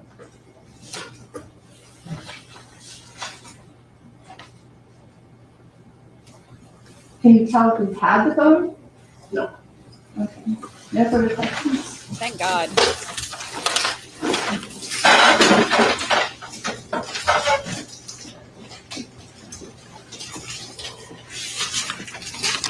Council, thank you. Thank you, Judge. Redirect, Yes, Your Honor. you're ready, you may proceed. So in terms of, I want to make sure we're clear, and it's very clear for the jury, what's the difference between the engineering report and the call detail report? So the call detail records show what the phone was doing, like the phone's calls and texts. And they will list a tower and a sector in them. And that's the tower and the sector with the phone identified as the one that offers the clearest, strongest signals. That's the tower the phone chose to connect to when it needed to make a call or send a text. That's the phone's perspective. The engineering report is a network's perspective, so different towers that may or may not be the survey itself could have seen the phone. Why is it important to differentiate between those two? Because, so if I'm plotting doing a report, and I plot the phone that was the survey and the tower that was the survey itself, then I'm showing, okay, wherever the phone was in this coverage area, it's on this is the one, the best tower, the best strongly say before. With the engineering report, like the slide we were just looking at, none of those may have been the best one. So if I'm looking at something that I plotted because of called detail records, I would infer that that's probably the tower that's the closest or the best line of sight. With the engineering data, that may not be the case. Okay, and so in the one we were just talking about, that was under the 3717895. That phone, correct? Yes. So if you can explain to the ladies and gentlemen of the jury, there's discussion about the accuracy versus the precision of the records. Is this a precise estimate of which tower saw that phone? Yes. And how can you say that? Because it listed, the records listed specific towers that saw the phone at a specific time. Are you ever going to say, based on the data that you have here, precisely where that phone was? No. What conclusions can you draw from this map based on your training and experience? That the phone is generally somewhere in the area shown on the map. In my opinion, it's likely to be in the center of the map here, because that's where the direction that the antennas on the towers that saw the phone are located. So council asked you about the latitude and longitude columns that are on the call records from the engineering report. Yes. And so you mentioned that you do not validate these particular records. Yes, Could they be accurate? they certainly could be accurate, yes.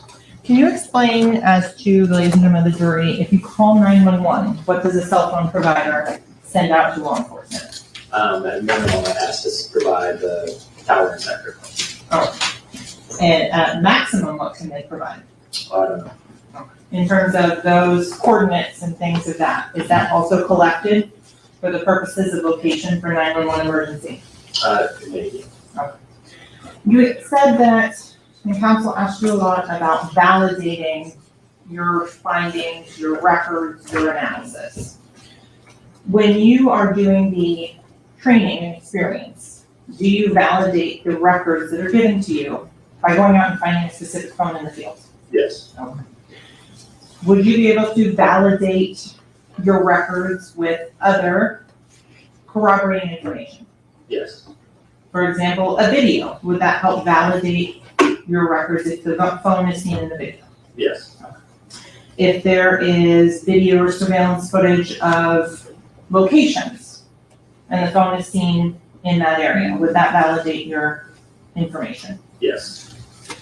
Is, for example, on the cell phone records that have been placed in the mapping of the 772-713-9807 and going to the 248-9081, 4:40 to 4:52 a.m.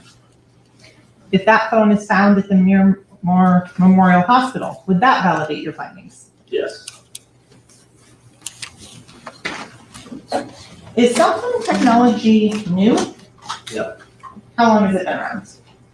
Decades. Okay. The materials and things that you were relying upon, how long have those been used? A long time.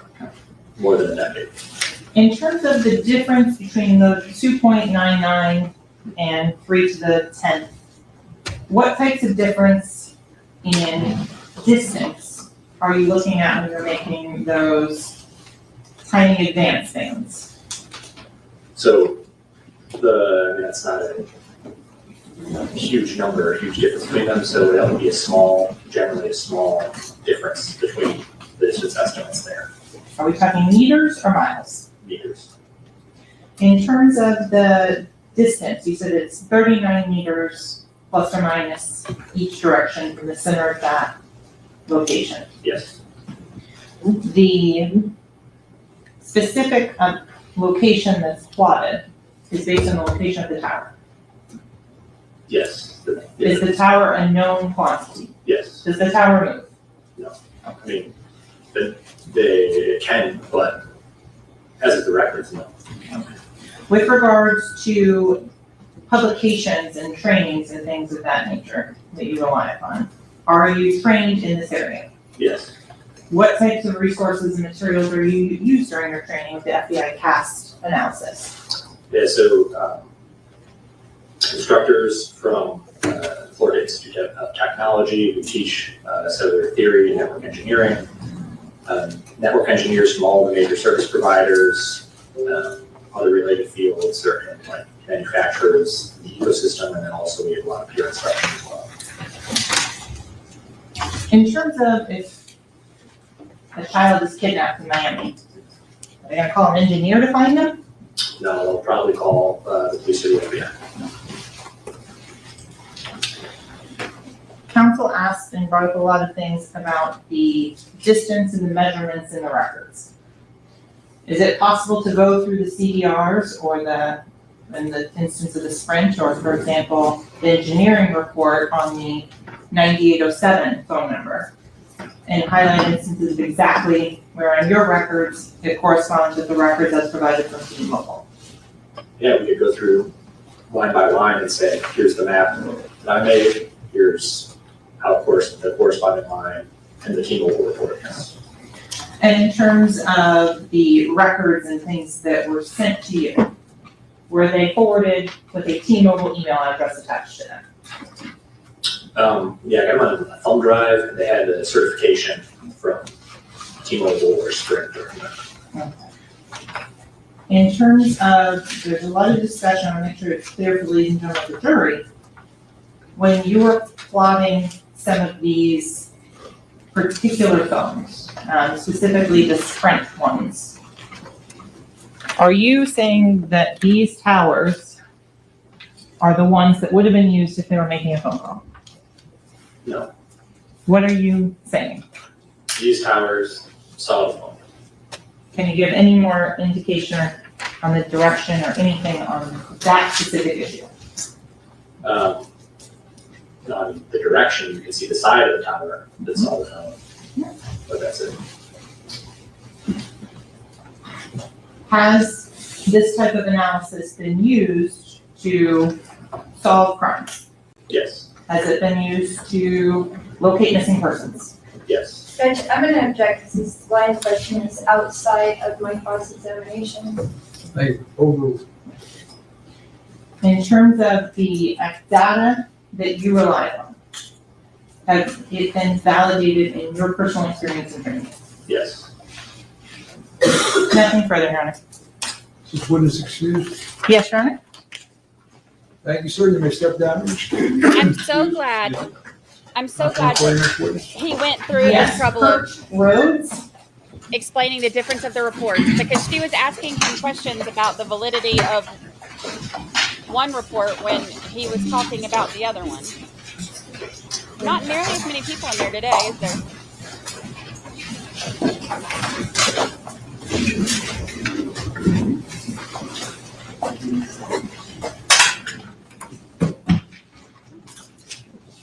Yeah, he did a very good job. He was very clear about it. And if she's saying that she doesn't understand that stuff, I'm wondering if that was like a Dick Harpootli and I'm just a poor Southern, attorney who, simple country boy, or if he really doesn't. Good afternoon. Are you Kirk Rhodes? Yes. Welcome. Come on up. This is our witness stand here. When you I get like there, it. you put your things down, remain standing, raise your right hand, be sworn. Do you solemnly swear or affirm the testimony you should give in this case should be the truth, the whole truth, and nothing but the truth? I do. Please state your full legal name for the record. Kurt Rhodes, Please spell your first and last name for the court report. KURT, RHODES. Thank you so much. Please have a seat. Kurt Rhodes. Mr. Rhodes, that microphone in front of you will adjust up or down, but it does not move back and forth, all right? He has a lovely beard. Are you ready to proceed, sir? Yes, Counsel, you may. Thank you. Good afternoon, Mr. Rhodes. How are you today? I'm welcome. Very well. Thank you for asking. Could you please introduce yourselves, ladies and gentlemen of the jury, and tell them where you work? My name is Kurt Rhodes. I am a DNA analyst. I work in the prehistoric crime laboratory as a DNA analyst. And what are the qualifications to be an analyst in the BSO Crime Lab for DNA? I have a Bachelor's of Science degree in Forensic Science from the University of Central Florida. I have completed the Sheriff's Office training program for DNA analysts. I hold certification from the ABC for American Board of Criminalistics and Molecular Biology. And I am required to complete at least 8 hours of continuing education per year. And so how long have you been employed for the Sheriff's Office? I began in 2004 as a DNA technician. I went into DNA training in 2005 and began DNA casework in 2007. Can you explain to the ladies and gentlemen of the jury what's the difference between a DNA technician, like you were in 2005, and when you transitioned to 2004, and transitioned to 2005 to be the DNA trainee? As a technician, I will do instrument maintenance, quality control checks on the chemicals and reagents, do ordering, record keeping, case management. So you briefly mentioned a little bit of your educational background. What types of coursework and classes did you take when you were getting your initial degree from in the sciences? The program that I did through the UCF was the DNA-based program for forensic science. So there was genetics, molecular biology, biochemistry. There was a statistics course, mainly the coursework towards the end of the degree requirements were mainly geared towards genetics and biochemistry and molecular biology. So do you have specialized training using statistics to interpret DNA? I have completed the statistics in my college coursework, and I have attended courses throughout my career in the Sheriff's Office dealing with statistics and how they relate to DNA case reform. You mentioned that you're required to do 8 hours of continuing education. Is that on a yearly basis? Yes, perfect. And approximately how many hours of continuing education have you completed since 2005 when you started your DNA training? Again, it's at least 8 hours. Some of the courses, use the term loosely, range from 8 hours to 40 hours. So 1 year maybe 8 hours, another year maybe 48 or even 60. It just depends on the year. So in terms of the DNA section that you work for, what does it do on a day-to-day basis? As a DNA analyst, I examine evidence that's submitted by investigators in attempts to develop DNA profiles from question samples and ultimately compare them to known standards to see if the individual that is being investigated or even the alleged victim would be included or excluded from the evidence that's submitted. In terms of the DNA analysis, do you do that yourself, hands-on? I do.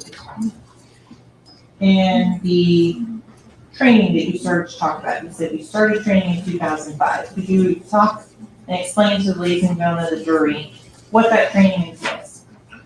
It entailed readings, hands-on processing of the samples that we did at the time, extraction methods, quantitations. There was written tests as well as a mock court. Then there was it ended with a competency test to ensure that I was able to process samples appropriately. And then I was allowed to do supervised casework and then finally independent casework. So let's explain to the ladies and gentlemen of the jury, what is a competency test? A competency test is given to an analyst after they have completed a training program for whatever subject. It could be as simple as an extraction method or maybe a quantitation method.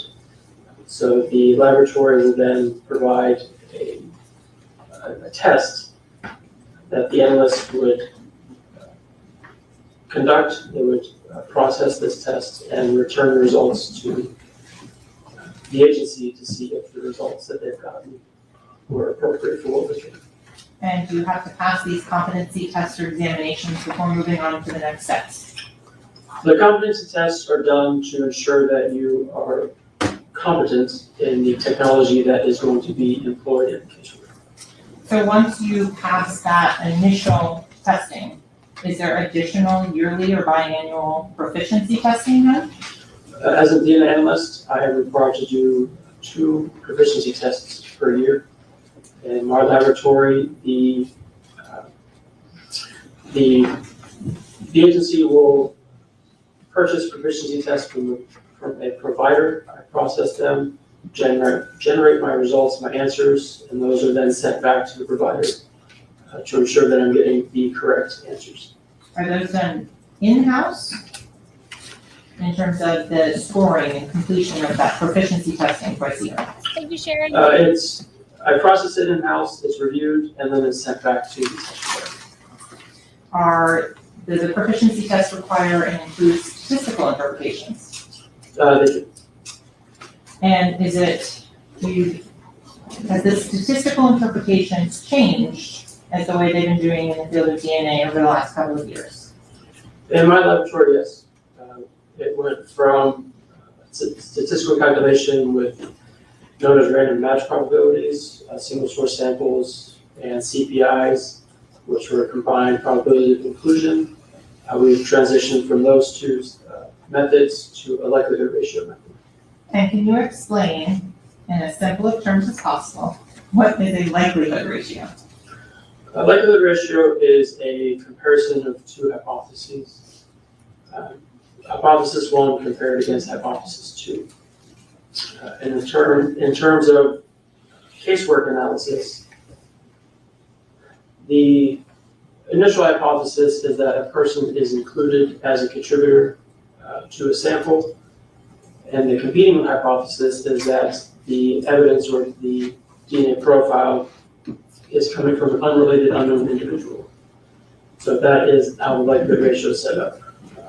Person 1 or person of interest is the contributor to the evidence versus it's coming from an unknown, unrelated individual. Okay. So I want to go back, and so can you describe to the ladies and gentlemen of the jury, when you're doing a DNA analysis, what is it that you're looking for? For the analysis that I'm doing, I am processing for STRs, or short tandem repeats.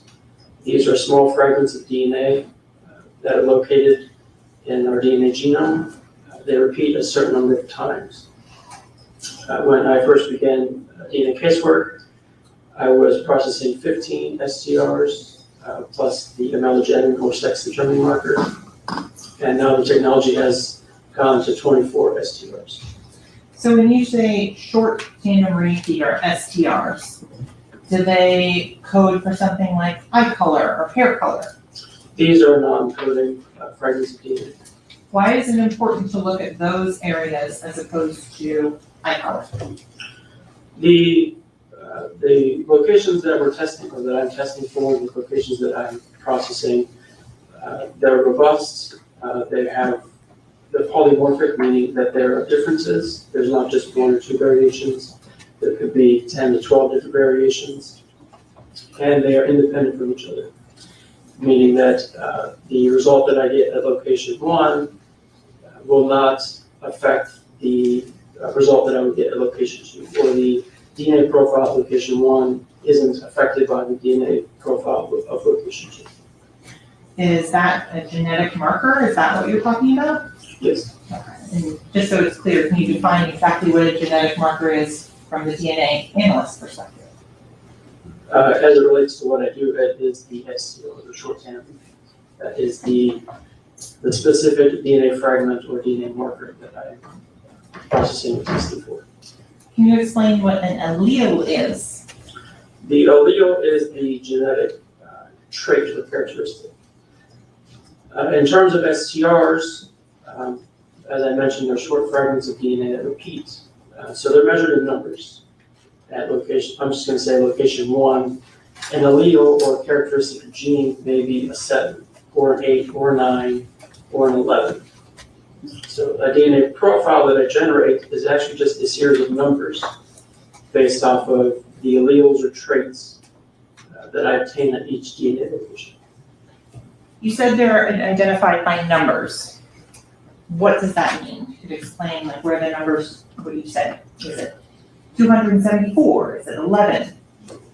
As I mentioned, the 7, 8, or 9, that refers to the number of repeats. So with the STRs, it's a repeated fragment of DNA, ATCG, and that ATCG may repeat a certain number of times. It may repeat 7 times, or 8 times, or 9 times. And so that is what those numbers that I'm expressing represent.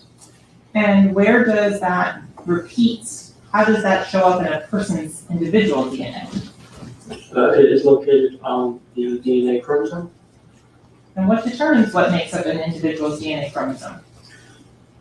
In the case of humans, our DNA is inherited from our parents. We receive half of our DNA from our mother and half from our father.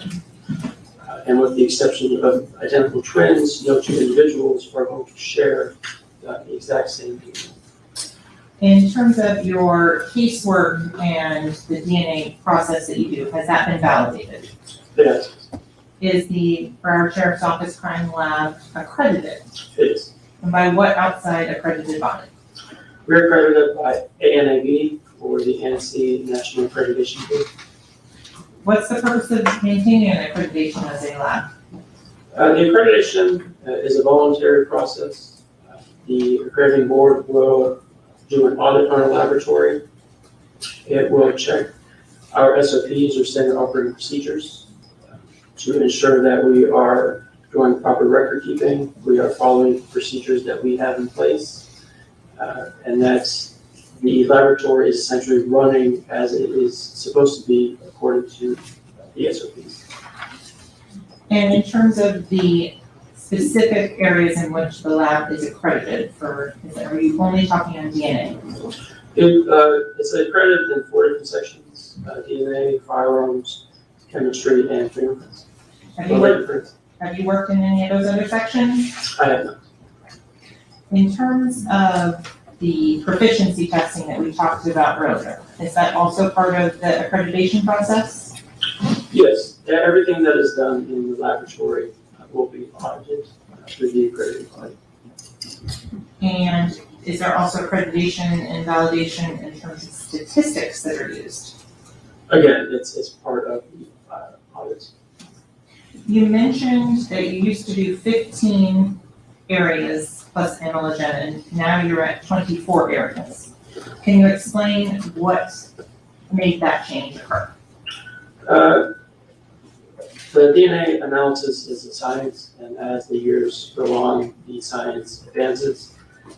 So the companies that provide these commercial kits are able to make combinations of these STRs in a bigger multiplex, that's what it's identified as, to analyze more DNA locations all at once in order to provide a better picture compared to years prior when it may have only been 9 locations.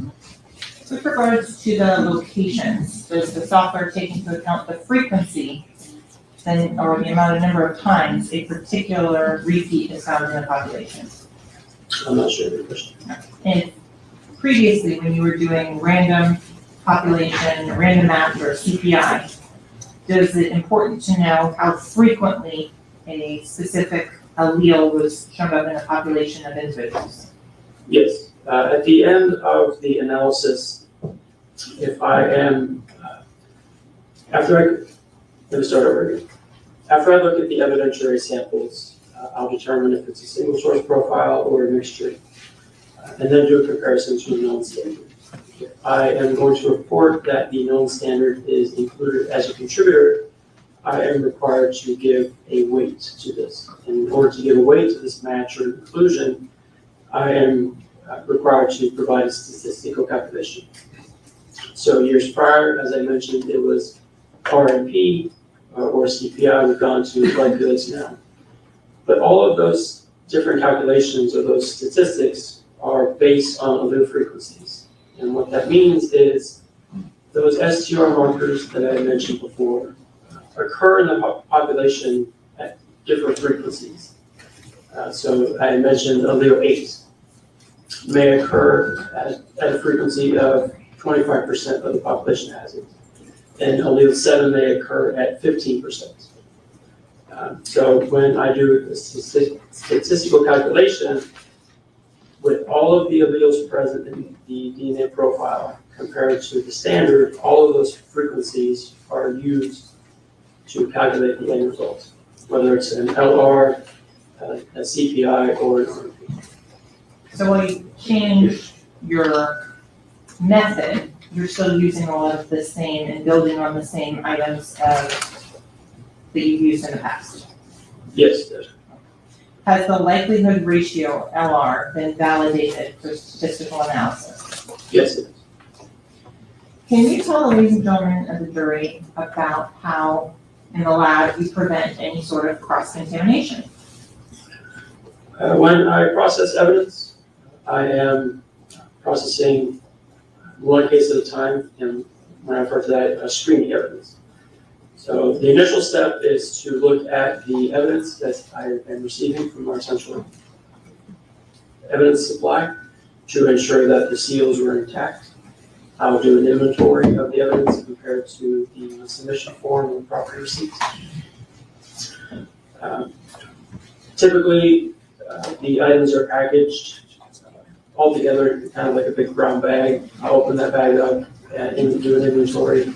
And then again, process one evidentiary sample at a time while leaving the other samples in a drawer or a cabinet. What do you do in between each sample to your workstation? And the workstation is cleaned with bleach and alcohol. As I'm doing my screening, I do wear lab coats, gloves.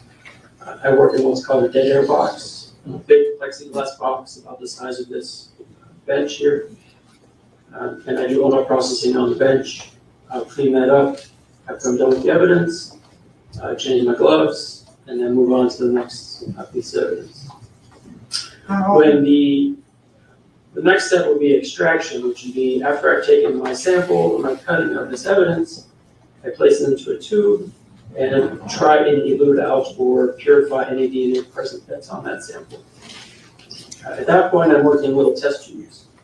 So I would again be changing gloves, wearing a lab coat, a mask, and I would only be working with one sample at a time, or only open it one sample at a time to avoid sample contamination. In terms of, you mentioned the test tubes, are those sealed? Yes. So you talked about how you get evidence and it's brought to you. Does the lab assign a specific case number at the lab to track all items of evidence and samples? Yes, when the investigator brings the evidence to the evidence window or the central receiving, there's property receipt in the submission form that's brought in, accepted by the evidence intake unit, and is given a laboratory number. When you receive evidence, you mentioned you check the seals. Why do you do that? I check the seals. It's an indication if the evidence has been tampered with. There is a chain of custody form with property receipts, and it lists who had custody of the evidence, and then from history from which person to which person it's transferred to. And where is the evidence stored before you go and retrieve it? For the most times, it is stored in the evidence vault. There's some cases where the evidence intake unit keeps it up front in the area, in the safe. But the majority of the times, they have an evidence vault in which I go to retrieve the evidence. So we've talked a lot about DNA and kind of the process leading up to that. What about serology? Is that a part of your job as well? Serology is one of the first steps that I do when screening the evidence. With each case that's submitted, there's an evidence submission form. It gives me an idea of the type of evidence that I'm going to be processing. Sexual assaults. Years prior, I would screen for semen, looking for sperm cells. Maybe the case has indications of blood, at which point I would do presumptive testing for blood. Items of evidence are submitted where the investigator is just looking for what's essentially called contact DNA, where an individual had come into contact with maybe an item left at the scene. There's no real serology to do on that one, but I would just take cuttings of the samples. So Mr. Rhodes, I want to make sure it's clear. Is it your job to go out and collect DNA evidence? No, I do not do any of the collection. The evidence is submitted and I retrieve it from the evidence vault. Do you give any advice on where to collect evidence from? I do not. Have you ever been any training in crime scene or evidence collection? I, In terms of your employment at the sheriff's office, have you ever worked outside of the forensic DNA section? I have not. How many times approximately have you done the DNA analysis process we're going to talk about? I was processing about 100 cases per year.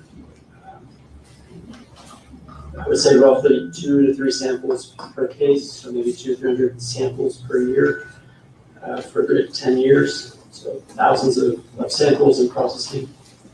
And in that time, have you had the opportunity to testify in court? I testified in Broward County about 40 times and in the federal district 3 times. You're offered to defense for what matter? No need, no objection. Proceed, counsel. Okay, so I want to start with, in this particular case, did you do DNA analysis? I did. Could you please describe for the ladies and gentlemen of the jury the step-by-step process you go through? You started talking a little bit about extraction. You could pick up there and continue. So again, the first step would be a screening of the evidence to collect my samples, which I would then put in 2 small, essentially test tubes, little microcentrifuge tubes. I would add reagents or chemicals to the tube in order to elute out any potential DNA that's present on the sample and to purify any DNA that may be present in that cut. Should we approach for just one moment? Yes.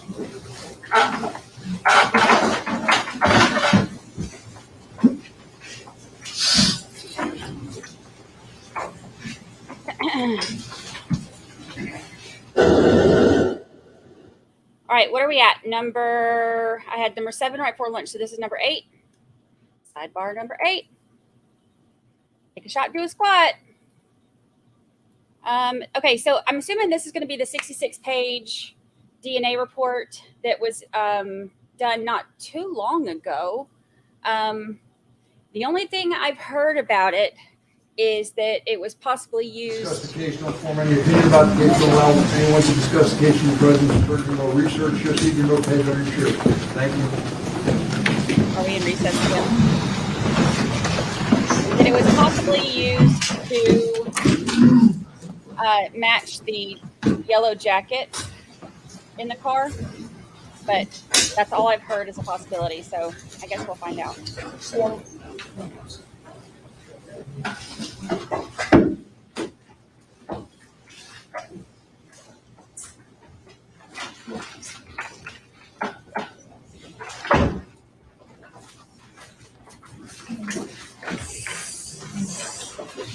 Thank you. Let the record reflect the jury step down. Counsel remain along with the defendant. Our witness remains on the stand. Is everything all right? Yeah, we just need a moment. Okay. You need a restroom break, Mr. Dennis? Yes? Can we arrange that for Mr. Dennis, please? Yes, sir. All right, we'll be in recess. Thank you. Thank you. If I could tell the witness why we're taking a break.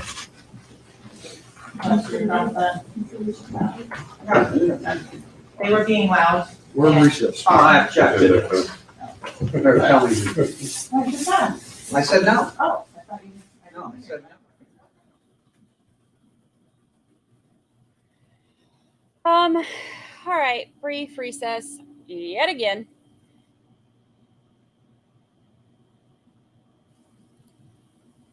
Interesting. Mute them. Okay, so let's see. The cell phone stuff, I'm actually really excited to plot that out tonight because I love a good graphic. You know, I love a good graphic. I think that he did a. What did you just drop on me, kid? Lucy's playing with stuff. I think he did a really great job of making it understandable for the jury. Hopefully, you know, because some of that stuff that we see, it was like too whited out for us to be able to see it, and like the camera angles weren't good and stuff. So I'm hoping that they are able to really see it and comprehend everything. And actually, I think that the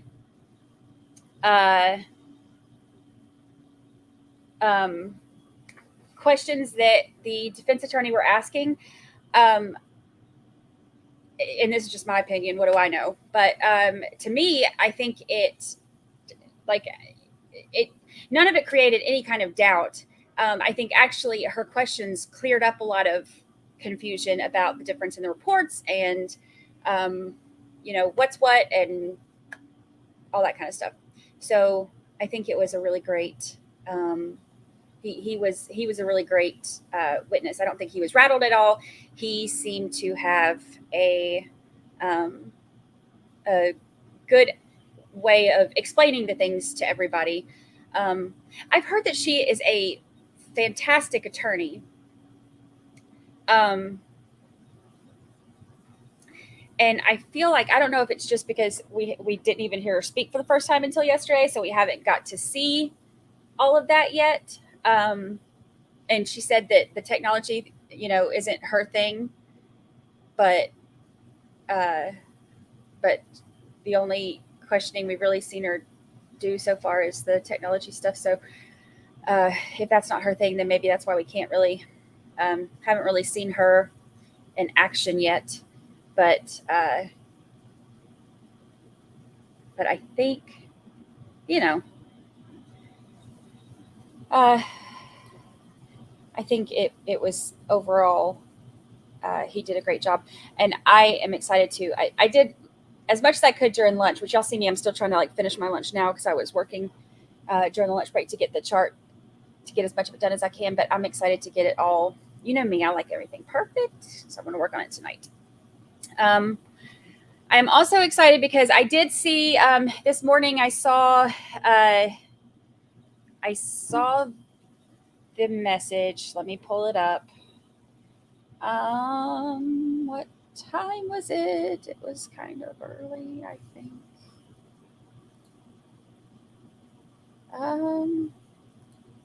Where'd my message go?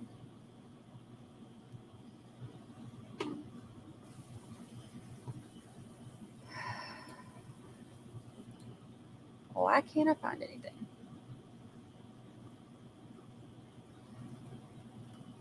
Maybe I have it in a different, I don't know where it went. But this morning, where is my message? Why can't I find it? This morning, we have Bryson Boom Paul, who I've been telling y'all to go follow on Twitter. It said he was going to come on the show, and I can't find my. How did y'all send that to me? Was it tweets or email? Where'd it come from?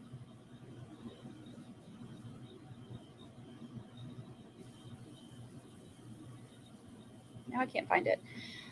So we'll find out when he's going to be on here, and then we can ask him some of the questions that we had. Oh, actually, he just messaged me. He said he'd be honored.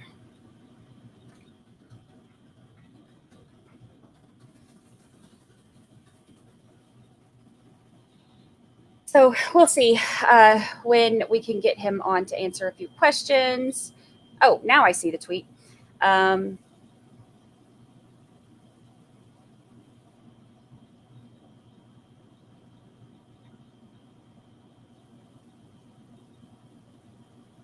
All right, awesome.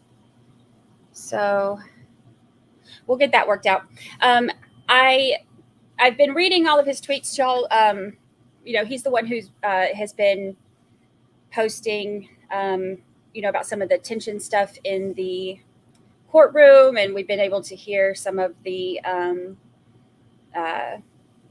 stuff with the families, and he's the one who let us know about the thing where the guy walked in and looked at Melly and beat on his chest, and then Melly nodded or something, and they walked out. But I watched on his Instagram Live last night, and he said that they never were able to find any more information about that situation when they were like, we need somebody out here. So very interesting. So I'll be, it'll be cool to have him on for a little bit and be able to ask him some of the behind the scenes stuff to see what all he has to say. So they're hammering again. At least it's not that loud though. Let's see. So the, let's see.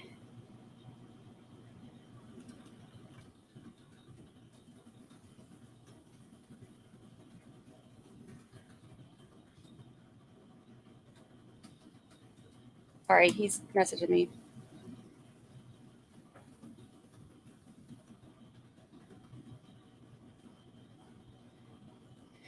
All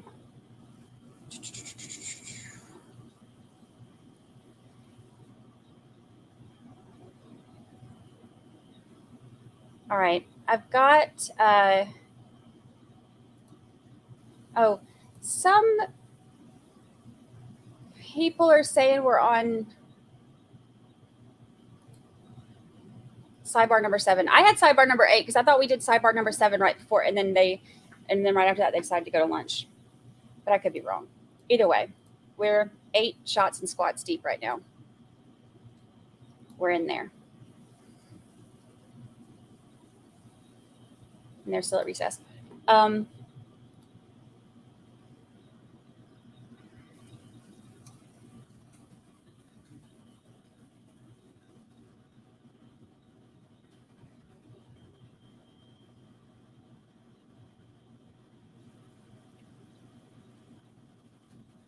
Oh, he wants to come on tonight. Let's see.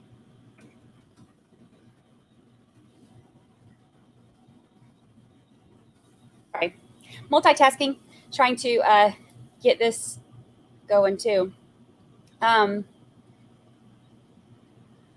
Let's see.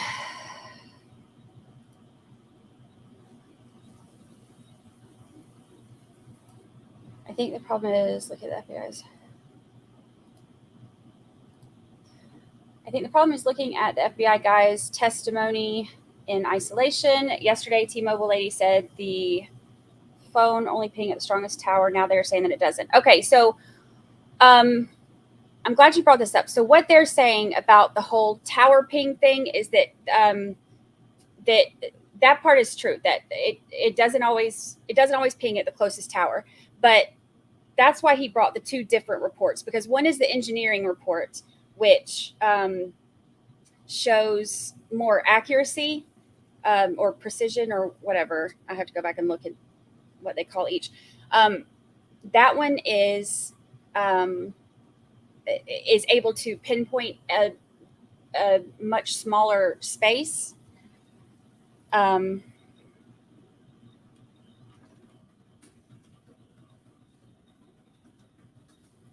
Oh, he wants to come on at 7 tonight.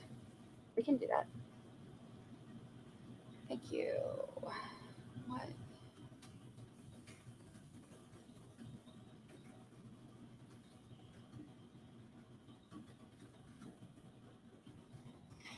All right, that works. Whoever reached out to him this morning, thank you. That's awesome. That will be cool to pick his brain tonight. So 7 o'clock Eastern.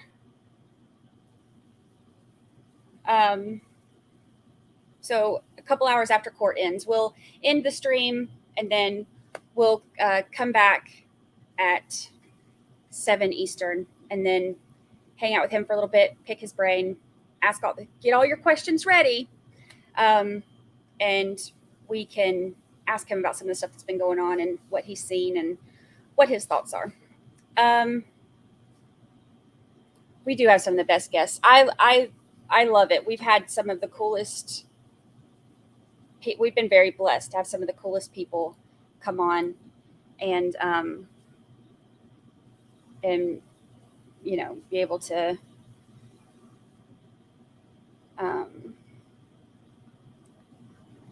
sorry, I'm multitasking. Be able to answer questions and let us hear some stuff.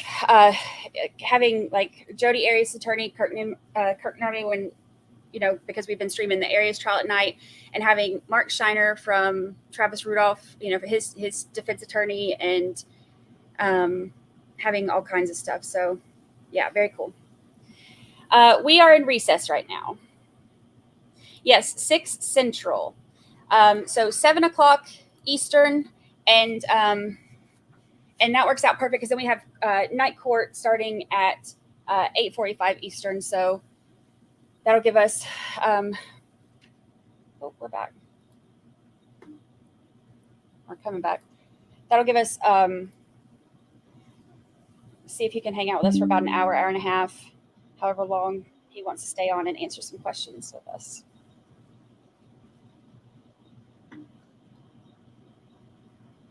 This is just an example of the paragraphs for demonstrative purposes. Could you make some jokes while you're up here? That was an awesome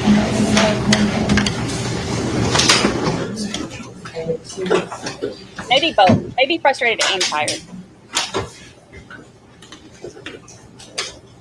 You ready? One in the room.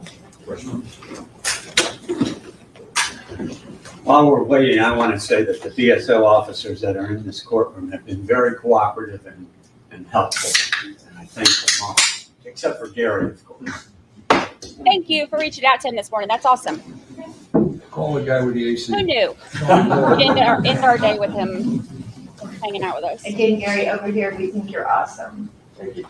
That side of the table. This side, nah.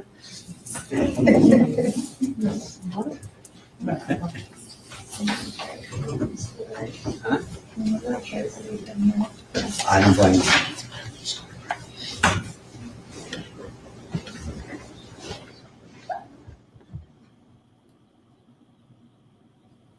He does look like an angry dad right now, doesn't he?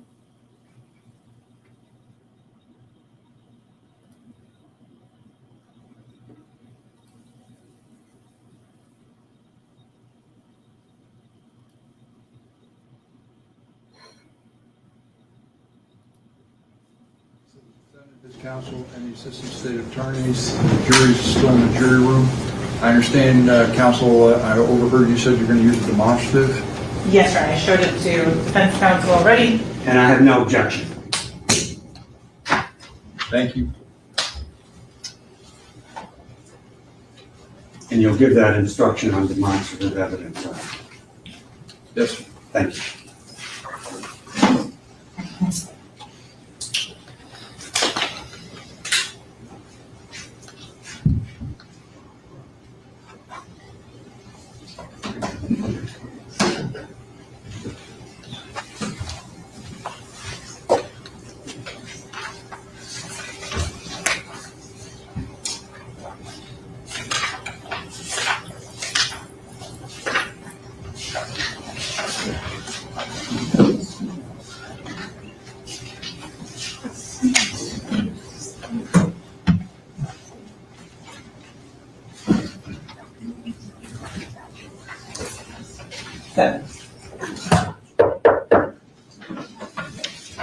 Jury entering.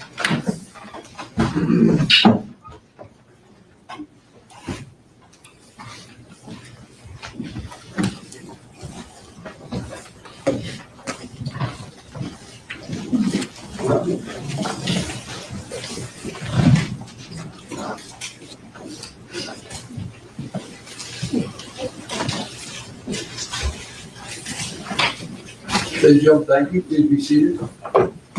Let the record once again reflect the presence of the jury, defendants, his counsel, the assistant attorney, the witness remains on stand, and will grow. So you're going to be able to continue with your direct examination. Is that correct? Correct, Your Honor.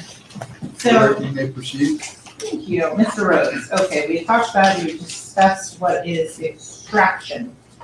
Next, so is that, did you complete your discussion of what is the extraction step for DNA? I'm not sure. Extraction is when I'm trying to elute out and purify any potential DNA present in the samplings or cuttings that I've taken from the evidence. The next step would be quantitation, and that would be to determine how much DNA present, if any, is in the DNA extract, to then target a specific optimized amount of DNA for the amplification. Amplification is where I'm now going to be targeting those STRs or short tandem repeats through a process called PCR, or polymerase chain reaction, in order to make a detectable amount of DNA from that DNA extract, so that I could then go on to the last step of instrumentation, which is the detection phase using capillary electrophoresis. So I want to go back and talk about the PCRs, the polymerase chain reaction. Does that change the underlying DNA sample in any way? It does not. It's simply there to make a amount of DNA that can be detectable on an instrument. And why do you do that? That is the basis for the DNA typing that I do. And the PCR typing that you're talking about, how long has that been used? That's been for about several decades. It's used in mass disaster identifications, paternity testing, in the medical field. How long has the process of DNA analysis and identification been used? Again, it's been decades. SGRs came around in the 90s, the middle to late 90s. So for 30 plus years, PCR has been employed. Can, again, just it's been a little while since high school biology, can you explain how DNA comes to be in an individual person? As I mentioned, you receive half from your mother, half from your father. The woman has the egg and the man has the spermatozoa. Each of those cells has half from each parent, and it combines to form the child. So is it always the first allele in any allele pair always comes from mom and the second one always comes from dad? No. So the way that the allele table is organized is the smallest allele or number, comma the biggest allele number. I would only know which allele came from which parent by doing a comparison to the known parents. But there's things called recombination that take place during reproduction. So it's basically just a random sampling of the parents' DNA when those reproductive cells are formed to then make the offspring. In terms of your DNA analysis, do you take into account siblings? Siblings do come up from time to time. Best way would be to request a standard for comparison. With regards to a sibling, or if you thought a sibling was involved, is that something you could tell from the data? There is significant sharing between siblings. So if an analyst, myself or any of my coworkers comes across a case where there is the potential that there could be a sibling, that information can be relayed to the investigator. And I want to talk about, so it's clear, what is a standard when it comes to DNA? A standard is a sample that's collected from a known individual. As I mentioned early on, the purpose of my analysis is to compare evidentiary or question samples collected at an alleged crime scene to a known standard or to a known person to see if that person is included or excluded as a contributor to any DNA left, again, at the potential scene. In terms of how you're expressing your conclusion, are you expressing it in terms of it's more likely to be this individual than an unknown, unrelated individual? Very close. I issue a report, and the wording is that the evidentiary sample is X times more likely to have originated from the person of interest than if it had originated from an unknown, unrelated individual. And when those samples become mixtures, then it becomes a little bit more wordy. That's the intent of it. So going into, you talked about the unknowns and the standards. Is that relayed to you in some form when the evidence is presented to you? Yes, it has to be. Why is that important? It's important so that I know exactly what evidence is questioned and what is a standard. The evidentiary samples are processed separately from the known samples. to avoid any sort of contamination. When you say separately, do you mean separate workstations, separate times? Can you define that for the ladies and gentlemen of the jury as to what you do to separate them? I will process the question samples first, and then I do work in extraction batches. So several cases of question samples will be extracted, amplified, and put on the instrument together. And then I'll work a set of known samples, again, separate from the question samples at different times and spaces. Is it separate by days? Not always, but there are chances, or there are times where it is separated by days, but it's definitely separated by time. So the last step of the process that you were talking about, the capillary electrophoresis. What is that? That is the step where I put the amplification product, I take a small portion of the amplification product and inject it onto an instrument. And what that's doing is it applies an electric charge to this little liquid to essentially suck up the DNA that's present from that amplification. And it runs through a little thin, tiny straw, so you have a visual, a capillary. And the DNA fragments are separated by the size, because all of the STRs have to be detectable and they all can't be the same size. So as they migrate through this capillary or little tiny straw, there is a fluorescent tag that is present on each of these DNA fragments. A laser will excite that fluorescent tag, it emits light, and that light is captured.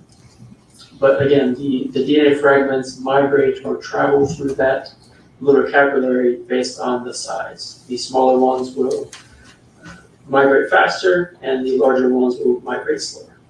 Is this captured in some sort of a chart or diagram that's then presented? The samples are collected, and then they're analyzed through a program, and then I do have printouts. They're called electrophoreograms. So with Your Honor's permission for a demonstrative as to what an electrophoregram looks like. Hey, is there any objection? No objection. All right, again, ladies and gentlemen, the witness will be using a demonstrative to assist in explaining or illustrating his testimony. Please remember that the testimony of the witness is the evidence. However, the demonstrative is not to be considered by you as evidence in the case unless it's later received in evidence, and it should not be used as a substitute for evidence. Only items of evidence received will be available to you for consideration during your deliberation. So at this time, this is not in evidence, it's demonstrative. Mr. Rhodes, may I? Mr. Rhodes, can you explain kind of what this chart is? So this is an electrophoregram. This is one of the pages. They're typically on 2 or 3 pages based on whether it's a single source or a mixture profile. As you see across the top, there's some red boxes. And I'm going to zoom in a little bit so it's easier to see. there's these red boxes, and then you'll see a bunch of letters and numbers.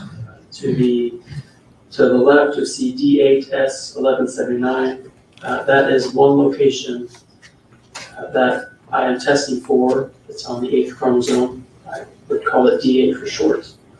And as you go across to the right, you'll see D21 for short, D18 for short. And these are the locations, or these are the specific STRs that I'm analyzing. In terms of you said it's a D8, is that the address of where this STR is located? That's essentially what that is. It's location on the chromosome, the 8th chromosome, and then the S1179 gives a more specific location on where it's located. Can you describe that like in terms of a house address? If the address is 123 Main Street of a house, how would that correspond that to what you're looking at here? The best I can do is, again, it's on D8 would mean that's a DNA on the 8th chromosome, and the S1179 gives a more specific location on that chromosome. Again, we have 23 chromosomes, so there are multiple chromosomes. I wish they could skip this whole part. And do you Like, this is test what we and found out. sequence every single marker on every single chromosome when you're doing DNA analysis? No, it is only the select set of STRs that is used for each specific commercial kit. And in this particular kit, I use what's called global filer. And what is global filer? That's specific DNA kit used for these STRs. And how many specific locations are you testing for in global filer? There are 24. So in terms of the specific evidence that you did in this case, I want to kind of just go in order with your reports, if that's okay. The items that were submitted to you and processed on that. I'm going to start with the lab member items 16 and 17. If you need to refer to your report. Oh. Yes.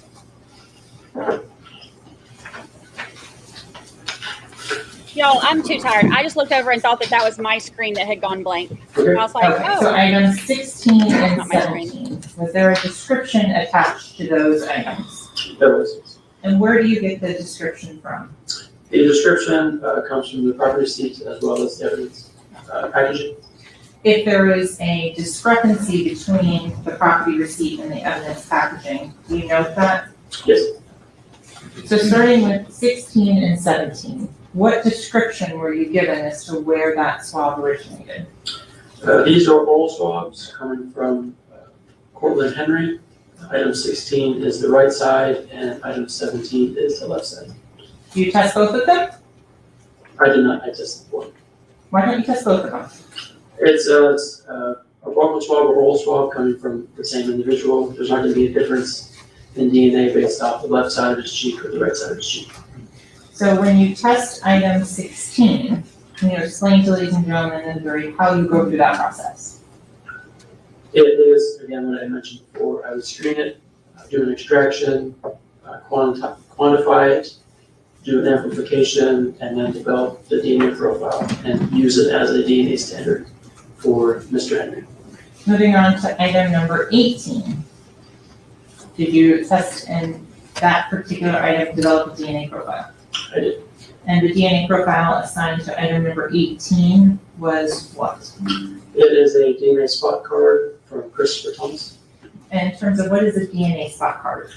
It's a blood stain collection card taken from the medical examiner.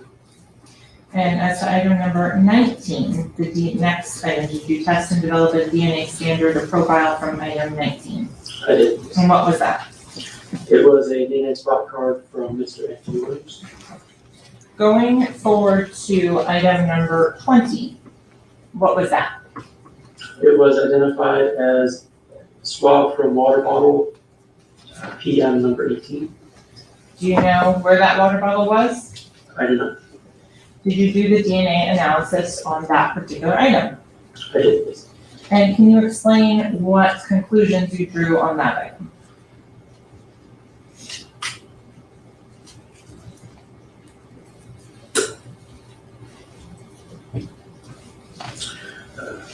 The DNA profile obtained from item number 20 was uninterpretable due to insufficient data. Can you explain to the ladies and gentlemen of the jury what does it mean by insufficient data?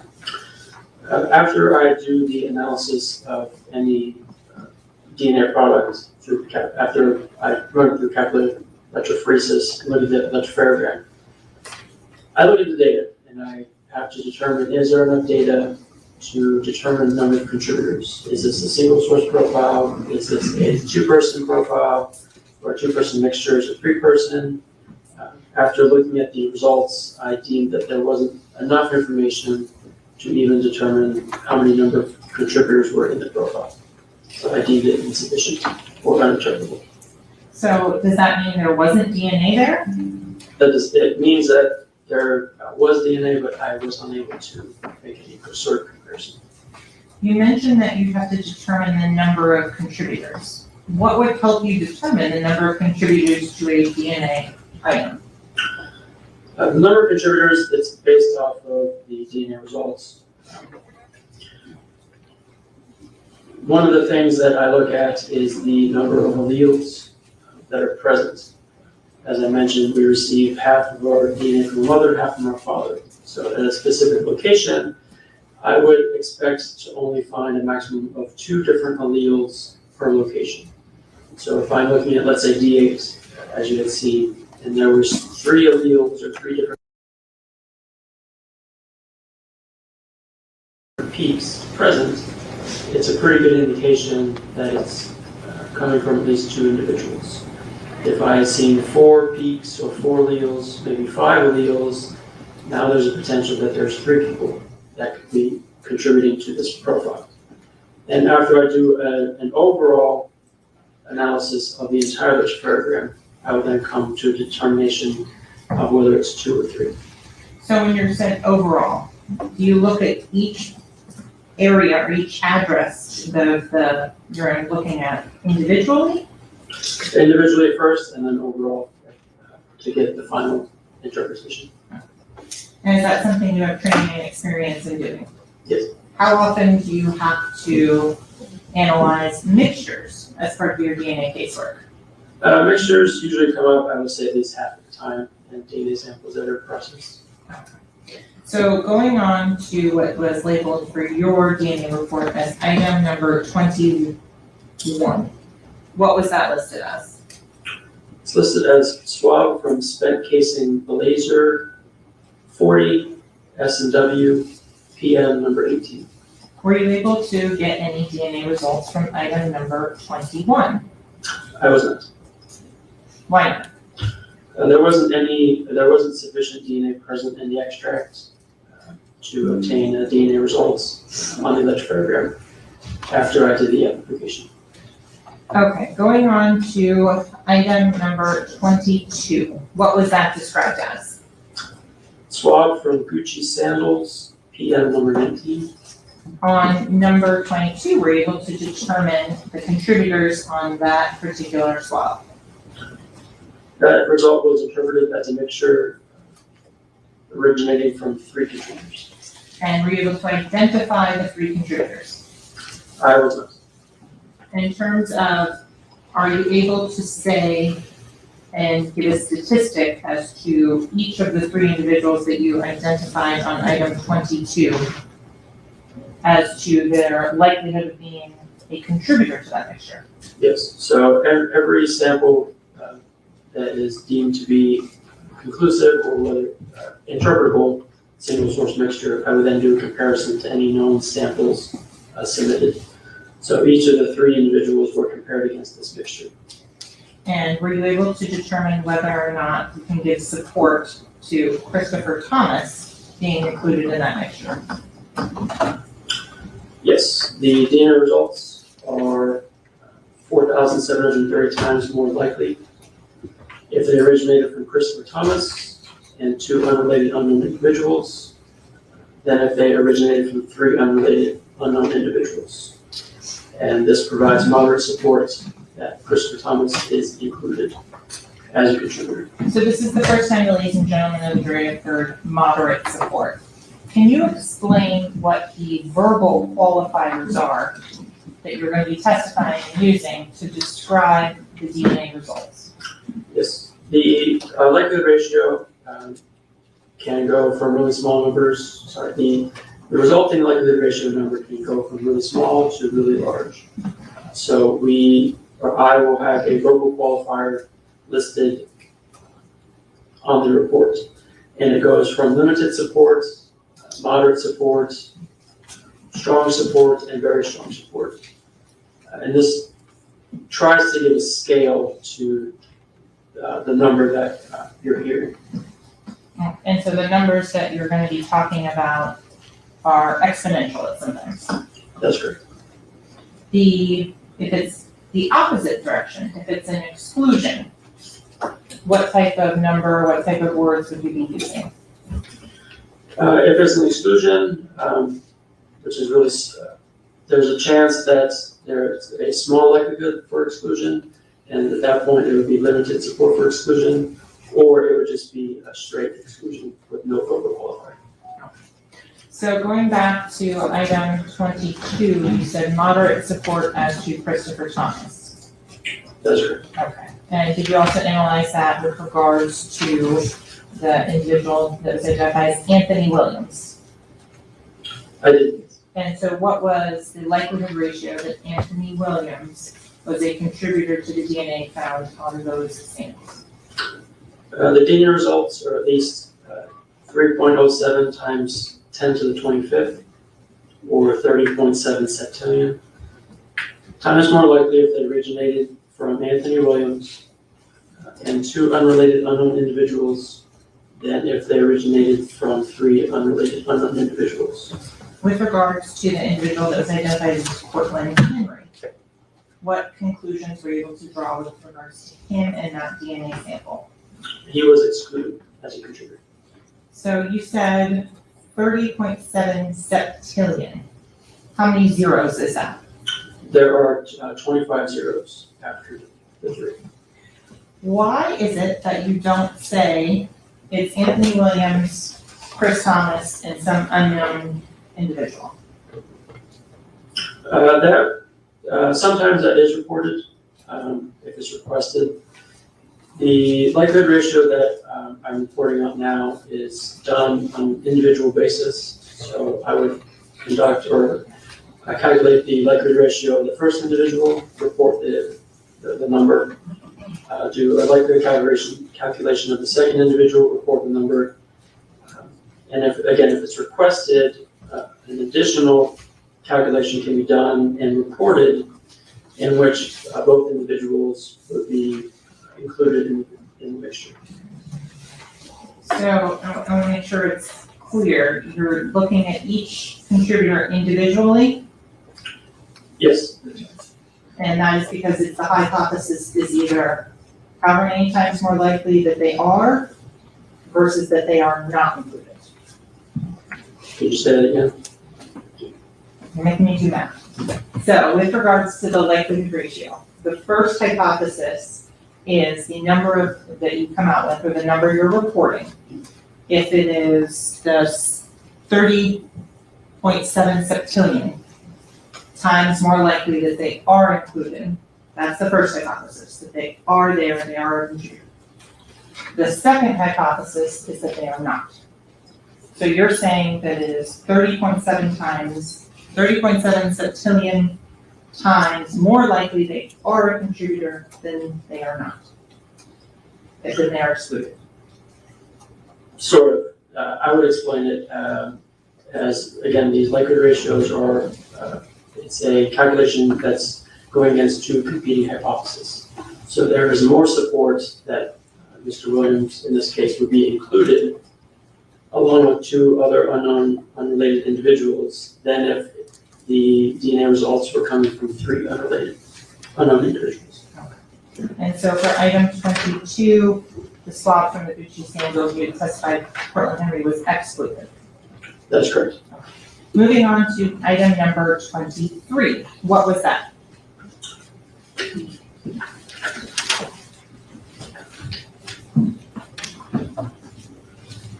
It's listed as a cutting blood stain on front of t-shirt.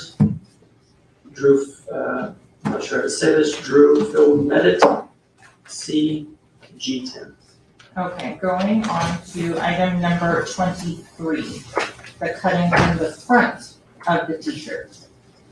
What were your results on that? The DNA results were interpreted as a mixture originating from 2 contributors. Okay. After doing a comparison to each individual, the DNA results are at least 982 times more likely if they originated from Christopher Thomas and 1 unrelated unknown individual than if they originated from 2 unrelated individuals. And this provides moderate support that Mr. Thomas is included as a contributor. And then with regards to Anthony Williams. The DNA results are 3.22 times 10 to the 25th, or 32.2 septillion. Time is more likely if it originated from Mr. Williams and 1 unrelated unknown individual than if they originated from 2 unrelated individuals. And this provides a very strong support that Mr. Williams is included as a contributor. 982 and 32.2 septillion. That's a big difference. Yes, and that's, again, one of the reasons that the verbal qualifier is put into the report. terms of identifying and making a conclusion based on that, is there anything that you take into account as to the amount of DNA that's in it? The DNA mixtures that are analyzed at the laboratory that I analyzed, I use a program called StarMix, or STRMix. And this is a program that helps to deconvolute these mixtures. And what deconvolute means is to determine if you have two contributors in the mixture, are you able to tease out or generate essentially who the first contributor would be compared to who the second contributor would be. As the amount of DNA is increased in these DNA extracts and these amplification products, the result becomes more robust, and you would have a more solid comparison, or an easier comparison, maybe that might be the right word. If you have a full single source DNA profile, it's a lot easier to compare to a standard than if you had a really partial DNA profile. And once you start compounding that into a mixture, if you have essentially two partial DNA profiles mixing into one stain, which would then make this partial two-person mixture, doing comparisons may lead to likelihood ratios that are on the lower side, versus if you had two robust DNA profiles, or two robust DNA sources of DNA making a mixture, and then the likelihood ratios may result in a number that's far larger and more support for the inclusion.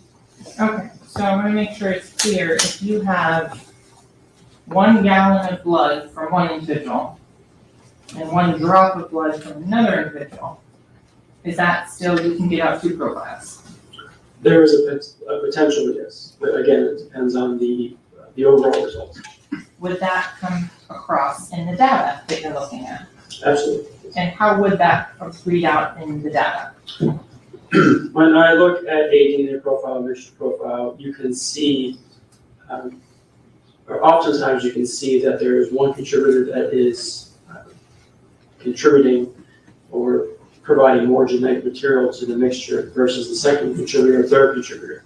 So you'll see differences in the peak heights or the alleles or the characteristics as you go across the electroparagram. And I can look and see, hey, this looks like a 2-person mixture.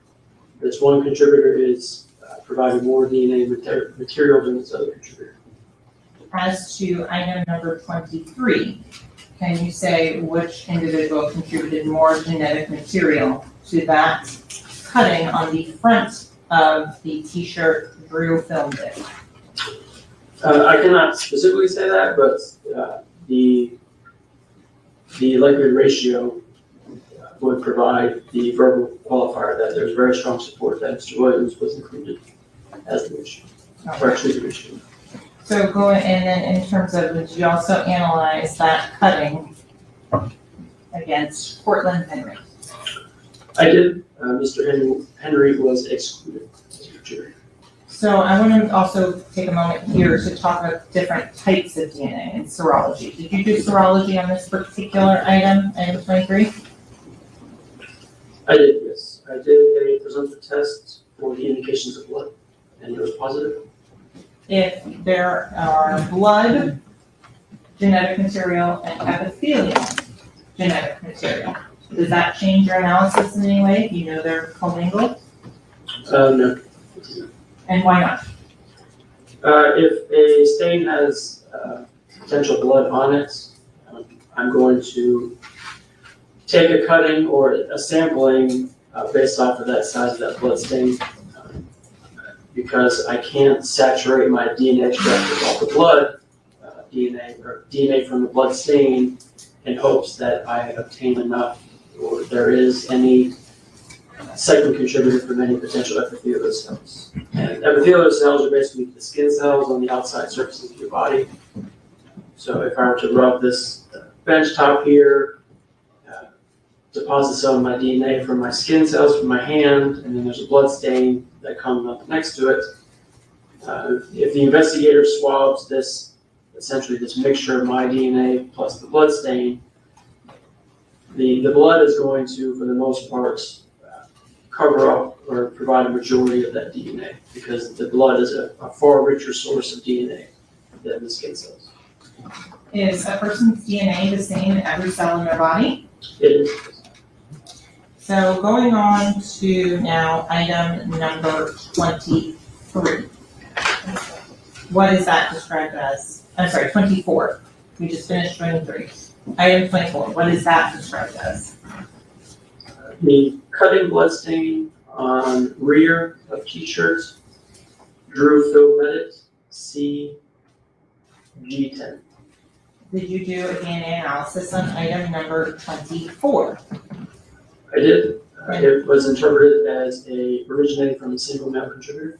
And were you able to make a reasonable or a likelihood ratio as to which individual contributed to that blood stain?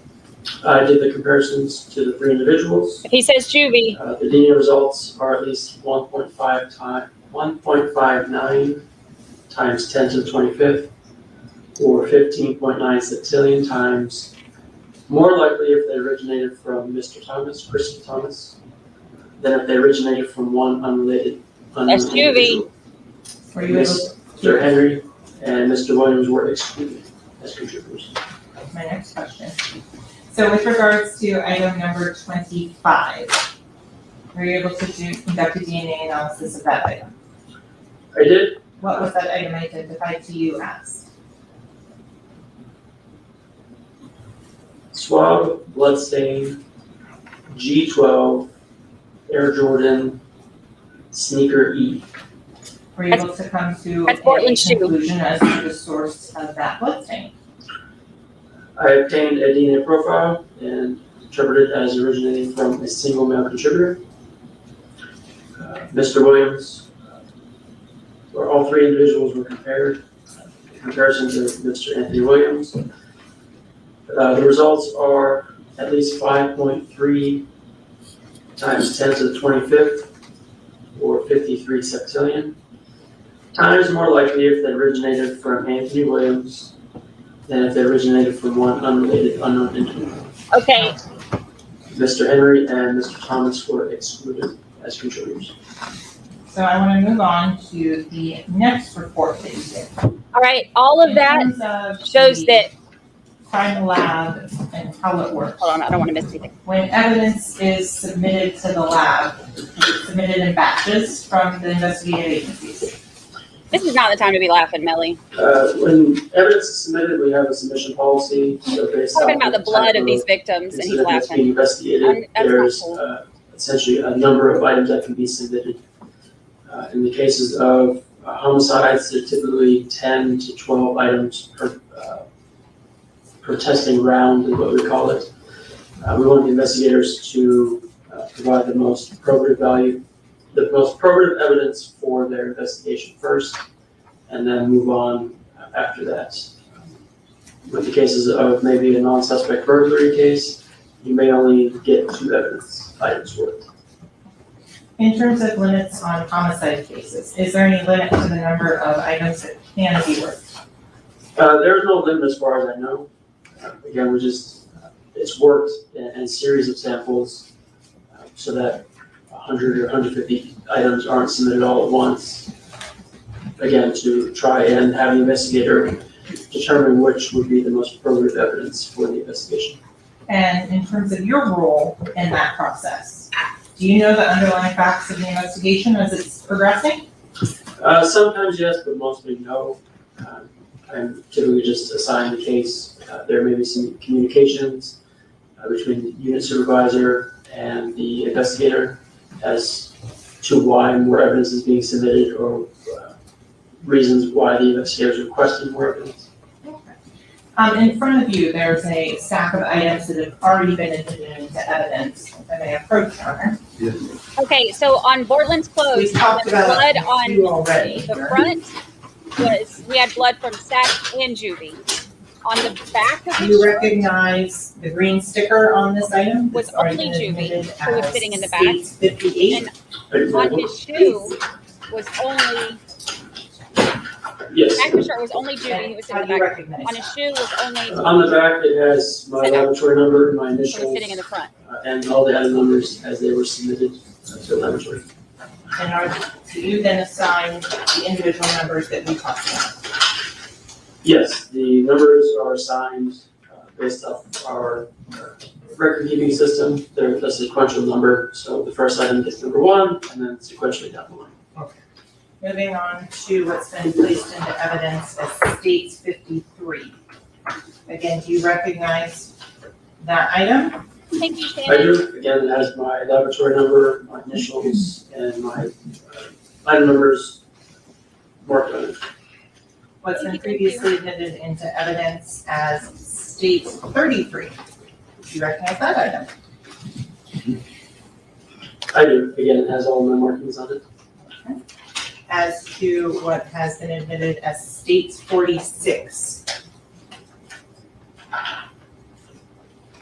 Yes, again, the items are marked and my notations on the evidence.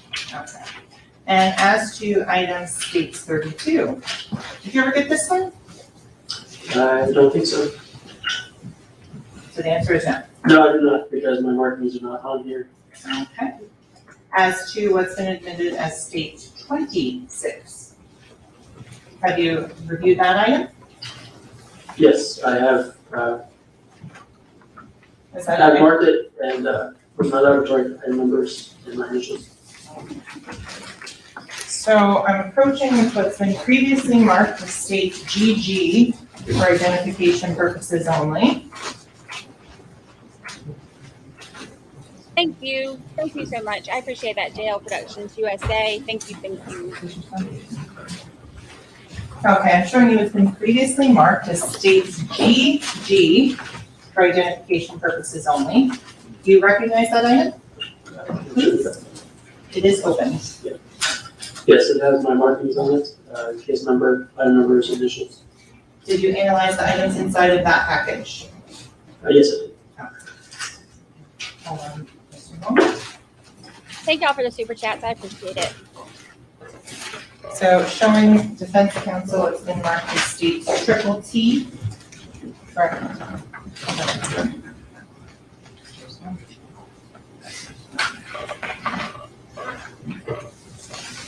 Showing you what's been marked as states triple T for identification purposes only. Do you recognize that item? I do. It again has my information marked on the outside.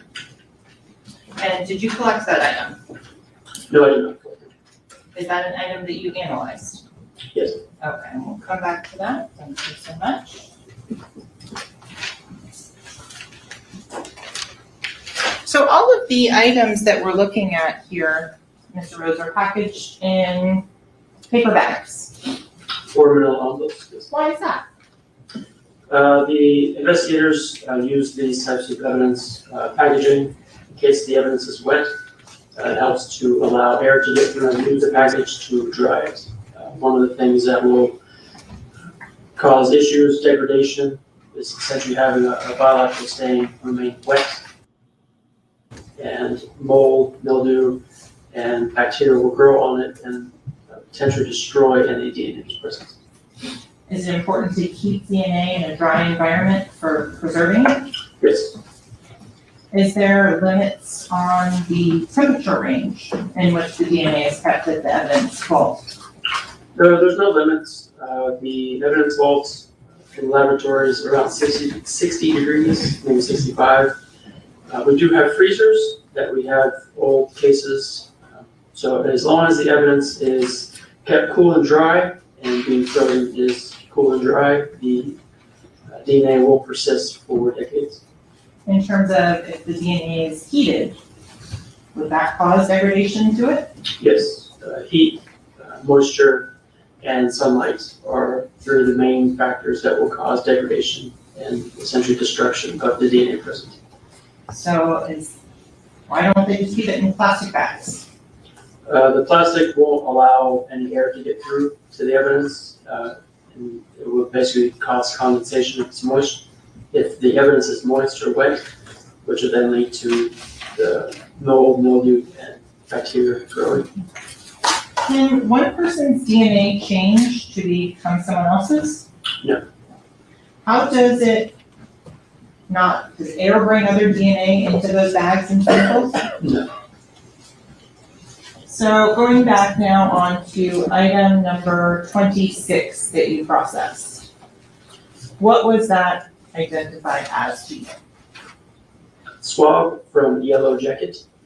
And there's another number that you list in That your Yellow notes Jacket and we heard reports of an 81. Where is that number coming from?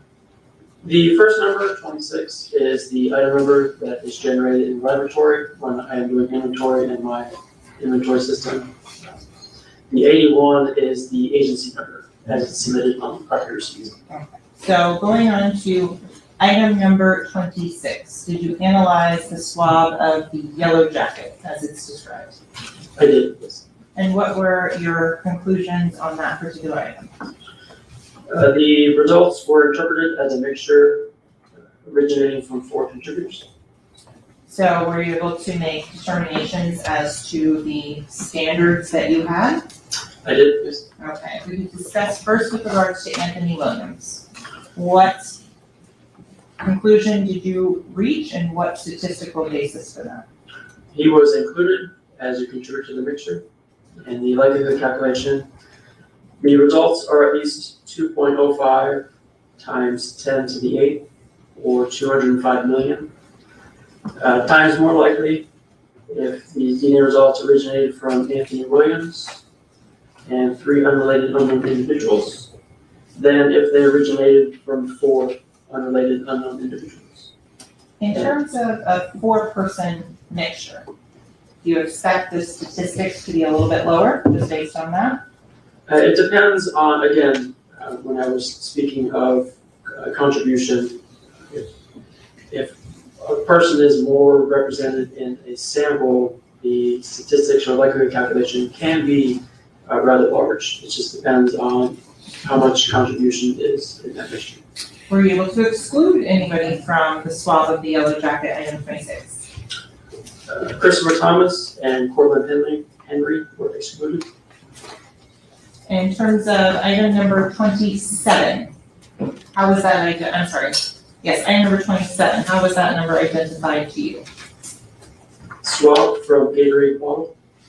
Were you able to analyze that and What? develop DNA profiles?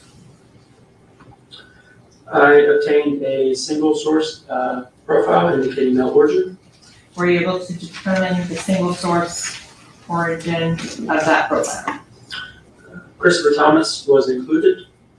The likelihood calculation is as follows. The DNA results are at least 1.65 times 10 to the 25th or 16.5 septillion.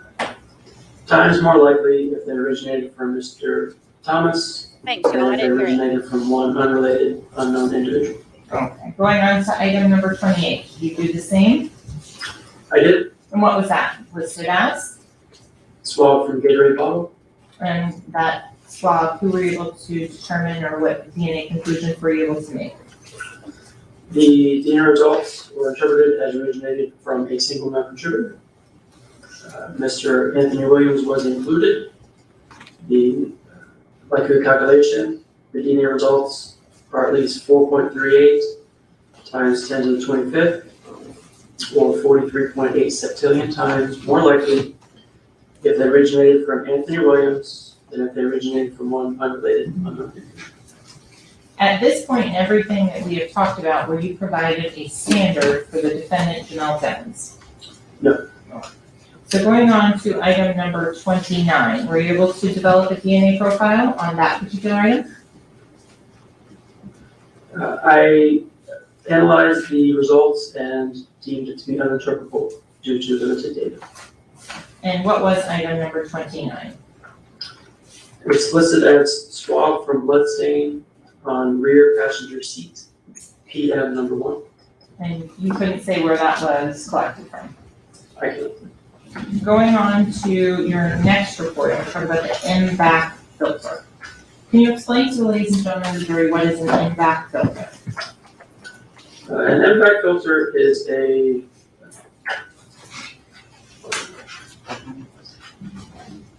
It's a filter paper where the investigator will essentially soak the surface of whatever they're looking for, maybe a shirt or a shoe or even a door, in a liquid, and they come back and they vacuum it up. And all of that vacuumed up liquid will then go and be deposited on the filter paper.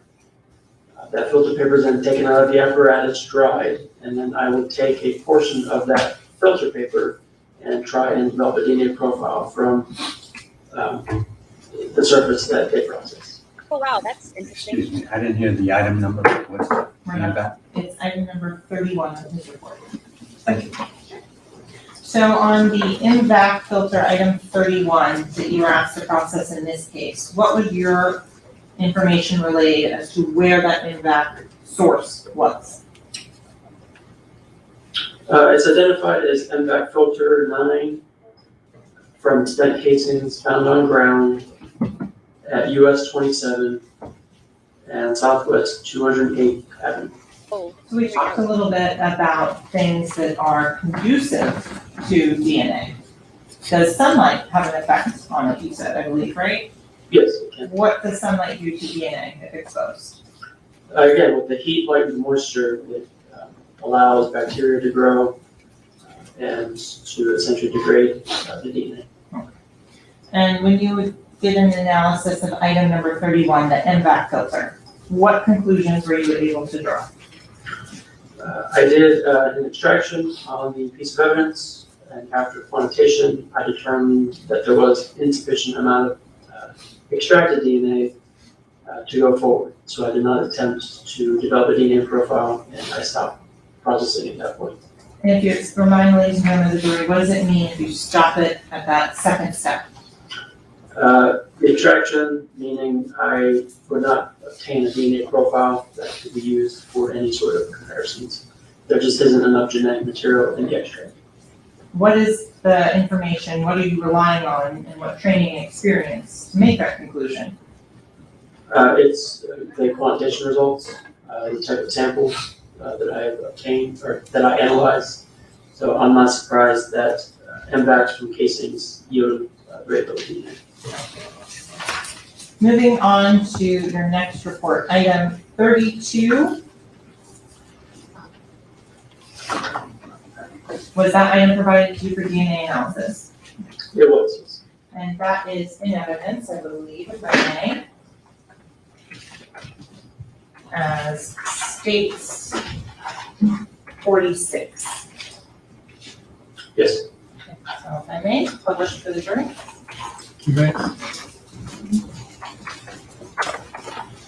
So I'm publishing now state 46. What was state 46 reported to you to be? These are oral swabs or standards from juvenile demon. And with regards to item number 32 and 33 in your report, are they the same? Item number 32 is listed as the right cheek, and 33 is listed as the left cheek. Similar to we previously talked about, did you just pick one to test? Correct, I did just the first one. Is there any rhyme or reason as to picking the right versus the left? Nope. Going on, and so once you got this standard, did you go back and look at the other evidence you previously analyzed? Yes, so comparisons were made to all the previously analyzed questioned evidence. So going to item number 22, the swab from the Gucci sandals. Were you able to compare the profile from Mr. Demons as opposed to the profile developed from those sandals? I did, and he was excluded. The blood stain on the front of the t-shirt, item number 23. Were you able to compare Mr. Demons' profile to that? I did a comparison, and he was again excluded. What about item number 24, the cutting on the blood stain of the rear of the t-shirt? After comparisons were done, he was excluded. Okay, then on item number 25, the swab of the blood stain from the Air Jordans. Again, an exclusion. Going on to item number 26, the swab from the yellow jacket. An exclusion as well. And in terms of the item number 27 and 28, the swabs at the Gatorade bottles, what were the results on that? Those were both exclusions. So going forward to what's been shown to you but not yet admitted into evidence for identification purposes is state triple T. What was that item told to you to be? I'm sorry, could you repeat that? Sure. On your item 34, what's been shown to you for identification purposes only as state triple T. What was that item described to you to be? It's listed as a cutting of headliner. And how did you analyze that particular piece of evidence? That evidence, I had to do a visual examination on it, and actually take a cutting of a potential blood stain. And can you explain to ladies and gentlemen of the jury what's the difference between using it from a swab versus a cutting of an item? This was a piece of evidence of headliner. It was the size, maybe a foot square. There were some small red brown stains on there. So there's oftentimes where the evidence itself is better to be submitted as opposed to moistening a cotton tip swab and then swabbing it, just in case the small blood stain becomes too diffuse on the cotton tip swab.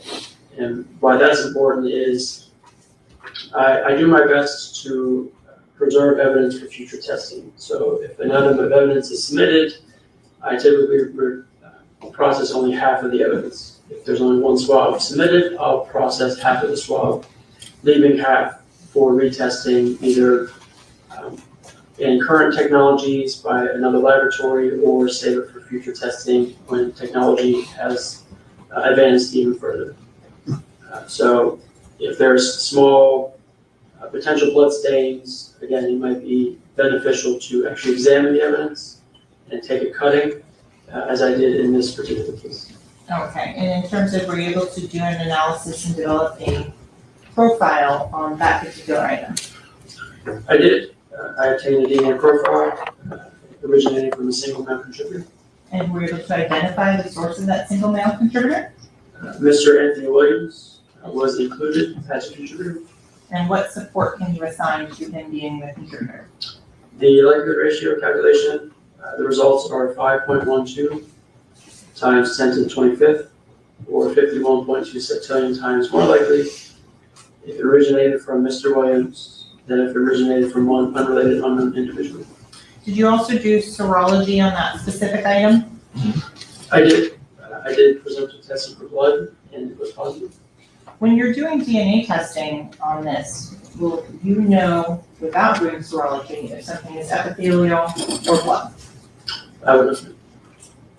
In this case, the serology indicated blood. And which test did you use to determine that? I used a phenolphthalein test. And were any individuals excluded from that sample? Mr. Henry, Mr. Thomas, and Mr. Devons were excluded as contributors. So moving on to item number 40. We're getting towards the end. With regards to item number 40, was that item submitted and analysis done? Yes. Okay. What was item number 40? What steps of the DNA process did you take it through as well? Item number 40 was extracted for DNA, but after quantitation, there wasn't a sufficient amount of DNA to move forward, so I did not attempt to do any DNA profiling. And what was item number 40 described as? Contact swab of non-blood area of rear of driver's seat. And is this the same discussion we had with regards to the last item? With not enough DNA, so then you stop it at that first step? Correct, after extraction. Sure, after quantitation. Why don't you at least try and take it through and go through all the steps? There, oftentimes, the quantitation results in a 0, meaning none was detected. Sometimes it results in a null value, meaning not even less than 0 was obtained. So at that point, pretty confident that I'm not going to obtain a DNA profile. Do you do a control swab or sample as you're going through the DNA process each time? The DNA processing has several controls during extraction.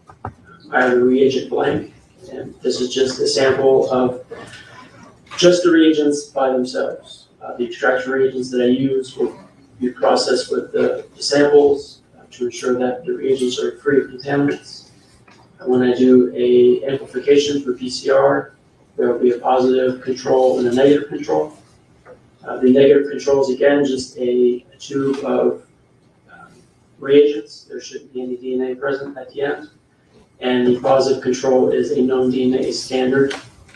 And so after I do my amplification, the negative control needs to be blank and the positive control needs to generate the DNA profile from that positive control. So let's go back. You mentioned reagents. I don't think we've defined that for the jury here today. What is a reagent? Reagents are the chemicals that I use for my DNA processing. Are they standard and part of the kit that you were talking about earlier? There are different components in the amplification kit, quantitation kit. We have different reagents used for extraction. So at every step, there are a set of reagents that we use. And those are all related to the controls as well. Correct. So going back, so once we talked about that, let's talk about item number 41. Correct. What was item 41 described to you as? It's listed as blood swab of smear from rear of driver's seat. Were you able to come to any sort of conclusion as to item 41? I obtained some results, but I reported that they were uninterpretable due to limited data. What does that mean? Meaning I obtained the electrocardiogram stage, I've analyzed the ending result of that PCR amplification and deemed that there wasn't sufficient amount of DNA to make any comparisons. Okay, so I'm gonna move on to item number 66. Did you analyze that particular item? And in terms of what was item number 66? Item number 66 was initially reported as contact swab of rear of driver's side door handle interior. Were you able to determine what the packaging of item number 66 said? Yes, the contact swab of rear of driver's side door handle interior. I'm sorry, on number 66 is which? Front of driver's side door handle. So you can't specify as to which it came from. I'm not sure of the question. You didn't collect this item of evidence. No, I didn't. So after reviewing the item analysis, did you amend your report to read contact swab of front driver's side door handle interior? That's true. So going on to item number 42, which is been labeled as item 66 by the Miramar Police Department. What results did you have? Again, I obtained a DNA profile, but ruled it or determined it to be uninterpretable due to limited data. Does uninterpretable mean no DNA? In this case, no, there was DNA present, but it was insufficient amounts to make any sort of determination. Number of contributors or even comparisons. Are you still looking back at those same standards that we've talked about previously? The interpretation of the question samples is done prior to looking at the interpretation of the notes. Why is that? It's to avoid any sort of bias. I want to make my interpretation calls of those unknowns absent of knowing what the known standards are. Does the computer do any of this analysis or say, hey, it's person A or person B for you? No, it doesn't. So moving on to item number 43. Is that the last item you tested in this case?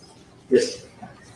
So with regards to what was item number 43 listed as? swab, rear driver's side door, handle interior. Were you able to do DNA testing on that particular item? I did, Did you develop a profile? I did. And can you explain what DNA profile you developed? In this particular case, I reported out both a 2-person mixture and a 3-person mixture. And so explain why you would report out 2 different hypotheses. When I did the initial interpretation of the question sample of this item 43, there was the appearance of a 2-person mixture.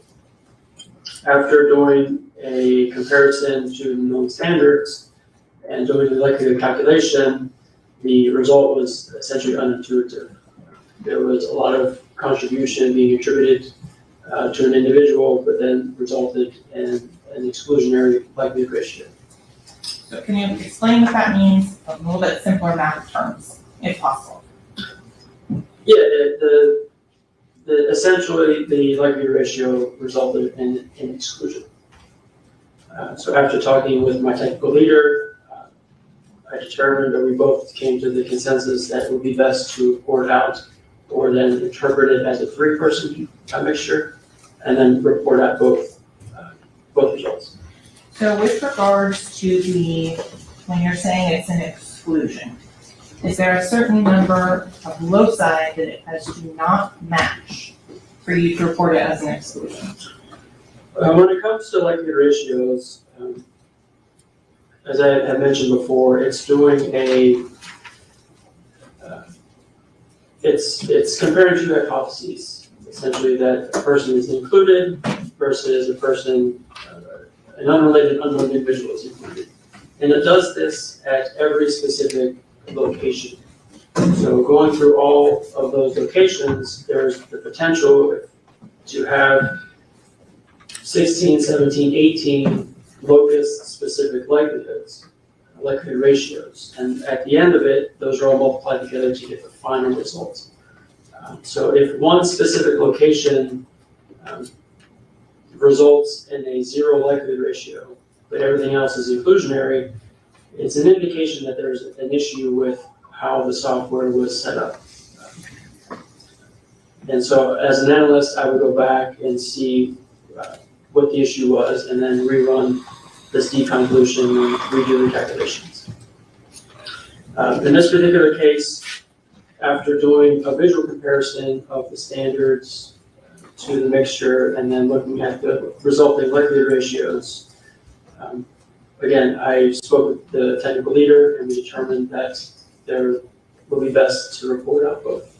So I'm going to go starting with the alternative proposition on that. Were you able to exclude anyone in the alternative proposition that you put forth? Mr. Cortland Henry was excluded. With regards to the initial proposition, Cortland Henry, Anthony Williams, and Jamell Demons were excluded. who was included on the initial proposition? Christopher Thomas was included. When you were looking at it as 2 contributors, how did you exclude the defendant in this case, Mr. Demons? How did I exclude him? Yes. So again, after doing the visual comparison and then running it through to generate the likelihood ratio, it resulted in an exclusionary likelihood ratio. When you looked at it again as a 3-person mixture, were you able to make a determination as to whether or not Christopher Thomas was included as a source of that mixture? Yeah, he was included as a 3-person as well. And what were the statistics on the 3-person mixture for Christopher Thomas? The results are at least 8.15 times 10 to the 24th, or 8.15 septillion times more likely if they originated from Christopher Thomas and 2 unrelated unknown individuals than if they originated from 3 unrelated unknown individuals. In terms of, as to Cortland Henry, were you able to do the statistical calculations as to whether or not he was excluded on a three-person mixture on item number 43, swab of rear driver's side door handle material? Yes, the results are at most 46. And this is an inverse LR calculation because the number was less than 1. So the DNA results are at most 46 times more likely if it originated from 3 unrelated unknown individuals than if it originated from Cortland Henry and 2 unrelated unknown individuals. So is your conclusion that Mr. Henry is excluded from that sample? Yes. Going on to Anthony Williams, were you able to make a conclusion as to whether or not he was included or excluded? I did. He was included. The LR calculation, the DNA results are at least 41.2 times more likely if they originated from Anthony Williams and 2 unrelated unknown individuals than if they originated from 3 unrelated unknown individuals. And in terms of the verbal qualifier that you would give for Mr. Williams being included in that sample, what verbal qualifier would you give? That's a big deal. Limited support for inclusion. Is that the lowest for inclusion? Yes. Okay.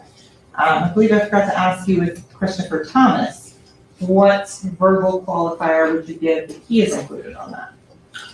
It is the highest at very strong support. And at last but not least, were you able to analyze the profile of the defendant Jamell Demons in this case? I did this. And what was your conclusion in a three-person mixture as to the results of Mr. Demons being included or excluded? He was included. The likelihood calculation, the DNA results are at least 2.12 times 10 to the 8 or 212 million times more likely if they originated from Jamell Demons and 2 unrelated unknown individuals than if they originated from 3 unrelated unknown individuals. And what verbal qualifier did you give to that particular item? Of Very- Mr. Demons being included? There is very strong support for the inclusion. Nothing further at this time, Your Honor. May I? You ready? You may proceed. Sure. We'll take a short recess. Do not discuss the case. Don't form any opinion about the case. Don't allow anyone to discuss the case in presence, serving no research. Just leave your notepads on the chair.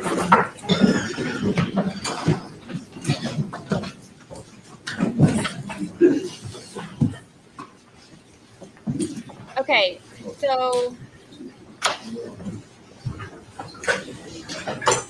let's talk about this for a second. The all the stuff that they just went through. Okay, so the stuff that they tested on Portland.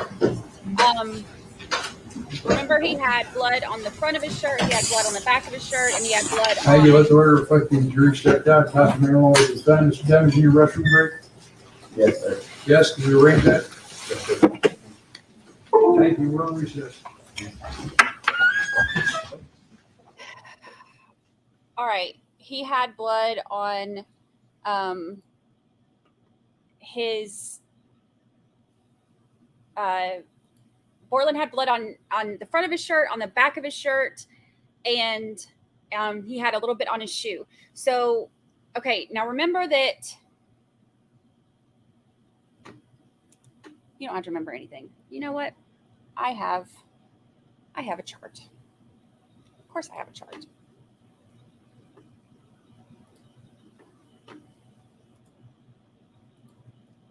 Okay, so Bortland's sitting right here. He's the driver. The front of his shirt had blood from both victims.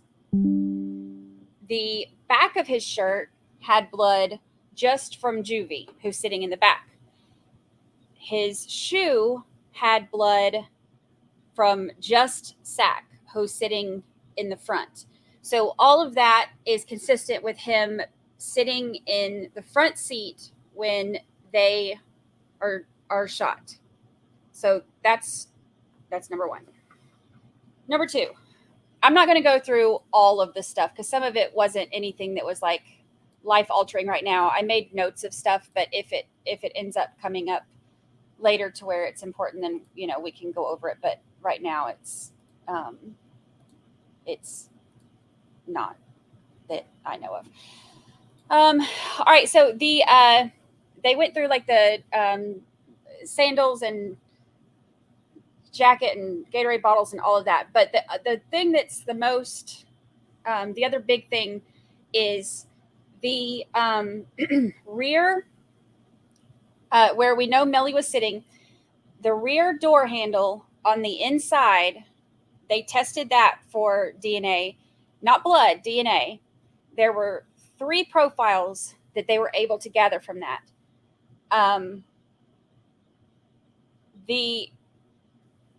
No.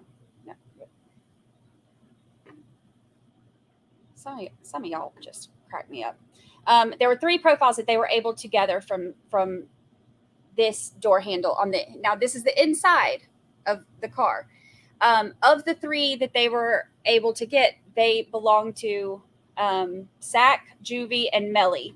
Bortland is excluded from that.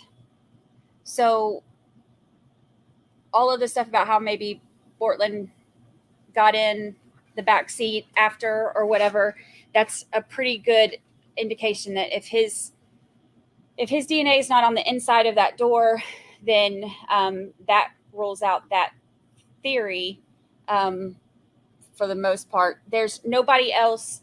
There are no other DNA profiles that existed on that door except for those 3.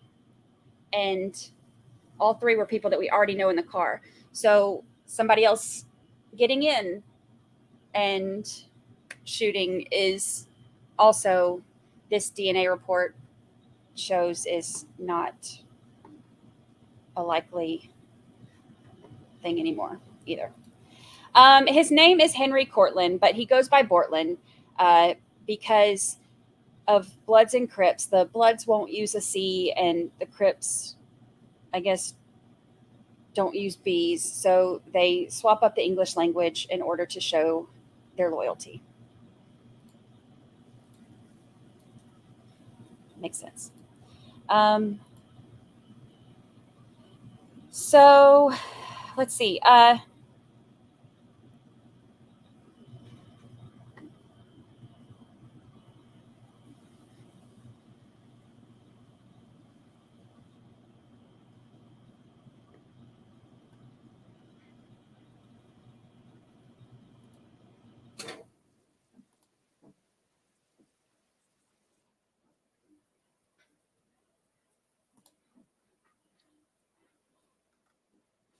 The cutting of the headliner was in had Sack, his DNA, Gatorade bottles. They were able to exclude Melly from some of the other stuff. You need down? They excluded him from the Gucci sandal. Like, none of these are groundbreaking things. Let's see. The yellow jacket. We'd heard of the yellow jacket, and I'd read a couple articles where they were like, oh, that might be something, which I didn't understand because it was just in the car, but they mentioned that he's excluded from that. Let's see. The Gucci sandals had a mix of 3 swabbed from a water bottle. All right, so I think that's all of that stuff.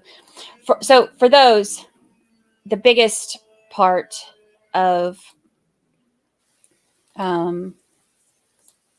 what we heard was, of course, the DNA from the rear door handle. No, Melly was included on the rear door handle. The only 3 DNA profiles on that rear door handle are Melly and the 2 victims.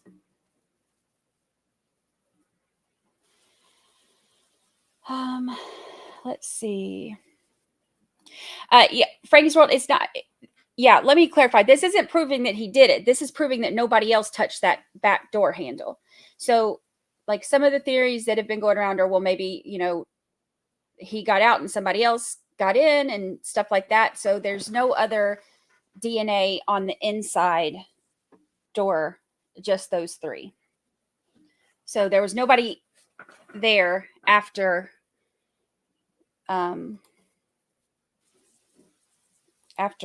Melly.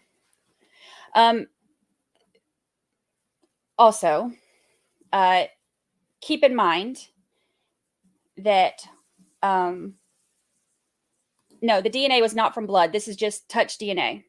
Like just it can be like skin skin cells, stuff like that. It was not blood. It was just DNA.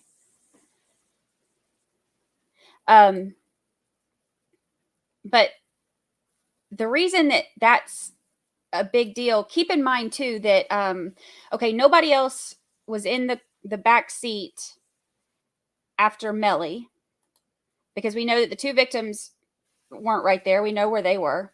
And keep in mind that that door that they took this DNA from was open when the fake drive-by shots were fired. We know that the fake drive-by shots were fired after the victims were already dead. So, I mean, if you put together who are you growling at? Nobody's scared of you. You're 6 pounds. If you put it together like that, I mean, at some point, Melly got out of the car. We do know that. At some point, Melly got out of the car. But where he was sitting is where those shots came from. So if the whole theory was that somebody else sat there and shot them, now that makes that argument a little bit more difficult, because if somebody else sat there and shot them, then there's no DNA evidence of them being there. And the oh gosh, the drilling, incessant drilling.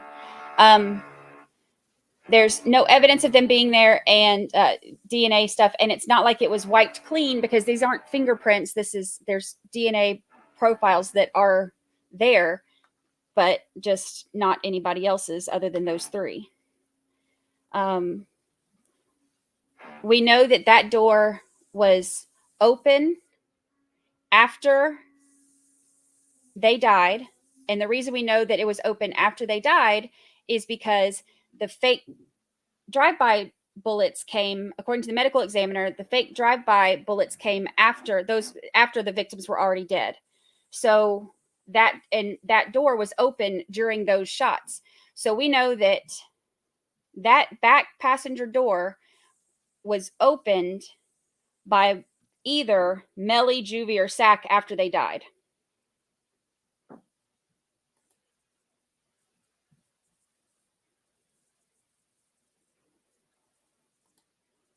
The only other explanation, if anybody still wants to go with this, somebody else was in there and shot them from the back seat, would be that whenever whoever it was that shot them from the back seat got out, somebody else had to open the door for them from the outside.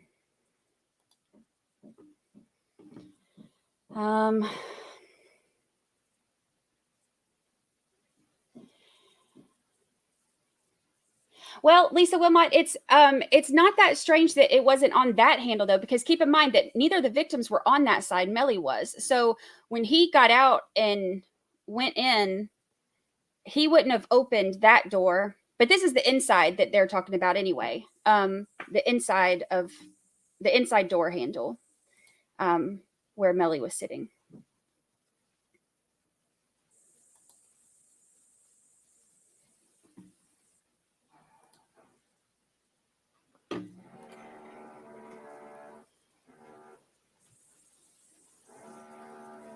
Look at all this stuff. I still got so much stuff up.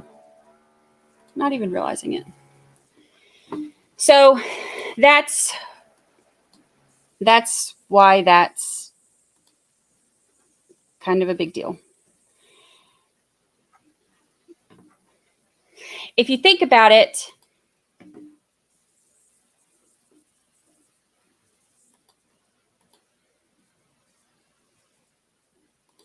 If Melly touched them after he shot them and opened the door, could he have put their DNA on the handle? It's possible, but they also, it's not that surprising to have their DNA on the handle if they had been, driving this car for any amount of time.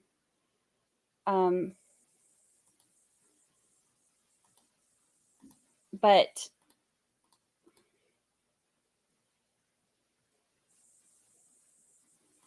yes, this is the theory. So they're saying that we know that the kill shots came from the back driver's side where Melly was sitting. We know that. We know. Oh, we're coming back.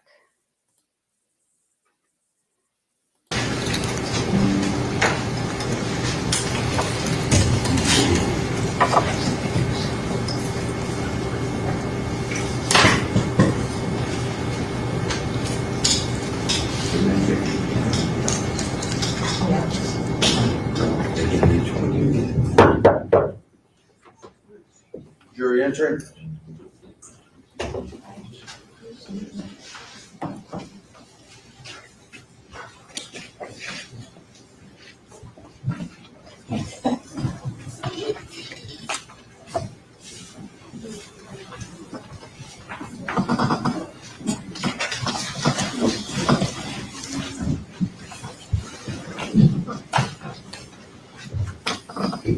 Ladies and gentlemen, thank you. Please be seated.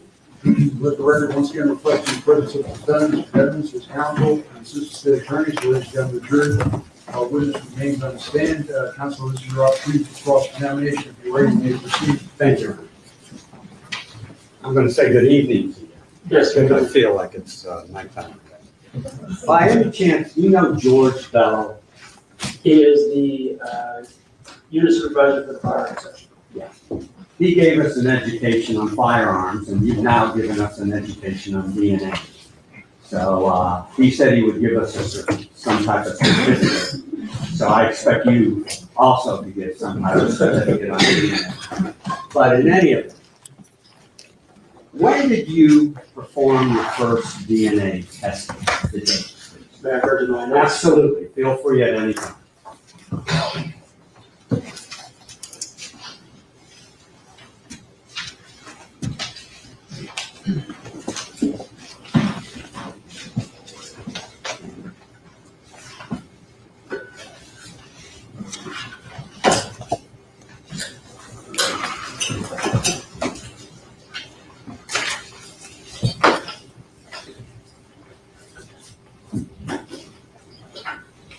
My initial examination of the first evidence was on January 23 of 2019.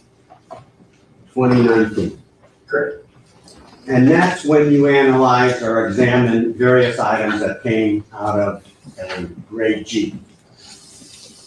That was water bottle, some sneakers, I think, a yellow jacket, a Gatorade bottle, item 27, I think you identified. For this particular date, it was items 16 through 25. 16 through 25, okay. On 123 of 19, you examined a water bottle, a spent Casey, Gucci sandals, and a blood stain on front of a t-shirt and a blood stain on the rear of the t-shirt. And also a blood stain on an Air Jordan sneaker, correct? That's correct. That turned out not to come back to this young man right over here, correct? Mr. Demonstrative. I'm gonna call him Jamell, it's easier. Okay. Is that correct? At this time or later? Later. Later. May I refer to my report? for that? Absolutely. And give us a date that you did that, Absolutely. please.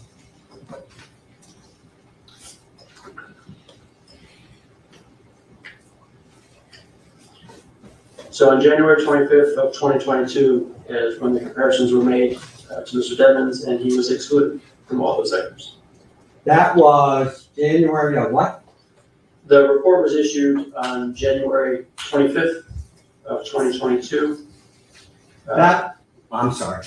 I did my analysis on January 24th, the day before. Okay. That was approximately 3 years after he was arrested. Did you know that? I did not.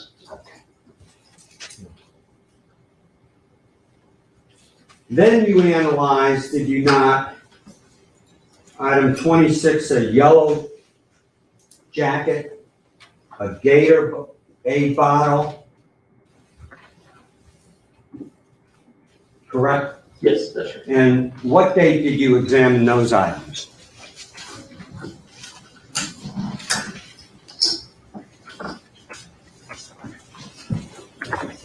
That was on August 24th of 2021. August 24th, you said? Correct. Of 21. That was 2 years approximately after he was arrested. Did you know that? I did not. And those came from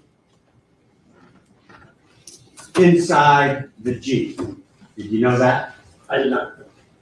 And those did not match Jamell, correct? That's correct. He was excluded. It's kind of irrelevant. Then you received some additional items, correct? Yes, that's correct. What was the date that you received the additional items?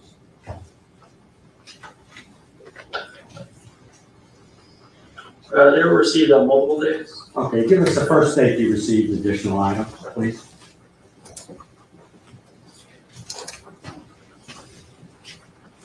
I began processing the impact filter on January 5th of 2022.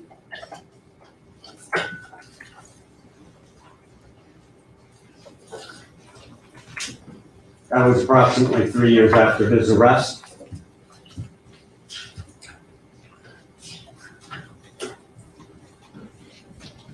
The cutting of the headliner, which is item 34, When did you receive that? was I processed or began processing on January 28th of 2022.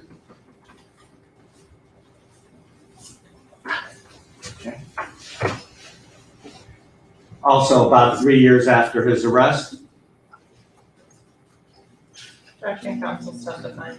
I thought it was a question, but restate it. Sustain, restate your Did question. you know it was approximately 3 years after he was arrested? I did not. Additional items were submitted. These were items 40, 41, and 42. Those were processed on April 25th of 2023. April 25th of 23? That's correct. Did you know that was after we started this Objection, trial? Your Honor, improper. Excuse me. Watch from sidewalk.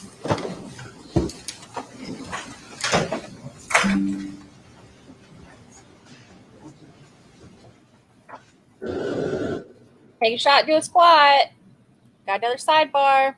So he's making a big deal about the time frame of when these, when they were testing these.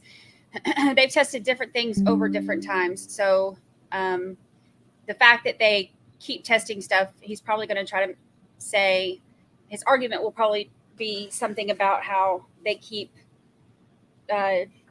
investigating, keep trying to find stuff against him, et cetera, et cetera.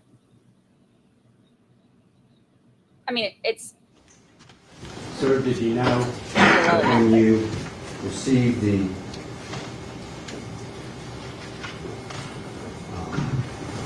blood stain on the headliner, that was after this trial started? I did not know. But you started that in April 25th of 23? Just 2 months ago? The headliner was, that was prior. Oh, I'm sorry. The item that you received on April of 23 was what? Those were the contact swab, non-blood area of rear driver seat, the blood swab of smear from rear of driver seat, and the contact swab of front of driver side door handle interior. And you did not know that was after this trial started, correct? I did not. And none of that came back to the DNA of this young man, Jamell, correct? Correct. It was deemed uninterpretable, as well as one of the items I did not attempt to generate DNA profile because there was insufficient amount of DNA. Do you know what the delay was in sending that evidence to you? Objection, outside the scope, speculation.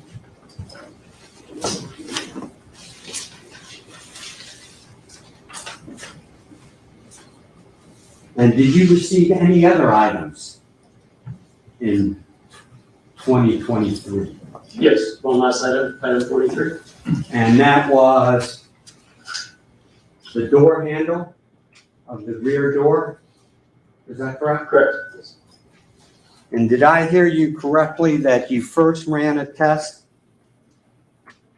and it did not come back matching or belonging to or contributor to Jamell? That's correct. And did I also hear you correctly, then you discussed something about your software with your supervisor? With the technical lead, yes. And then ran another test and had a 3-person contributor? That's correct. And all of a sudden, it matched or it was labeled as Jamell may have been a contributor?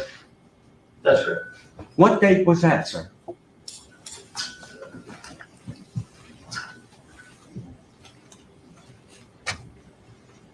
He wants it to sound like he's being set up.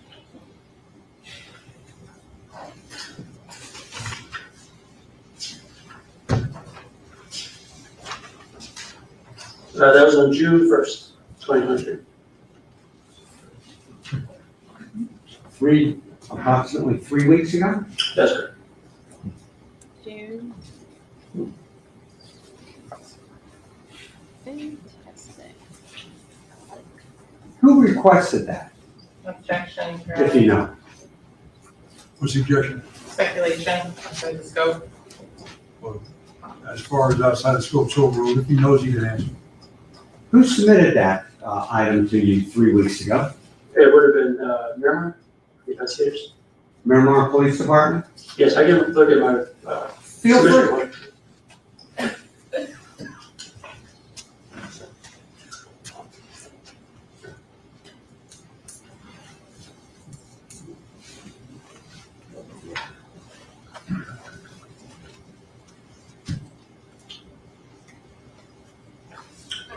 It was submitted by Miramar investigator. Mark Moretti. Moretti. Who was listed on the submission form. And that was the only item that supposedly matched Jamell's DNA, correct? I believe so. I can look back just to confirm it, Please do. but I do believe that is an accurate assessment.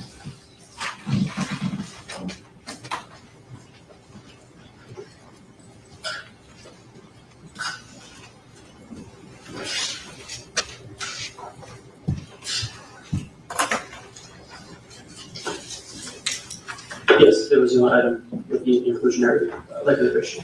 Could you tell these folks when that DNA was placed on, supposedly, on the door handle? No, It's not surprising that the It DNA could have been is placed a week. Objection, speculation. Sustained. How long can the DNA stay on an item?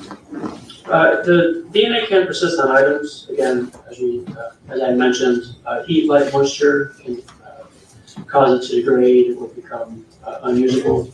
But if the DNA is deposited on the surface, it can last weeks, months, years, kept in a nice, cool, dry environment.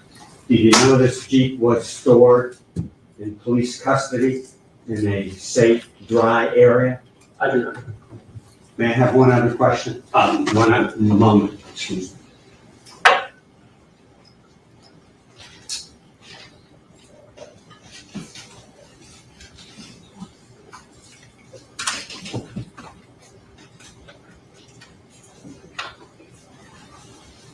Thank you very much. Attorney Redirect? Yes, Your Honor. Mr. Rhodes, is it unusual to receive multiple submissions over the life of a case? No, it's not the Does the date in which you work a particular item have any effect on the results you report? No, it is not. As to the likelihood ratio on item number 43, who was included in that particular item? For both propositions, Mr. Thomas was included for both the 2-person and 3-person contributor propositions. Under the 2-person proposition, Mr. Henry, Mr. Williams, and Mr. Emmons were excluded. Under the 3-person proposition, Mr. Thomas, Mr. Williams, and Mr. Emmons were included. And with regards to the time of collection of that swab, would that be indicated on the box that it is found in? Sometimes there are indications on the collection. I can look at the hard receipt in May. I'm not sure if it's a newer one or an older one. But I can look at the hard receipt if you'd like. Okay, and that would be item number 67, what's been put into evidence as states 33. Latest or not? Yeah, thank you.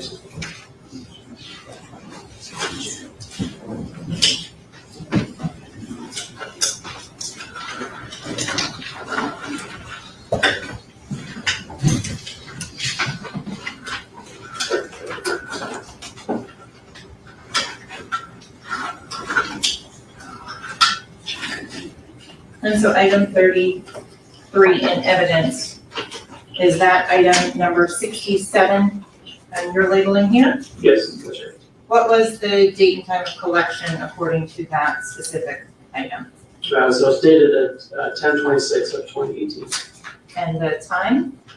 17:36.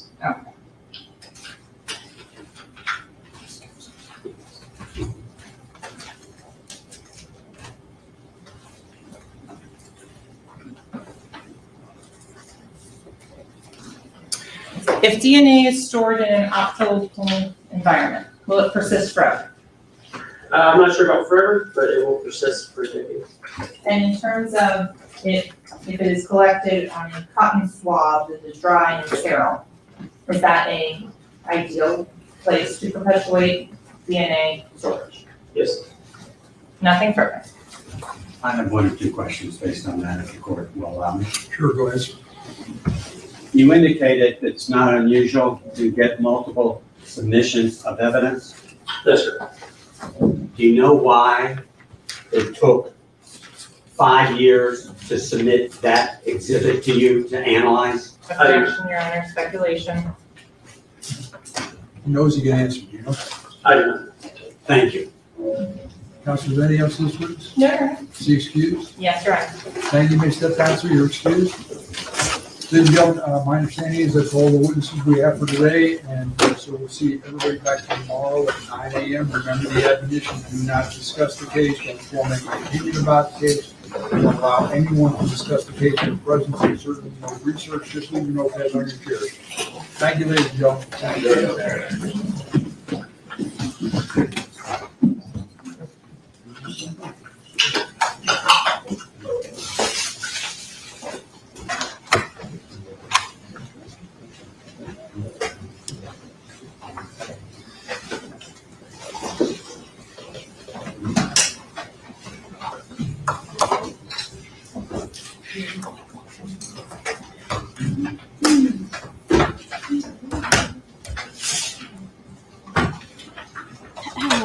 I'm going to recap in just a second. Thank you, sir. You're excused. Anything to discuss, council? Yes, Your Honor. We'd like to do a sidebar. Sidebar number 10. Sidebar? Yes. And the jury got, Are you, because of the cameras, I think you would approve this one? sidebar. Thank you.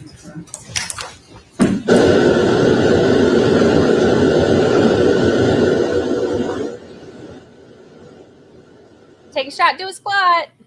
Sidebar number 10. Who guessed that this morning when we did our poll on how many they would have? Who guessed 9 or above?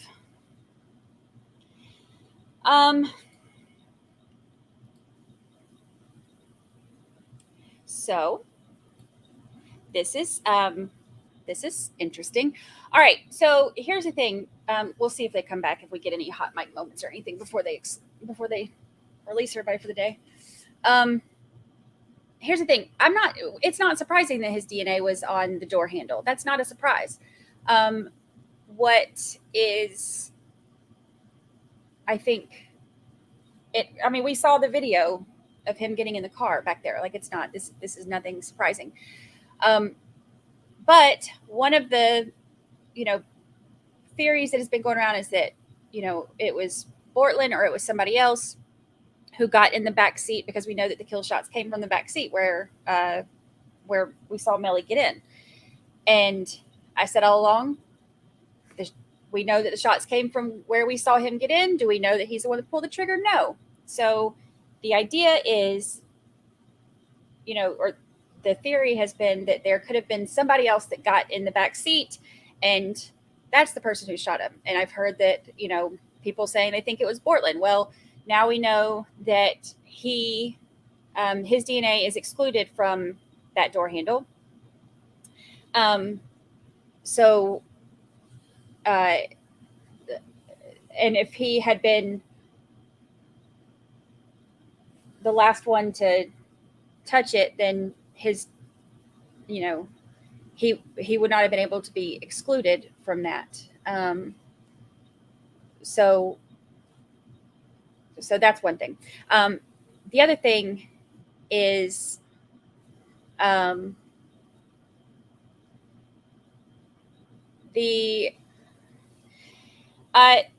see this. None of them were shot from front to back. There's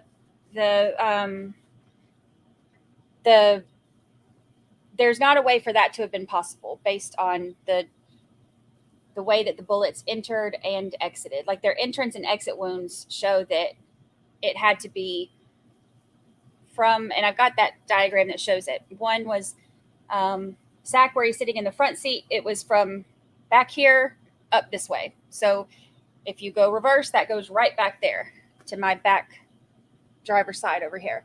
And then, of course, Juvie was left to right here. So,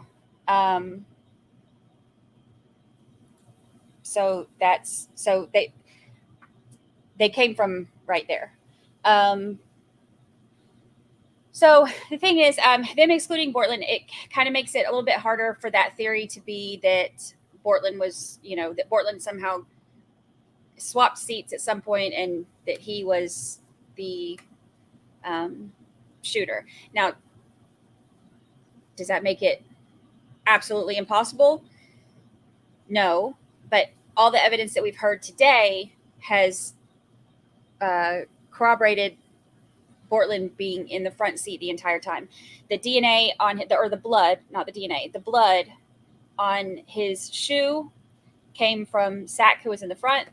The blood on the back of his shirt came from Juvie, who was in the back. And then he had spots on the front of his shirt that were from both.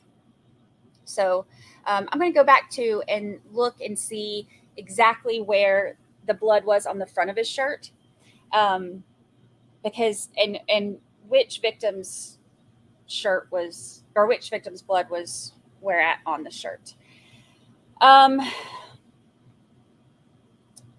Let's see. The other stuff that had blood on it in the car, I mean, there's going to be blood in the car. We saw the pictures. There's a lot of blood in that car. They were shot with 40 caliber bullets at close range. So there's going to be blood. But the biggest thing was the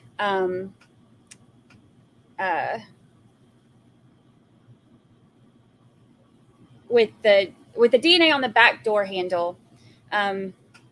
He said that they collected that was collected in 2018. I guess after it happened, December 2018 is that what he said. And then they didn't test that part until this year. They tested some stuff this year, some stuff last year, some stuff the year before that. I don't think anything got tested in 2020 that he mentioned, which isn't surprising because of COVID shutting everything down for so long. And then some stuff got tested in 2019. So it looks like they had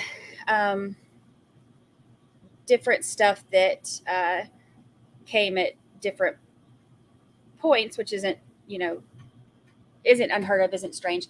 But the defense pointing out that they didn't send the door handle, the rear door handle, until this year is him,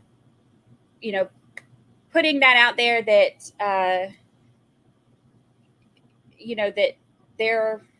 because their whole thing that they said in the opening was that, they're wanting this to be a high profile case because it's a high profile, person that he's a, what do you say, that he's a up and coming star. So they wanted this to be a star case. So, so it's not surprising that he's, that's their job. They get up there and they poke holes in everything that they can, anything that they can point out that they see maybe doesn't make sense or doesn't, or if they can try to make it not make sense, that's their job. That's what they do. I am going to plot out all of this stuff. Lisa will not know they did not ever get the clothes that Melly was wearing. I have looked through every piece of documentation that I can find, and there was nothing that I could find on that. Nothing that I've seen that has anything to do with his clothing. But there are messages about, which I'm sure we'll get into it, unless it somehow gets banned as well. But there are messages right after he sent the "I did that" message. There's also messages to and from that same person that he sent that to about a gun. I can't remember how it was worded, but about the gun, possibly the murder weapon needing to get where they had the murder weapon or something. And I can't remember how it was worded. We'll have to pull it up. But something about how the murder weapon was, or the gun, they alluded to the gun being available or something. So, very interesting. So, I